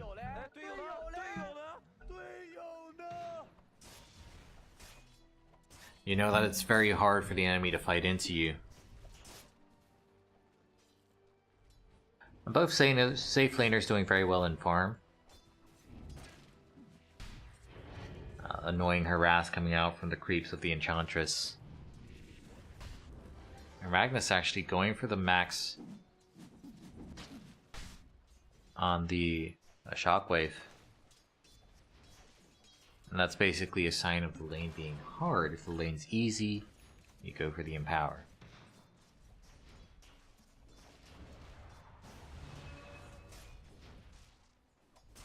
Now that our puck has the Illusory Orb as well as the Waning Rift, it's very hard to actually go for the kills with a spin. Just a cheeky deny there, not actually expecting to get any kills, not expecting to get too much damage. Just means that he gets to come back into lane full health, full mana. Now for the most part, Sladin has just been jungling, coming in every now and then with a creep to harass. And that means the Weaver can get solo EXP, and that's great for him, seeing as there's simply no threat in this lane. And I actually think if the Enchantress was in lane, she'd just be a vulnerability. Enchantress is coming into the mid lane, no mobility spells on our Beastmaster, but the Aether Remnant pulling in Sacred. They will be able to survive. The Sacred, I think, does have another swashbuckle up his sleeve. We'll be able to grab that regen rune. Activates it immediately. MJZ coming in doesn't actually connect with that little butt wiggle. But they might be able to get this kill all the same. Nope, it's just Slardin overextending and knowing that the techies does not have the blast off. Still can't kill him.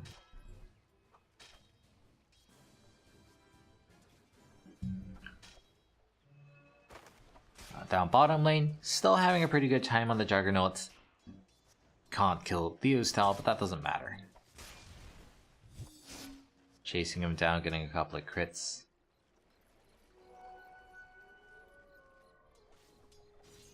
I think Thunder P are in a decent position. I think their mid lane is going well enough that he's going to have this big mid-game impact. And they've got some very nice timings between their heroes. I think when you first start getting those rolling thunders, because Kotaro is so over leveled, you'll have a lot of follow through when it comes to chasing down kills. Little boy taking a lot of damage there, but the stick charges are enough to keep him alive. But it's very clear who's boss in this lane. Roar comes out, actually interrupting that rolling thunder. I think you still go for it, Sacred. This is such a good position. Actually getting caught though. He gets caught in that terrain. And as a result, has to use that swashbuckle, which actually ends up killing him. If it wasn't for that, that would have actually just been the clean kill if he was able to bounce between both these torches in the mid lane. So that's a bit of a shame, but he still gets the kill first, so it is a win for Thunder P regardless. And Arm's just having such a good time. Pretty much uncontested farm ever since the techies showed himself in mid lane.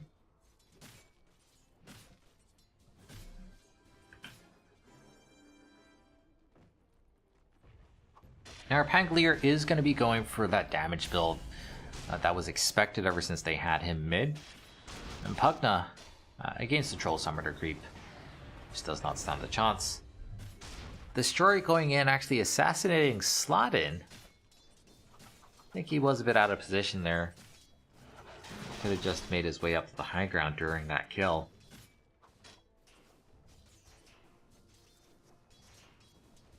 MZZ's looking for that little butt wiggle, looking for the blast off. And once the spin comes out, actually makes him very vulnerable on the Juggernaut. Now you have to be a bit careful. You got the Omni Slash.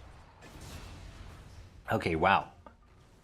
Just able to take down Pugna by himself. Pugna able to take down the techies by himself. Mid lane, they will be finding the kill onto the Pangolier, however. Spin coming out once again, just looking to safely clear this creep wave as soon as possible. So Pangolier going down, that really hurts. He actually doesn't have too much in ways of items. He's literally just on the brown boots, bracer, and a bottle.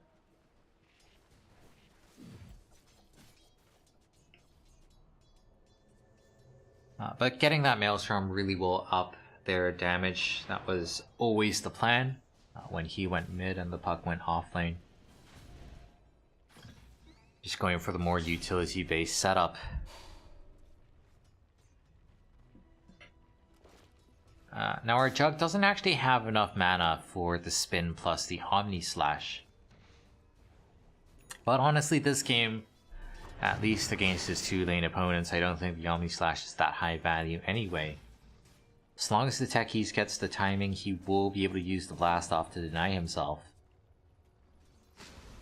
And the puck is just the puck. Very early level 6 on our Pugna though. Grossly over leveled, getting a couple of solo kills. He took the full EXP from the Pangolier's death in mid as well.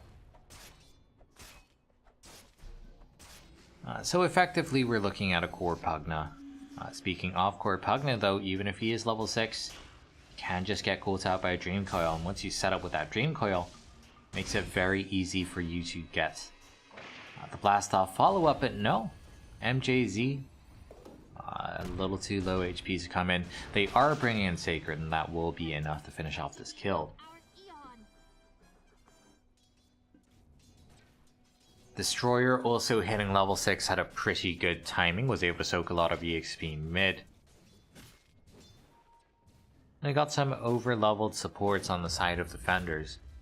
That's definitely going to have a big impact in the mid-game. Pretty far-reaching repercussions from that.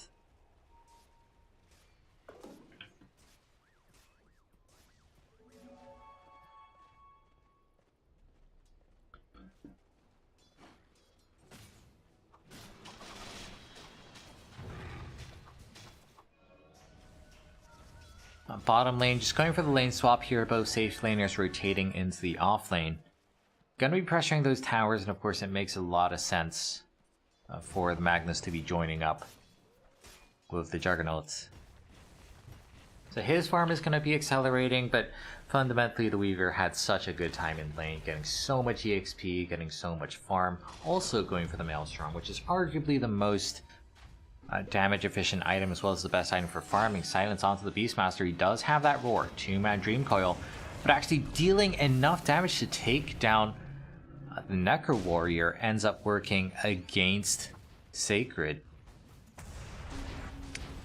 That's kind of funny. You're too strong. Ends up in your own downfall. Puck still going in. I don't know about that one. I mean, he was sitting on the other side of the river. That was completely unnecessary. Weaver farming up. Could go for the backstab, actually. Could go for the assassination if he wants to. They've got a pretty good position mid. But still holding on to the roar.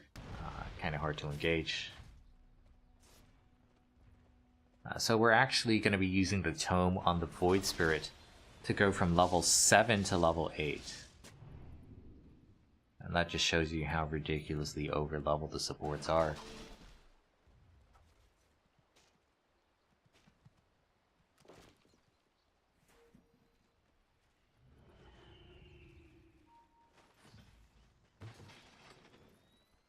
Style rushing the axe. I'm surprised he's not stopping for the blink first, but the axe is very good against the Juggernaut.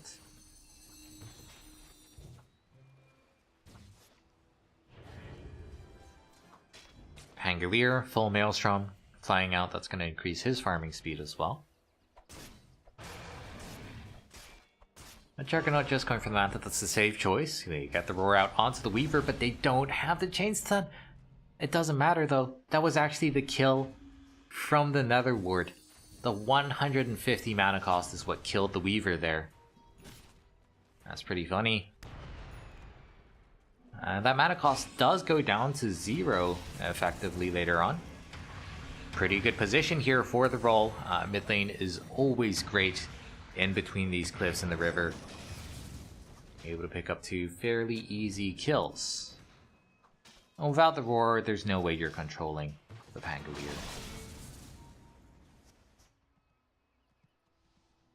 Magnus working on the Blink Dagger. Pretty standard build up for this offlane Magnus. Usually see mid lane Magnuses go for the Echo Saber first, but this time you just need that control on your team. Beastmaster has the Necro free very early on, but sacrifices boots to get it. But Necro free pre 15 minutes is just ridiculous. It shreds towers, shreds heroes. And so they're going to be going for a push.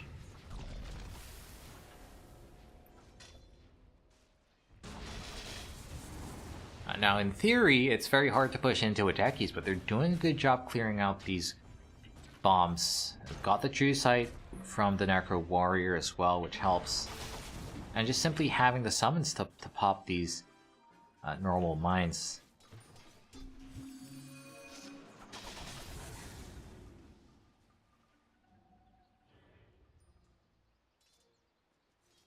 Kotaro, he's been ahead the entire game, but hasn't been doing too much fighting. Did end up getting cooled out while he was farming on the other side of the map. But now he's got the techies with the bombs there, so he should be much more secure. We're seeing this situation where the Radiant jungle is completely taken over. Dreamcoil used in combination with that Rolling Thunder once again. Great position, not getting cooled in the cliffs this time. Sacred gets the clean kill. Puck here with an Arcane Rune, thinking about getting a little feisty. But you really gotta respect that Nether Ward, after all that's what killed your Weaver. We are starting to see the Juggernaut pull slightly ahead in net worth. But in a way that's coming at the cost of the Magnus's farm, because the Magnus has to be constantly around him, putting out that Empower. Kotaro is level 12. That does improve his ultimate quite a bit. Is going to be... No! He gets pulled in. Can he get his ultimate off? It's going to be so close. He realizes he can't use it. Not under the Nether Ward because he's just too damn low. He will end up pulling. That is pretty big. Sacred coming in does not have the Rolling Thunder. He only just used it. Ends up getting RP'd. It is a complete disaster here for Thunder P. Although they are able to even things out somewhat with MJZ's bombs. I'd say overall though, a good trade because they have the Juggernaut continuously farming with that Empower. And the death on the Weaver, he's only going to pull further and further ahead in net worth. Going to be going for the Basher as his next item. That is not something we see all too often. But that's just the effect of having the Magnus on your team, is you can pretty much go for whatever item you want, since you can skip the Battle Fury.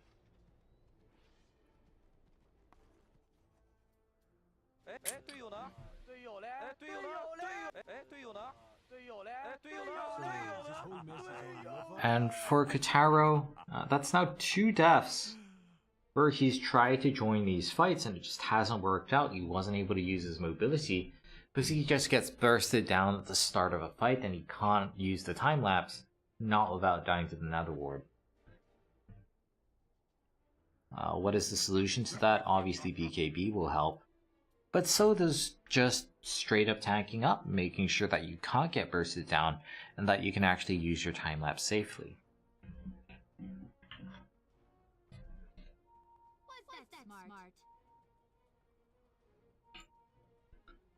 Our Puck, meanwhile, still sticking with this Academ Scepter build. Could have just gone for the Blink. I think that might have helped, giving them that cleaner initiation so that they can combo with Rolling Thunder.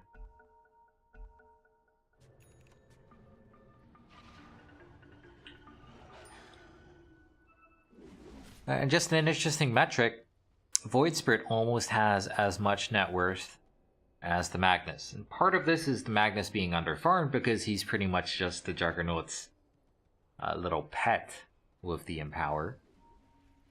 But that's also just an overfarmed Void Spirit. He's got a Yule Scepter at a decent timing. And they're going to be using that for some sort of setup. They've got the Magnus with a Blink who is a bit behind them. Leo style, pretty good target here. As the Puck, there is no way you're getting out of the Yule setup. The Dream Coil, for now, does allow him to survive. Do you want to use the RP? Probably not. Not for a Puck.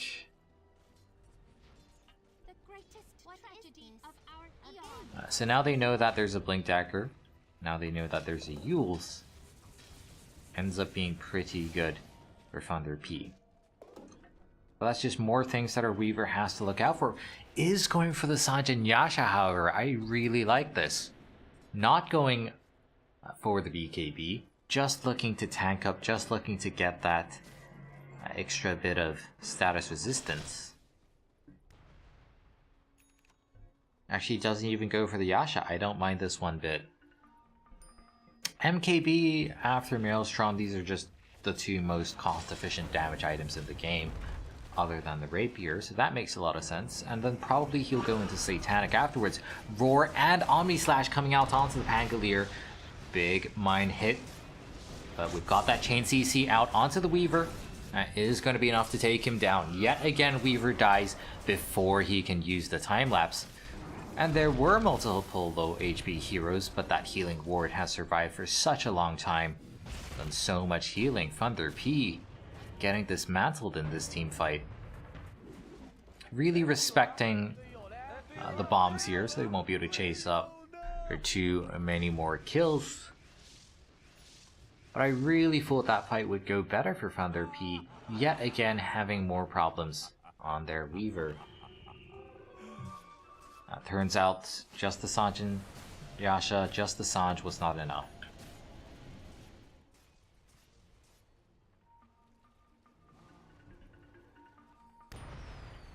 Satanic definitely will help though, and I have no doubt that's on our Weaver's mind right now.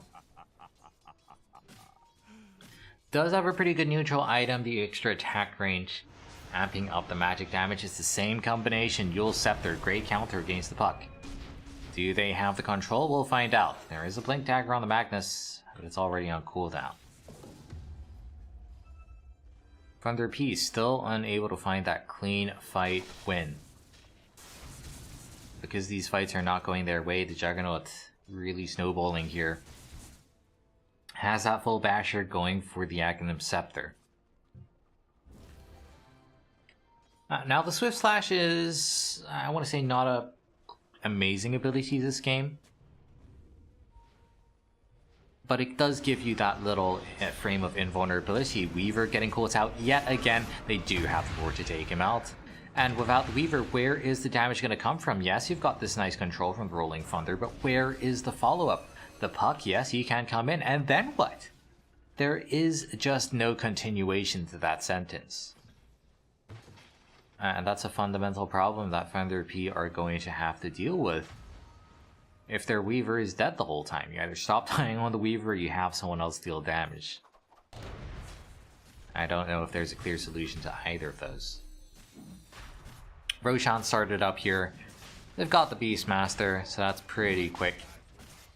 Having so much bonus attack speed on a hero like the Jug. Now, they will be losing their Pugna on the other side of the map. But they've still got the RP even if they don't have the Roar, so I think we might be looking at a forced fight here. Then again, fighting into enemy controlled territory when there's the bombs to think about might just be a little too much for them to handle. They actually do get the gem. This is a very early gem, but they feel confident enough to protect it.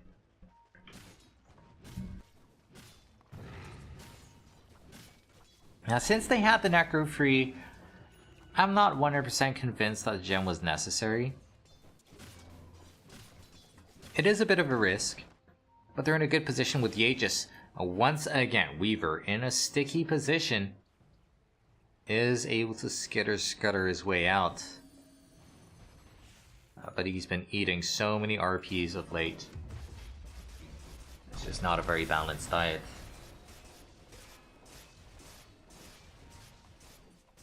Now they are doing their best with the summons, with the illusions, to try and clear out some of these bombs. But that's still slowing down the pace of the game. That's still allowing the Weaver to farm up, scale up. Dual Scepter used defensively this time. And Void Spirit in some ways does counter the puck, but the second you get hit by that Dream Coil, it disables 2 of your abilities.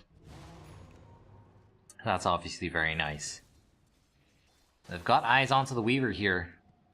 Looking to prime an RP. But they just don't have the sentries, they might just go for it. Definitely thought about that for a split second, they knew that the Dream Coil is down. But Weaver just TPs down to the other side of the map. Pugna gets bursted down immediately. Not too sure what he thought he was doing there. But seeing the Weaver down bottom, they actually bring in the Beastmaster up top. So even though it's free versus 5 all across the map, they actually have the numerical advantage in this top lane. But that's fine for Thunder P. They're able to disengage safely. Weaver down bottom finding farm. He's not concerned with these worldly matters. Can't quite seem to decide on what item he wants. I personally like the option of the Sanjanyasha into the Satanic. Stacking status resistance. And you can argue that it's diminishing returns, but I argue that even with it being multiplicative and technically diminishing returns, it's a good idea to stack status resistance because it's that much harder for the enemy to chain stun you, which is your biggest concern as the Weaver. What is this? A game of some sort?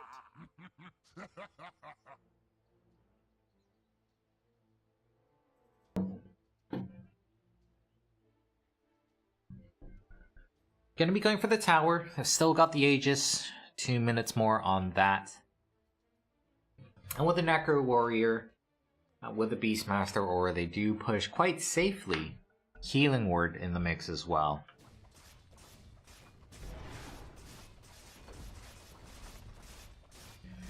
And they know that the Techies has been spending most of his time in that bottom lane, so they're not too concerned about bombs being up here. In fact, they're thinking of going high ground. I quite like this. Do have to be afraid of the team fight combination. You know that there's the Ags on the puck.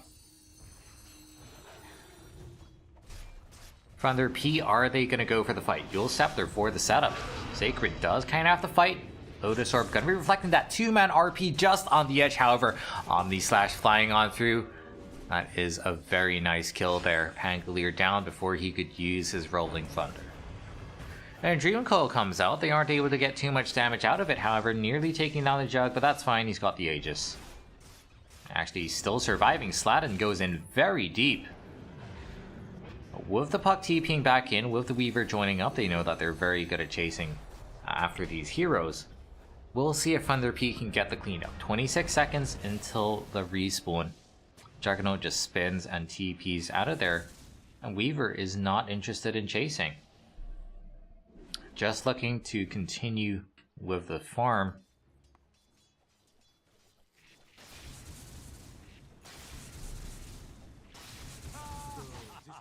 Not too sure how I feel about that. I feel like Thunder P should have tried to chase at least, since there wasn't the Roar and the RP and the Omni Slash. But a nice escape coming out from defenders. And as long as their Jug continues farming, they're very happy. Great way to deal with those Techies mines, of course, and that's just one of the dangers of picking Techies first. So many good counters available.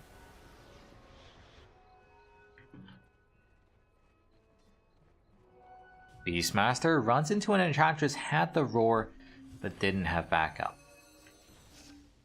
And if nothing else, Thunder P are being annoying. They've got the Puck, who is constantly split pushing. Got the Weaver, who's constantly split pushing. They've got the Techies, and we all know how bad it is to play against the Techies. Yule Scepter for the setup once again. They don't have the RP, so they actually don't have the lockdown. Omni Slash reflected here. Can he get a bash? Apparently not. If his bash interrupts the Rolling Thunder, maybe we're looking at a kill. And the top lane Puck, again, it's just being as annoying as possible. They're not actually getting kills. But with the split push, it's so hard for defenders to actually get out on the map and try and trade objectives. They are able to get onto Sacred for now. We'll be able to finish him off. Mobility from the Void Spirit's pretty good. So eventually that ends up working out for them. Just the dogged persistence chasing after Sacred there. Finally going to be able to take that tier 2 tower mid. Going to be trying for the racks up top. Tier 3 tower is already low HP. Got the Dragon Scale, which does help somewhat. But not looking to overextend. Even though they have most of their ultimates, they don't have the best vision into the enemy base. Not at nighttime, no ward on high ground. Boots of Travel getting a lot of use out of that from the Beastmaster. And BOTs is not just about the global TP, which is obviously nice when you have this many summons. But it's also about that extra bit of movement speed. He's running around at 455 movement speed. Might just allow him to catch a couple of extra rolls that normally would not happen. Weaver is going for that Satanic. I think that's the only build that makes sense if you don't want to go for the early BKB. So that's going to make Kotaro much harder to kill. And again, every single team fight, he seems to be going down. That Satanic is going to be a game changer.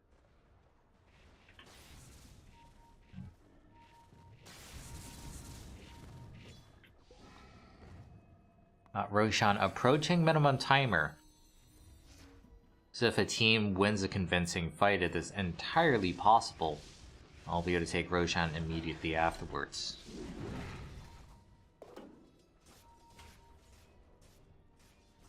Weaver's so close to having the full Satanic. I actually think in this case you want to be buying out rather than saving for buyback. Which is sometimes a hard decision as the Weaver, because Weaver can buy back and time-lapse into a fight if he died extremely early on. And if you die extremely early on, in theory, it means that the enemy used a whole bunch of big cooldowns on you. As it turns out, it's a very long Roshan timer. Near max Rosh timer.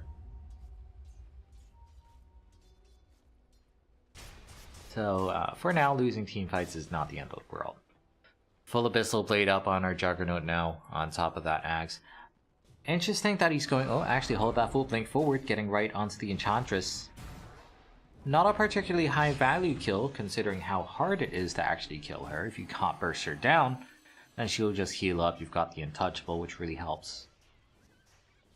Only 1.06 HP on the Enchantress, though. One of the worst strength gains in the game. Beastmaster here, is he in trouble? Leo Style fundamentally doesn't deal that much damage, but the Enchantress actually does. Rolling Thunder comes in a second too late there. And they're going to be losing their techies on the other side of the map. And he's realizing that he needs to play a little more defensively, that they've got a lane of exposed racks top. What was that? Just Techie's Mind's claiming kill. A very infuriating thing. As a caster as well, because you can't really predict those mines going off. There's just so many mines on the map, you can't keep an eye on that. Weaver does have that full Satanic, so now we're looking at almost 50% status resistance.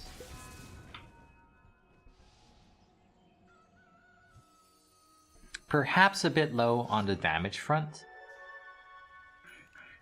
but that's where finishing the Mjolnir is going to really help. I think going for a Daedalus afterwards could be nice as well. Magnus taking a lot of damage here. The DD rune combined with that newly picked up Orb of Destruction. So that's very nice, the combined minus armor.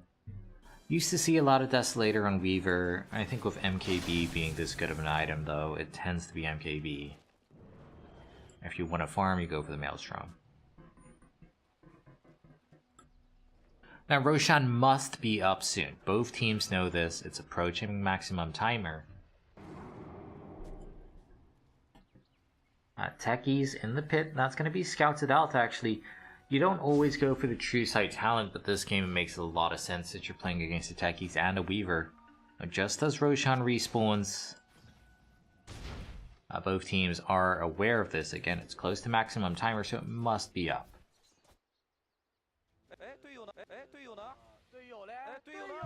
I'm surprised that they haven't given over the Grove Bow to the Enchantress, but I suppose it's only a tier 2 item as opposed to the tier 3 Spider Legs.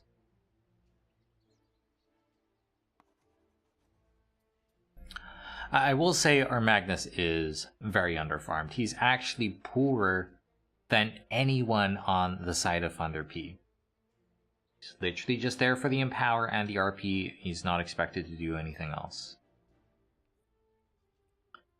And as a result, we're seeing Thunder P pull slightly ahead in net worth, despite the top farm spot belonging to the Juggernaut. It really does feel like Juggernaut and his 4 merry friends, which is not necessarily a problem. But now that there's a full Satanic plus the Sanjin Yasha, I'm just worried if they have the damage to take down this Weaver or not, and do the duration of their stuns. And that's where the Basher of the Juggernaut, that's where his high attack speed from the Omni and Swift Slash can really come in.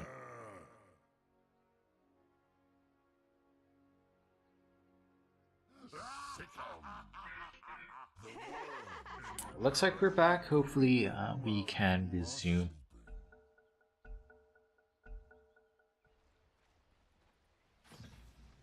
Both teams can take Roche relatively quickly, spinning into the pit just to deal with these bombs. Now there is some pressure for Thunder P down in this bottom lane, but Boots of Travel being available on the Beastmaster means that they can try to contest. Not actually having the Remnant there, but just with a Swift Slash they're able to take down MJZ. And as I was saying, so much of their net worth is concentrated on the Juggernaut And that was what allowed them to take down the techies. Techies going for the buyback here, desperately trying to defend. Ooh, this is pretty big though. The cool's out the Weaver. Can they get the chain CC? Weaver, no. He gets that time lapse off, but they've got the RP immediately after. That is a great kill there. And as it turns out, Satanic was not good enough. And right into Rose Pit we go. I think this is going to go uncontested. Especially if they lose their techies. They're going to have to buy back on the Weaver, but techies is already dead. Can they take this 4 versus 5? They know that most of the big cooldowns are down. Of course, Omni Slash being the one that's still available. Bouncing around here. Kataru, he cannot afford to die, but he does. And this is a mistake they just, I think, cannot come back from. This is definitely going to be Roshan, Aegis plus Cheese, and there's plenty of time left to go push. There's already the exposed racks up top. Just need to get in the pit there, put all your buffs from the Beastmaster on, and just, well, maybe not end the game, but go and take a couple of Raxes. Slav then tries to go into the pit, very understandable. What else are you going to do as a level 17 Enchantress? So, throwing your life in, I think that's understandable. I also do like what they're doing on the other side of things. Do have to watch out for that roar, however. Beastmaster, you can Boots of Travel in at any moment. But they're actually not going to go for it. It's fine. They've got better things to do than just kill pucks. They got an Aegis, they got a Cheese. They almost got a full Butterfly on their Juggernaut as well. It's going to be marching down that top lane. And it is important that they get there quickly, otherwise you're going to be seeing that big bomb build-up. And their techies does have the axe, does have that signpost. Bombs though, not in a good position, they get taken down. Where the hell is the signpost blinking forward? I don't know if that's enough. Our Juggernaut with the Aegis, he's just a little too tanky. Roar comes out, stopping that Rolling Thunder. And coming in now, looking for the finish. They will be losing their Beastmaster first. Taking a lot of damage. Their arms, just the rainbows coming out. Absolutely destroying him, and now our Weaver's back. A Weaver coming in. So much damage still onto the Jug, but he turns around with a Swift Slash. Already has used the Omni Slash there, just looking for the TP out. Thunder P they hold in a situation that I thought would be nearly impossible. But the Roar came out reflected. RP was not used. Thunder P still fighting back. And fundamentally, the Juggernaut getting demolished by the Enchantress Impetus there. I did not think that was possible, but that was pretty much the dream scenario there.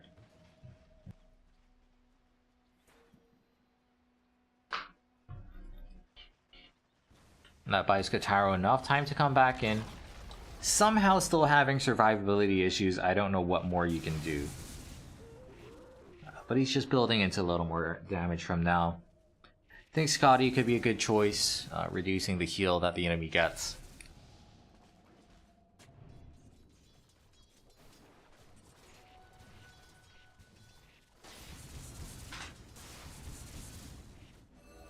And if you can actually survive long enough to use the Satanic active, that does help. The issue is, if it's just you alone, the enemy will be able to use all of their cooldowns. We saw the RP after the time lapse last time around. That worked out pretty well. I'm kind of surprised the Pango is not going for the Basher. I think the Basher is great for controlling the Juggernaut, stopping the spin TPs. Do excuse the dog there.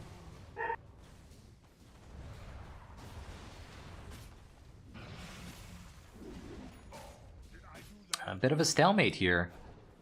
Without the Aegis, it seems a little too hard for defenders to go for the siege.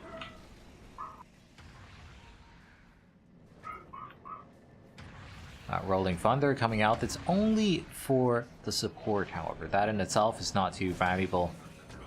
Won't be able to find too much else, and having that Rolling Thunder down means that defenders can perhaps think about going for a kill. They know that the Weaver is very tough to deal with. He's got so much status resistance. Juggernaut in the front lines, but where is the threat? A Swift Slash coming on through, does have the Omni as well, not going to need it to take down the Edge. And that's just what happens when you don't have the Rolling Thunder. They're very happy to give up the Pugna if it means the Rolling Thunder is down. Don't have to use any of their big cooldowns either, that was just the Swift Slash, not the Omni Slash.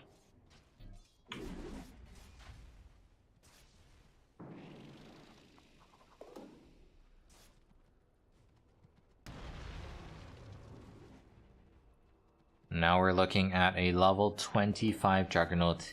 He's got that 470 HP talent. Used to be a lot more, used to be something like 700 HP, but that was a little too broken. But he's ridiculously strong right now. Look at the farm difference between him and the Weaver. It's almost 50% more farmed, even with the cheese on him as well. But they're just having issues connecting with the enemy. If he can get that clean Omni Slash or the Swift Slash, we see how much damage he can deal. And it's very simple. Can you kill the Weaver in the duration of those ultimates? Sacred here getting silenced. Doesn't actually have any defensive items to help him out. Does have that Lotus Orb, but that's about it. Linken's Lotus, they don't really help you that much when you're surrounded by all these disables. We've got the Silence, double Silence coming out from the Void Spirit, so even if you purge off one Silence with the Lotus, you're still in a bit of a rough spot. Held on to the RP, held on to the Omni Slash once again. Now pushing for high ground. Or, well, probably pushing for high ground. With this, they should be able to expose all 3 tier 3 towers. Dream Coil comes out onto the Beastmaster. He gets the roar, doesn't do too much against the Weaver. Weaver going in for the damage. Sladin contributing as well. Does have the intent to purge off that Ghost Scepter, so they'll be able to find that kill. But here we go, the high ground threatened coming out. Really gotta respect the Magnus with that RP. You just don't have that much control on Thunder P, not without the Pangolier. Abyssal Blade catching out the puck, that's big. He's forced to buy back immediately, and just so much damage coming out here from the Juggernaut. Glyph coming out very early on. Puck with the buyback is coming in. Another Abyssal Blade though could be the end of her. Gotta watch out. PP buying back as well. They know this is a very good opportunity. They're actually looking to end the game. I'm not too sure about this one. I think maybe you go for Megas, but I don't think you can actually end the game. Destroyer kind of getting left behind. Sacred does come in, finally has respawned with that roll, but already losing the techies. Juggernaut taking some damage, but he's just so damn tanky. RP comes out, lands onto 2. But our Juggernaut, he's still getting controlled. Will finally be able to get on to these targets and start taking them down. And the Weaver dead for 100 seconds. No buyback. Sladin still doing a lot of damage. And we've seen him actually able to take down the Juggernaut before. But defenders, they're just throwing bodies at the enemy. Aggressive buybacks everywhere, all coming in to play. A PP is only just pulled back. If he dies, that is then dead for good. Swift Slash comes out, still not enough to take down the Enchantress. And with the Untouchable afterwards, he will be able to survive. Thunder P, though, doesn't change that they're in a bad spot. They're already down 1 laner. Vrax, more aggressive buybacks coming out. For defenders, this is do or die, but do is looking pretty good right now. Taking the mid laner Vrax, this time the Swift Flash will be enough. Of course, Thunder P, they know that as long as they can hold, if they get any follow-up kills, that is going to be great for them. Another Rack's going to be falling. 2-man Dream Call, not too much follow-up on that. And the Pangolier wasn't able to get too many good bounces. Going to be going in with the Swift Slash once again. Roar for the finish. That is a dead puck. Still no Weaver for another 25 seconds. But when he's up, then they don't have the puck. We got some cooldowns coming back up. They will be able to take down the Void Spirit, who has only just pulled back. Spider Legs allowing the Edge to keep her distance. Arms fixated on taking this tower down. They will be to take down 1 tier 4. Now that the Weaver buys back, what can you do? Looks like what you can do is Omni Slash down another Fool. That Swift Slash doing so much work this game. You got the Skewer coming out onto the Weaver, immediately uses that time lapse, but that means that's a long cooldown that is not available. He's got to be so careful. RP coming up in 8 seconds. They've got the Swift Slash coming out once again. The bashes, Kataro will just about be able to get out there. Force Staff coming in clutch, but the RP under the fountain. They skewer the one hero that matters out. Kataro is dead. Still does not have buyback, and they're just going to call it. Not having the Weaver dead once again, another 100 seconds. 200 seconds without the Weaver, just a little too much for them to handle. Defenders this time, they had a much better draft, very cohesive, and there just weren't too many counters on the side of the Thunder P. The Weaver, he tried his best. He went for the most defensive build I think that you can ever ask for, but it just wasn't enough in the end. Now we're all tied up. Defenders versus Thunder P. We'll find out who takes it in game number 3 coming up in just a second.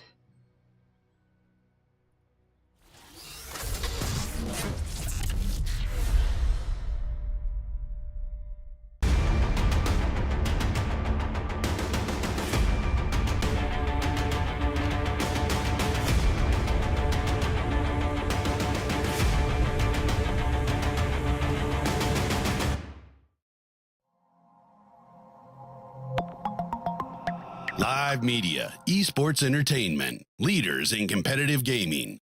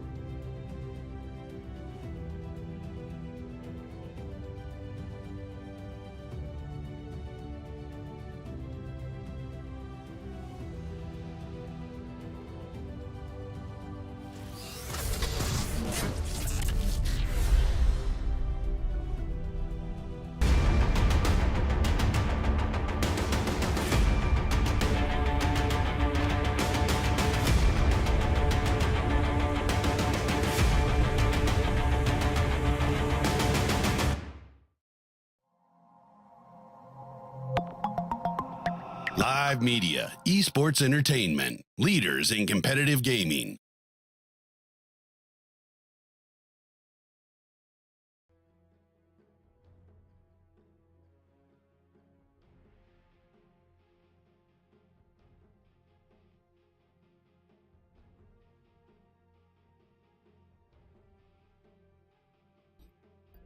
And we're back with game number 3 of Thunder Predator versus LATAM Defenders.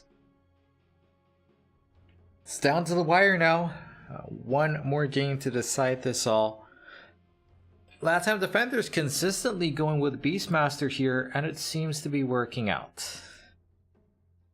What I will say is this series does seem to revolve around the last picked hero not actually getting up to too much. And that is a bit of an issue.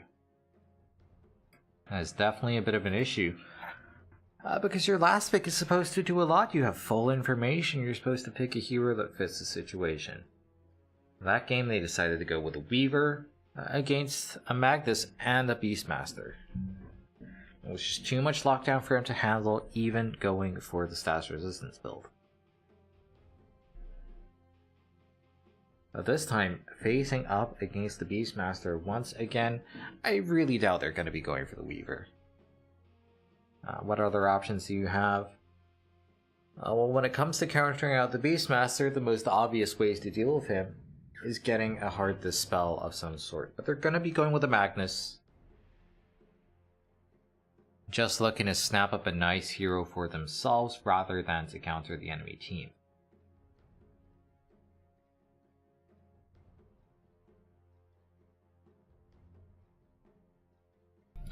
Now, was the Magnus bad against the Beastmaster? Well, maybe. Beastmaster is fundamentally a hero who gives you a lot of vision control between the Hulk and the Necro 3, so it might be hard for a Magnus to find a good angle for an RP unless he's smoked up. Now, going with the Elder Titan does put 2 strength heroes on the table here for defenders, which again is not necessarily a problem. You have to be thinking about heroes like the Timber Soul that could come out. Wouldn't be surprised if Thunder Predator pick up the Slardar here. And Slardar is a hero who goes quite well with the Magnus, because you both buff up the same position one, you buff up that physical damage. But they're going to be showing the Kunkka for now. So another strength hero, every single hero picked so far, is quite weak to the Timber Soul. I'd find it strange if it wasn't banned or picked by either of these teams. Kunkka is a hero who makes his team far tankier, but with a Beastmaster it's entirely possible that you just take down a target before the boat buff can come in. Get the roar, it sets up for the Elder Titan's ultimate and his stomp. It's a lot of magic damage that can be coming out there. Phantom Assassin banned away, just trying to deny that Kunkka, the Magnus plus Kunkka combination. There's the ban on the Timber Soul here. And Phantom Assassin is a hero who can go very well with Kunkka because you get the X mark onto the PA. You just go in, go crazy, and then you get pulled back to safety. So that's a pretty cute combination that we will not be seeing. Just taking out the most obvious empower targets here.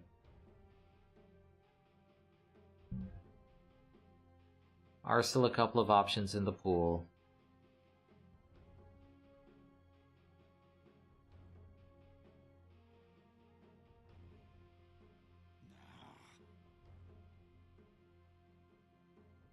Interesting that they ban out the Monkey King. I'm not too sure what it is they have in mind that is bad against the Monkey King. There are a whole bunch of heroes that are weak against the Monkey King in lane. But is there anyone who truly does poorly sort of in the later stages of the game?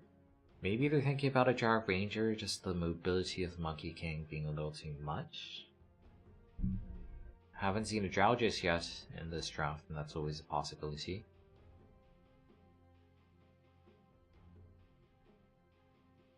Juggernaut was the other obvious ban when it comes to Magnus partners. But I think a Faceless Void is very much a possibility this game. For Thunder P especially.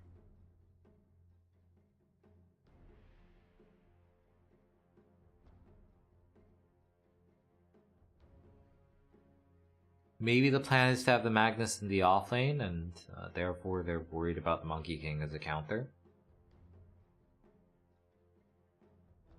I think they could use a defensive support. A Tusk could be nice with a Snowball save, Oracle, Abaddon. Whole bunch of choices there.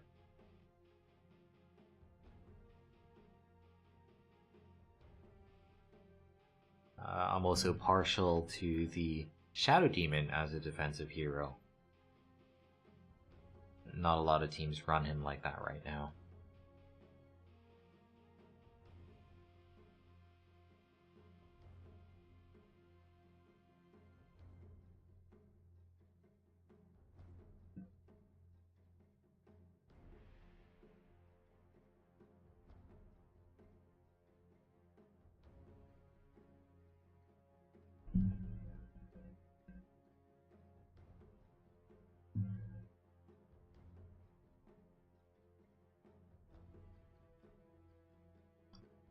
Thunder Predators are really taking their time. I think their defensive options are quite clear, and I do think you need some sort of defensive hero to help you deal with Adam Defenders. Maybe a Winter Wyvern. So going for the Moran, I'm not too sure I like. It's quite clearly there for the Beastmaster. To make sure they can take down the boar as soon as possible. And that's similar to the Enchantress counter last time around. But the biggest issue that I have with it is that Latam defenders in the previous game just ran the Beastmaster in the mid lane, and that wasn't a problem whatsoever.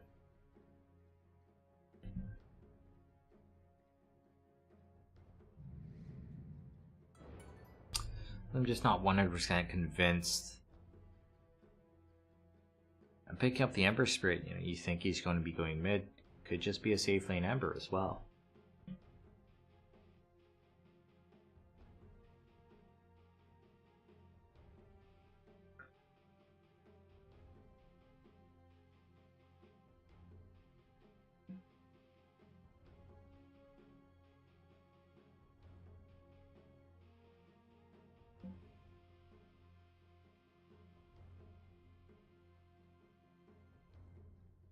Thunder Predators are really going thin on that time.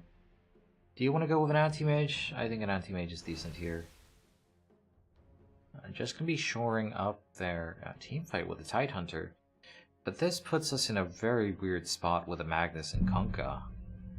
Is going to be that support Magnus once again. Just a constant empower coming out. We're going to see a Kunkka support. Really trying to keep their position one pick hidden. Before I saw the Ember Spirit, I was thinking a Phantom Lancer could be very good. Has a good matchup with the Beastmaster and the ET. But the Ember, pretty much no matter what build you go for, is great against the PL. So I don't think we'll be seeing that coming out today. Ursa, one of the strongest laning heroes against the Tidehunter. Now this does pretty much confirm the Ember as a mid hero. And I'm wondering if this means you want to go for some sort of lane swap. Because I don't think the Tide can lane against the Ursa, whereas perhaps the Magnus could. Magnus with the Skewer can easily get out of range to reset those Fury swipes.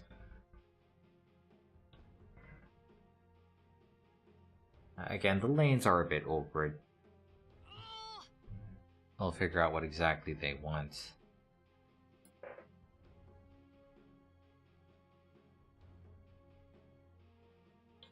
With Teamfight, the Faceless Void was a very obvious choice. I'm kind of surprised they didn't pick the Void earlier. But now that it's gone, I don't really know what other options you have left. On paper, Slark is very good against Beastmaster if you can get past the laning stage. Against Older Titan, it's mixed results, but he also does quite well against the Ursa. But Slark is such a slow hero, takes so long to build up. Does benefit a lot from the Empower, however. He's a very high base damage hero, and so the Empower, not necessarily the cleave, but just the raw damage buff it provides, that could be nice. And that applies to heroes such as the Terrorblade, also applies to the Morphling. But I really don't think you want to be picking a Morphling into an Elder Titan. So what other options are left that make sense? Maybe the Drow Ranger. Maybe a Spectre. Sven still has not been banned or picked, which is a bit surprising in my opinion. It's actually Latin defenders who pick up the Tusk. I thought that might be going over the Thunder P.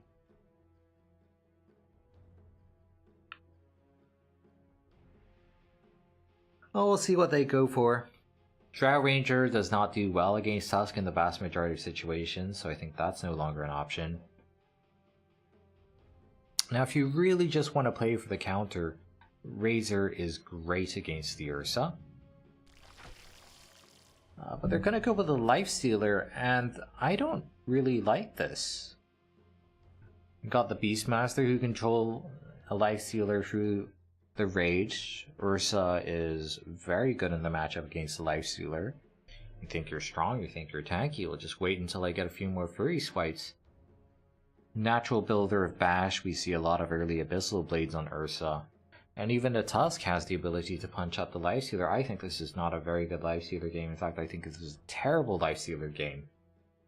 And a constant theme in this series has been last pick position ones underperforming. Is it going to be the same thing? Well, I think so. I really am not looking forward to this Lifestealer. Really depends on what his team can get done. If his team hits good Ravages, hits good RPs, then of course you're going to do well. But if they don't, you simply don't have the rule staying power. You can't fight into the enemy head on. And with the Ursa, he's sort of gone through an evolution of builds. We sometimes see the Battle Fury coming out.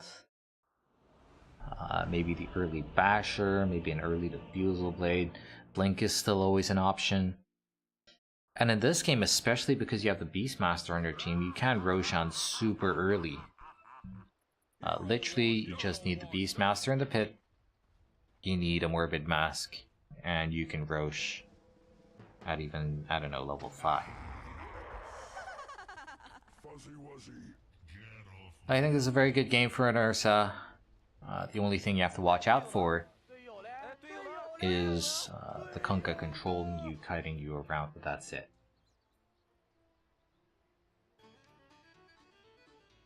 Overall, I very much favor defenders in their draft. The one thing that can upset them, again, is if they eat big Ravages and or RPs. Balance in all things. That's where you gotta think about the status resistance that you get from the Enrage. I think this is a pretty good game for the Ags on Ursa. Checking for the ward, confirming that there is no ward on the bottom side of that lane.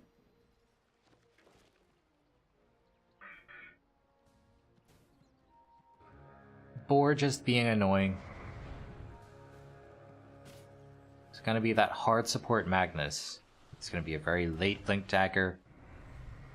And that really hurts their chances in mid-game teamfights, relying entirely on the Ravage and the Kunkka Ziggs mark to get stuff done.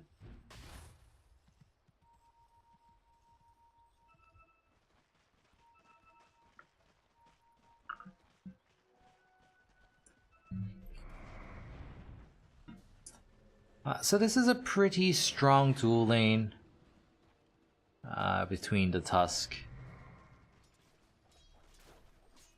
and the Beastmaster. Beastmaster naturally has got pretty high base stats other than this low armor. That's why he's got the Ring of Protection to begin with.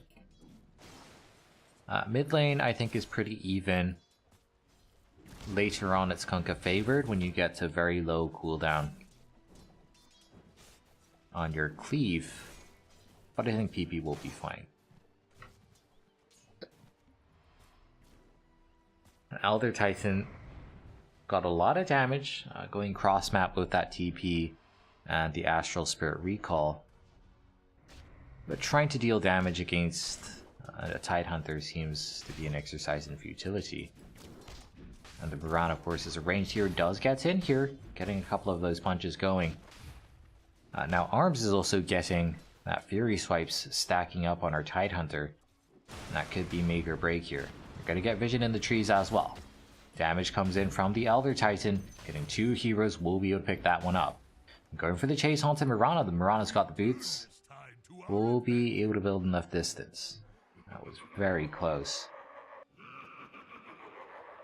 And that's simply a function of how bad the lane is for the Tide against the Ursa.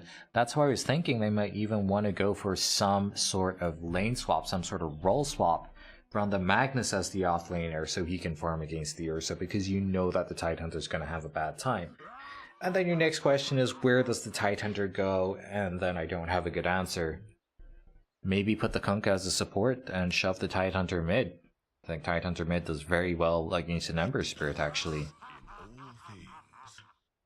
So yeah, I think that would have been my preferred combination. At the end of the day, the Ursa has a great matchup. There is no denying that. There's no way around that. And I think he's just going to destroy this Lifestealer in the late game.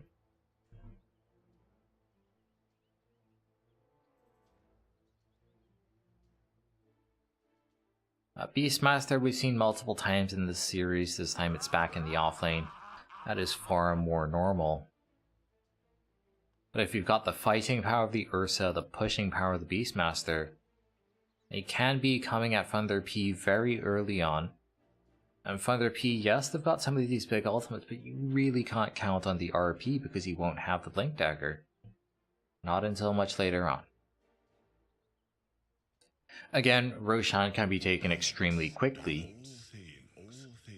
And seeing the heroes on your team, every single hero does deal a significant amount of physical damage. I'm wondering if the Ember would consider something along the lines of a Desolator, which obviously isn't bad for damage on the Ember himself, but also effectively giving an aura to his allies, since a Sleight of Fist is such a large radius.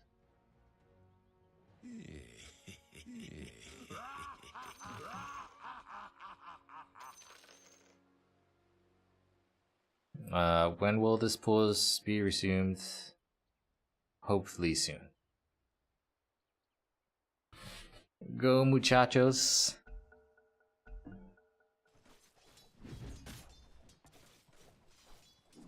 Magnus, always on the lookout for a cheeky skewer, but it's pretty hard against the Tusk who has boots of his own.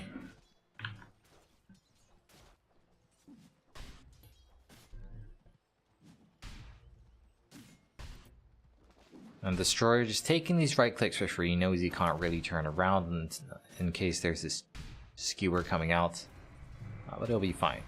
Having a very good time on the Elder Titan. One more slap will do it here. Sladden gets taken down. Just a roll of damage coming out from the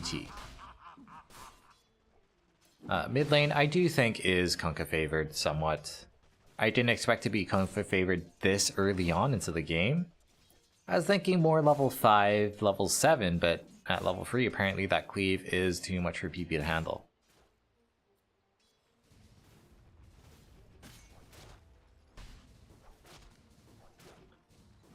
Now Kataro should be able to accelerate and farm. It's not quite the same as a Juggernaut with Empower. But generally speaking, I think he should be ahead of farm compared to the Ursa. Ursa is not a great hero when it comes to jungling unless you get a Battle Fury, which is not a given. We see it at Battle Free sometimes, but some players will also never get it. Not too sure which is the case here. Elder Titan once again coming in with that big damage, but Arms is forced away, does have 10 stick charges. Ooh, arrow comes out. Minus armor really helps in taking down that pesky Elder Titan. That means he can come in full health, full mana, he can act as the courier for his allies. So that's honestly not too bad either.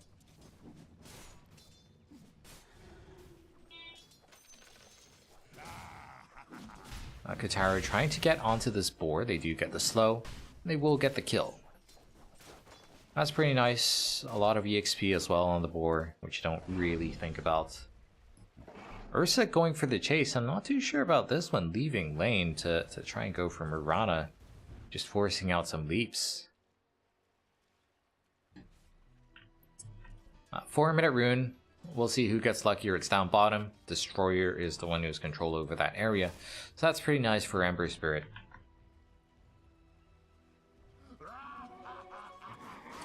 Now I don't know if he can afford to save it. He's kind of low anyway. Doesn't have the bottle. So perhaps not the biggest of deals. It's not like Arkunka has his bottle either. Arkunka doing very well in the CS department. 13 denies on this man as well. He's got nearly as many denies as his opponent has last hits. Xmark here onto PP, pulls him back into the torrent. One more right click will do it. Really winning lane hard here on the Kunkka. Much earlier than I expected him to. Now our Elder Titan is doing an okay job zoning out the enemy. He's been keeping the Tidehunter's farm relatively low. And in doing so, he secured a lot for his allies. Where the hell was that TP to? That was so weird. I mean, in my head, he just got out, but that was not a TP to the fountain. That was a TP to somewhere that had recently been TP'd to, so... that is now a dead Tidehunter.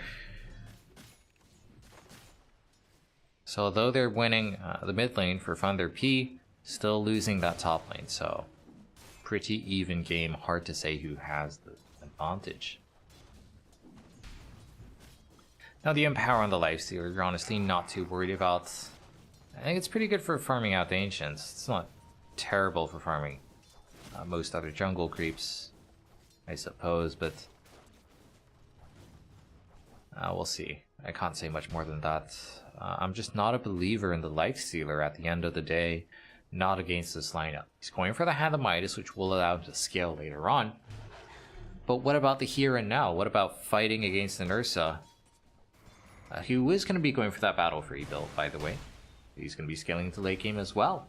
I think late game Ursa beats late game Lifestealer, no questions asked.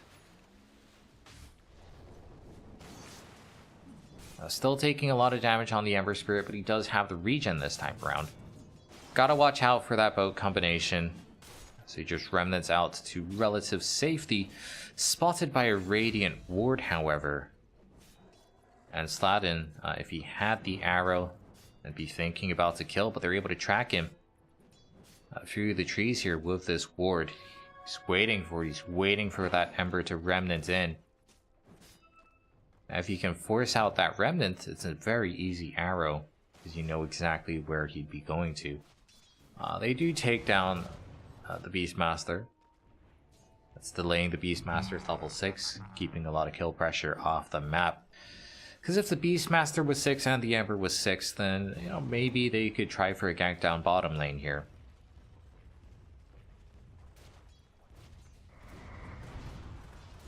Elder Titan coming in. Looking to go for a Kotaro, but again, without the Beastmaster having his roar, it's a little bit too hard. They do trap that creep inside the Ice Shards. No good solution to that. Kotaro comes out, he's got the Rage, and now we have that Ember coming in. Multiple remnants forward will be to burst down that one. Going for the Magnus not nearly as important, and they actually get 2-man skewered onto the high ground. Now our Elder Titan has only just come in, so he won't be able to get down. Still waiting on a remnant for our Ember Spirit They will be fine. Eventually going to try using the shards to go for the knockdown here. We'll see if that works. Okay, no, they're just going to use the snowball. That is much more reliable.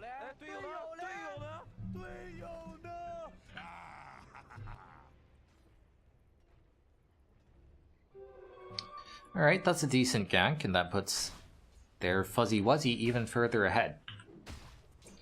And with a Battle Fury build, that actually goes very nicely together with the attack speed aura of the Beastmaster. Said Beastmaster has just used Roar onto a relatively low value target, but keeping him down, denying that blink, denying the Empower here, and Kataro doesn't have the Rage. Even if he did, it would not help him with pathing through that Ice Shards. Once again, catching out the Lifestealer, so back-to-back deaths here, really hurting his net worth. And for the Ursa, going for the Battle Fury build, it's a bit low on attack speed, and you tend not to get early points into the overpower these days. So being next to the Beastmaster is great for him.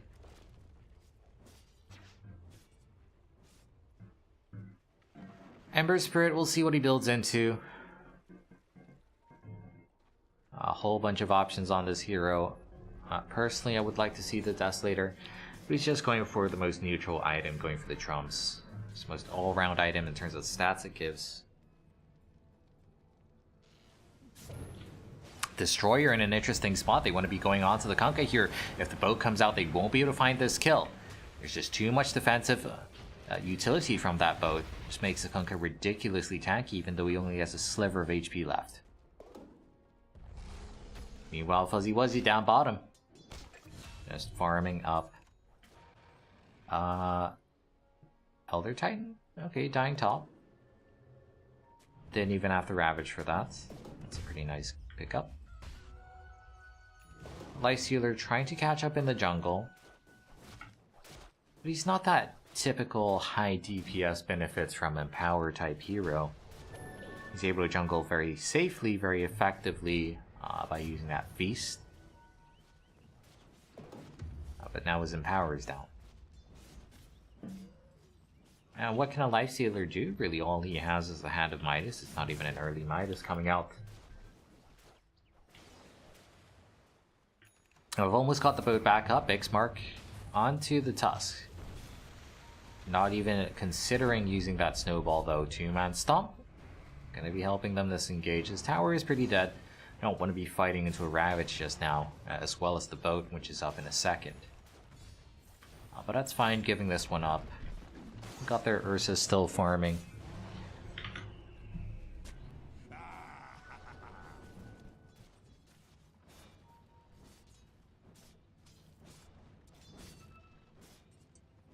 Beastmaster hitting that Necro. Xmark from the high ground. Gonna be using the Torrent as well. And that makes an easy connection with the arrow, but the roller coming out here onto the Mirana boat comes in. That's gonna make the Kunkka unkillable. So we'll see if Thunder P can try and escape. They're doing a very good job avoiding damage. Ravage comes out though, hits 4 heroes. Leo Style should be able to clean up from here. Xmark, one of the best abilities for doing that, but he actually misses the timing. Elder Titan gets a big stomp off. That's a lot of damage from 4 heroes as well. So he's able to even up at least one. Ursa finally coming in, but I think it's a little too late. Taking down the Magnus. Well, he just gets his last Empower off and he's happy dying there. Still a very good trade. Gotta be a bit careful here. Onto the Ursa. Even with his ultimate, he just gets taken down. Could have just spent that time farming. And PP does come back in, but he's only got 1 remnant. He uses that to go forward, so he doesn't have any remnants to escape. We'll be able to walk out the old-fashioned way. Gets a haste rune as well. That's pretty nice. Maybe he can play tag with the Lifestealer. In the end, the past couple of minutes have been pretty good for Thunder P. Killing the Ursa as well. That's your main concern later on into the game. Regardless, Ember, he just doesn't scale that well later on. Not unless you go for that Battle Fury crit build that used to be the more traditional setup.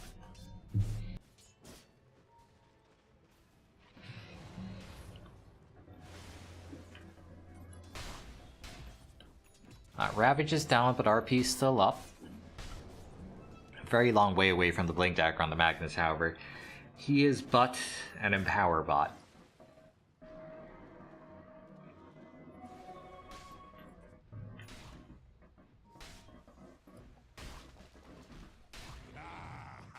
Tidehunter rushing that Blink. Interesting build. Don't see that all too often.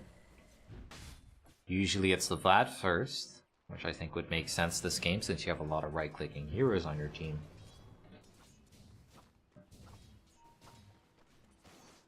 Wouldn't mind seeing a Solar Crest either. Now our Ursa's Battle Fury was somewhat delayed due to that death, but it's still going to be a very respectable timing.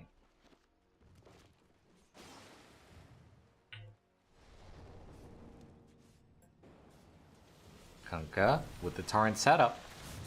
Not too sure they can actually take down the Ember. They do get the X mark off, but once that X mark procs, he's going to be able to remnant out. It's a bit hard to take him down. He's going to be able to continue farming. He is going to be going for the Maelstrom, so going for the farming build, going for the damage build.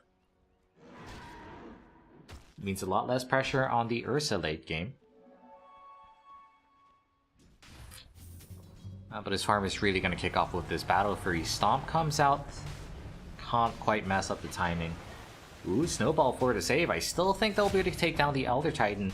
And in fact, Destroyer coming in with no follow-up means that he's in danger as well. We'll be able to survive. If there were more TPs, maybe they could have turned that one around, but that still ends with the same outcome. Just a dead Elder Titan.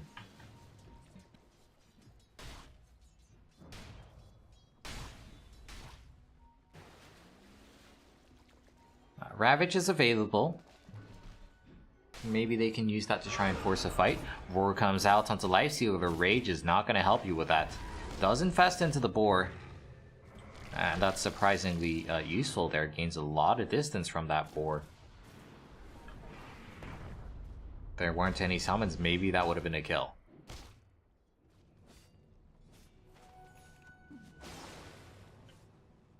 Blink Dagger on our Tidehunter. Thunder P probably going to be going for a smoke. Magnus is going to get stomped, does get the skewer back, however, RP does not come out in time. If he was able to get the RP before the slight, that would have actually connected. Instead, he's dead. That's also the cooldown consumed. If only they were able to wait for a couple more seconds, Tidehunter with a blink comes in. And now it's just awkward for Thunder P. Still gonna try. Still gonna go for that smoke, perhaps.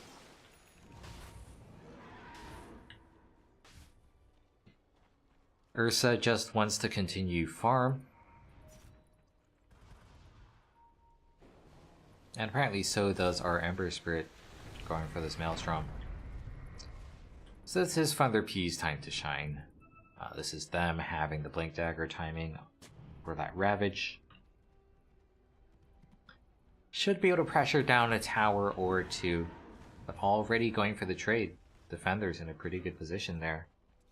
And they have the better tools when it comes to playing the map. Beastmaster is great, you get so much Hulk vision. Ember Spirit is great because you have the mobility of the remnants. Now TPing down into this bottom lane. Very long TP from our Kunkka though. Means that they can't really catch anyone. If the Kunkka was the first to TP in, maybe they'd have a chance. Instead, as it stands, defenders, they make a clean retreat and actually leaving the Magnus behind will get taken down by that Sleight of Fist. And that's what happens when you TP all but one hero into a lane.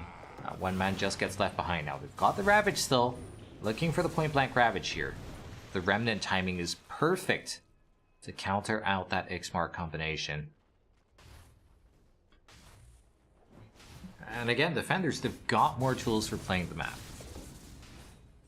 When you make moves like that on Thunder P, you will get punished.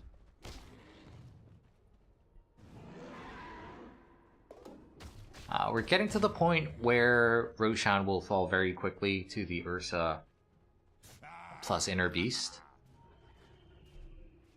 Beastmaster actually stopping at the Necro 1.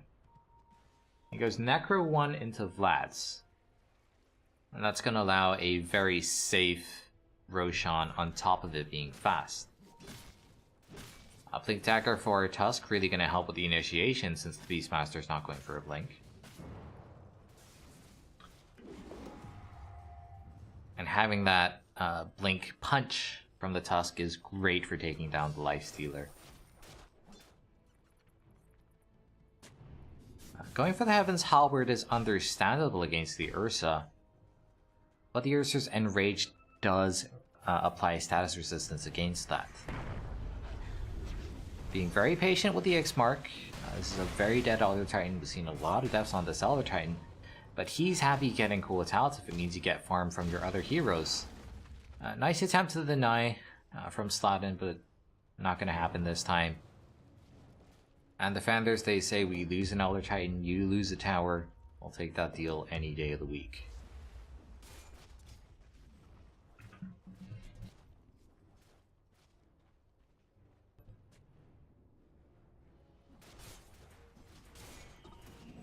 They are able to trade back this tier 2 tower, but it looks like defenders want to fight. Elder Titan TPing in.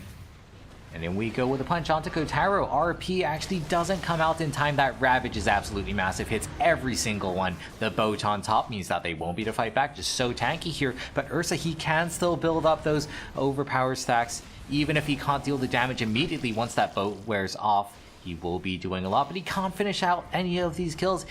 All of them so low HP. All of them with these Fury swipes on them. But he just can't get there. Just gets kited. They do take out Leo Style in the end. PP goes in looking to clean up, and he's completely out of remnants. Oh god, Thunder P getting the 5-for-2 trade. And that was the Ursa joining a fight where he really didn't have to. Gets evened up somewhat. Going to be able to kite out this Lifestealer as well. But knowing that there's no punch, our Lifestealer actually can just rage and TP. Although he's a bit short on mana for that. Or not. He just turns around, heals back up because he's a Lifestealer. Now for Thunder P, that was a good fight, but that is also the Ravage down. Still, you get 2 core kills. You get the Ursa especially. Slowing him down in farm. And we're seeing one of the reasons why the Ursa is not one of the top picks. It's just very easy for the enemy to play around that. You're immobile, you don't have any real gap closers. But into the Roach Pit we go. This is what you can do with the Ursa. Not even in there with the Beastmaster, just providing the hook for vision. Give me that very fast Roach kill, very safe as well because they know that there's no Blink Ravage. And they are not too afraid of just the RP, because there's no Blink on the Magnus either. That is just what happens when you're support Magnus, so Aegis for arms. Stomp not connecting on anyone, but Moonlight Shadow looks like Thunder P want to go for the fight. Once again, it's the Elder Titan breaking that one. Snowball for the save. We'll see if that's enough or whether they've just ended up killing 2 supports instead of 1. And I'm afraid it's not enough. I'm afraid this is just going to be multiple supports going down. Destroyer, we appreciate your efforts, but it just wasn't enough. Finally going to be finishing off this tier 2 tower top. And now they've got the Ravage back up. So they're fighting into an Aegis.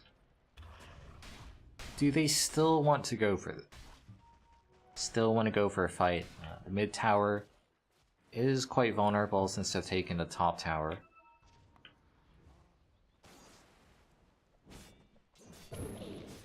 But for the Ember, still a long ways to go with his items. The Ursa, likewise, I think does need a little bit more farm. I'm not too sure if BKB is the answer necessarily. I wouldn't mind seeing the Sanj just to get that bonus status resistance. A PP here setting up with those chains does get X-marked. He does have a remnant out, however. Yules makes it very hard to control him. RP coming out, and Rage from the Ursa as well. Dodging out that boat, but that is a dead Ember Spirit. Arms still the high ground with that Earthshock, trying to TP out of there, but the Ravage at point blank range will be there to stop him. That's Aegis down. Pretty good fight so far for Thunder P. And they know that there's no Enrage left on the Ursa. Roar comes out. Can our Ursa get the damage out? No, he's just controlled the entire time. He just gets stunned by the Mirana, and I guess maybe that BKB is the right choice. I felt like he got no more than 10 attacks off in that entire fight. Stunned by this or that the entire game, and now they're even catching out the Beastmaster. That is a 5-for-1 trade, a much better deal than they had before. Not too sure how they lost their Ember that early on. From the Yule Scepter, I know he had a Remnant out, but instead he chose to stick around, chose to go for a fight, and that was obviously the wrong decision. But Thunder P, very decisive from them. They said, screw it, we don't care about your Aegis, we're just gonna fight. Held onto the Ravage for a very good moment as well, stopping that TP. This puts Thunder P in a great position, up 10k net worth. The Aegis has now been removed as well. Now, personally, I'm still worried about late game, but our Ursa has a long way to go before he gets there. He's down 5k net worth, so that's a full item that he's down by. Another Elder Titan death. We're just going to pretend these don't happen.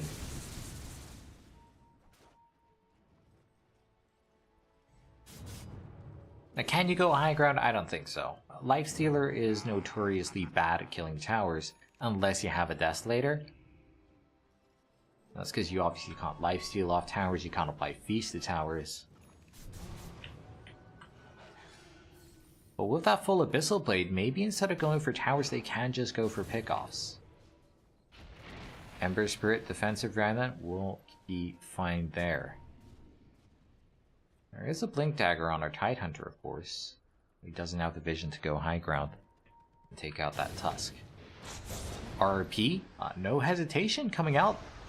Ooh, arrow barely not connecting due to the Yules. Abyssal Blade can't get there in time, but Enrage getting kited out by the Yule Scepter.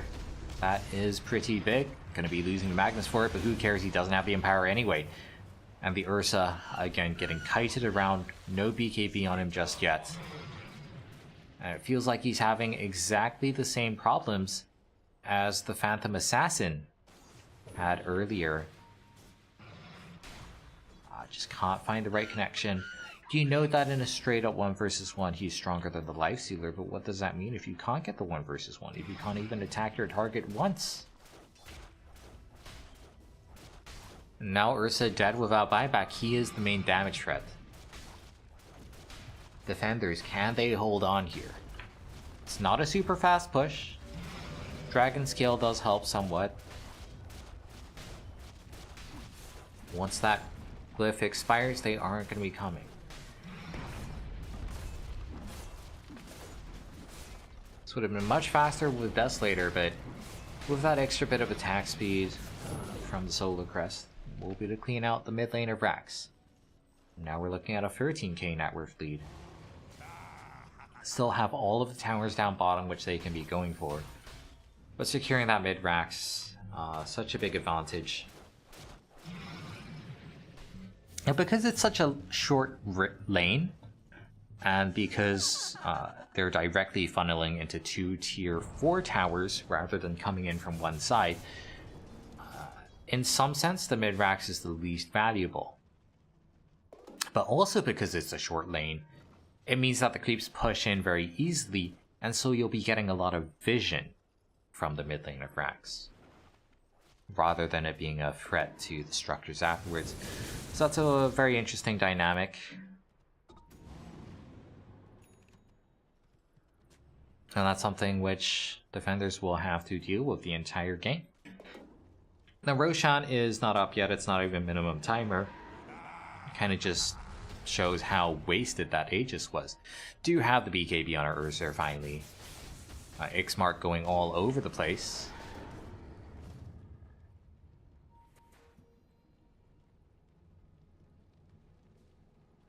Rapier queued up by our Ursa. Alright, I did not think that we were in Rapier territory. But I suppose 15k net worth down, that's not a bad choice.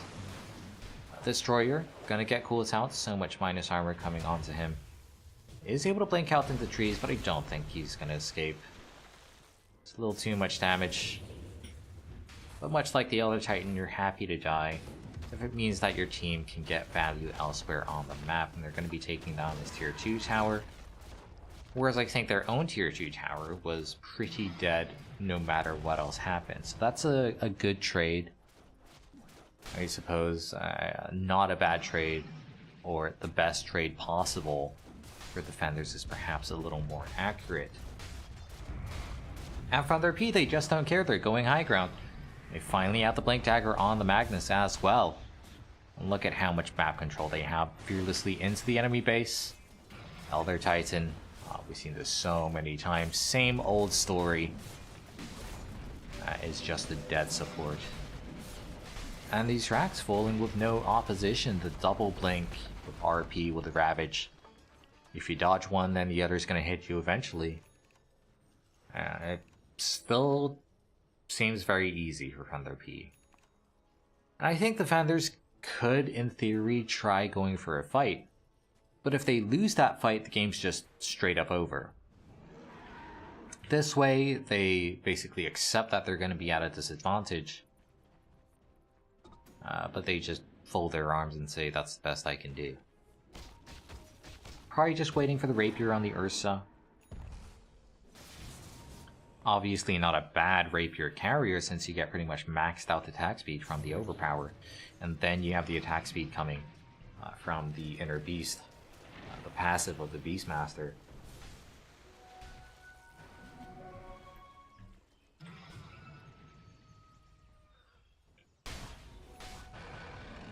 And now that you're down 2 lanes of racks, especially because it is the mid racks and the bottom racks, that gives you so much control over Roshan, because if they ever want to contest Rosh, defenders will have to deal with so many creeps pouring in. It looks like it's a very long respawn timer. This is close to maximum respawn.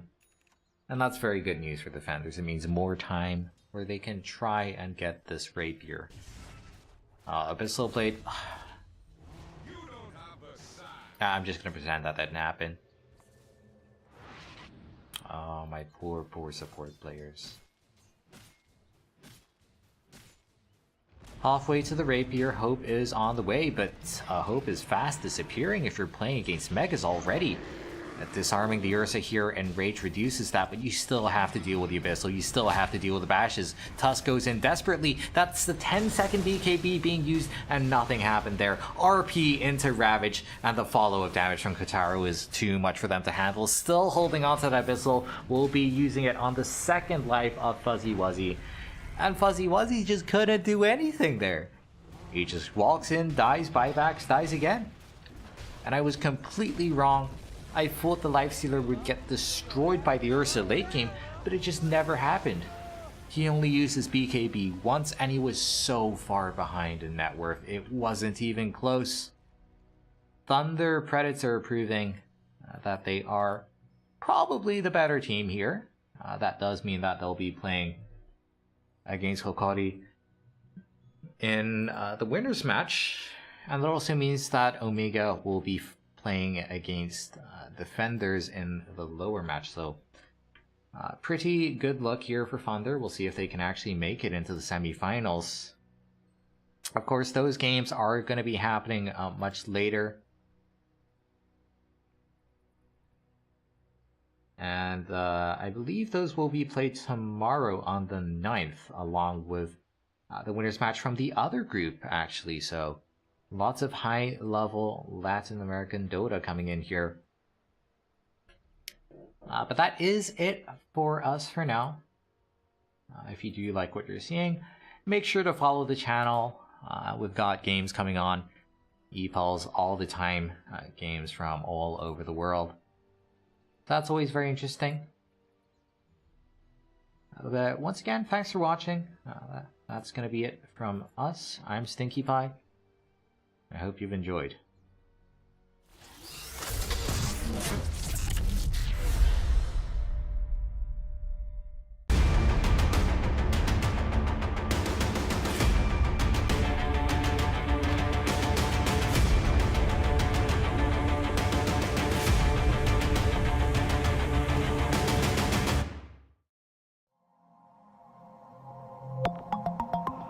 Live media, esports entertainment, leaders in competitive gaming.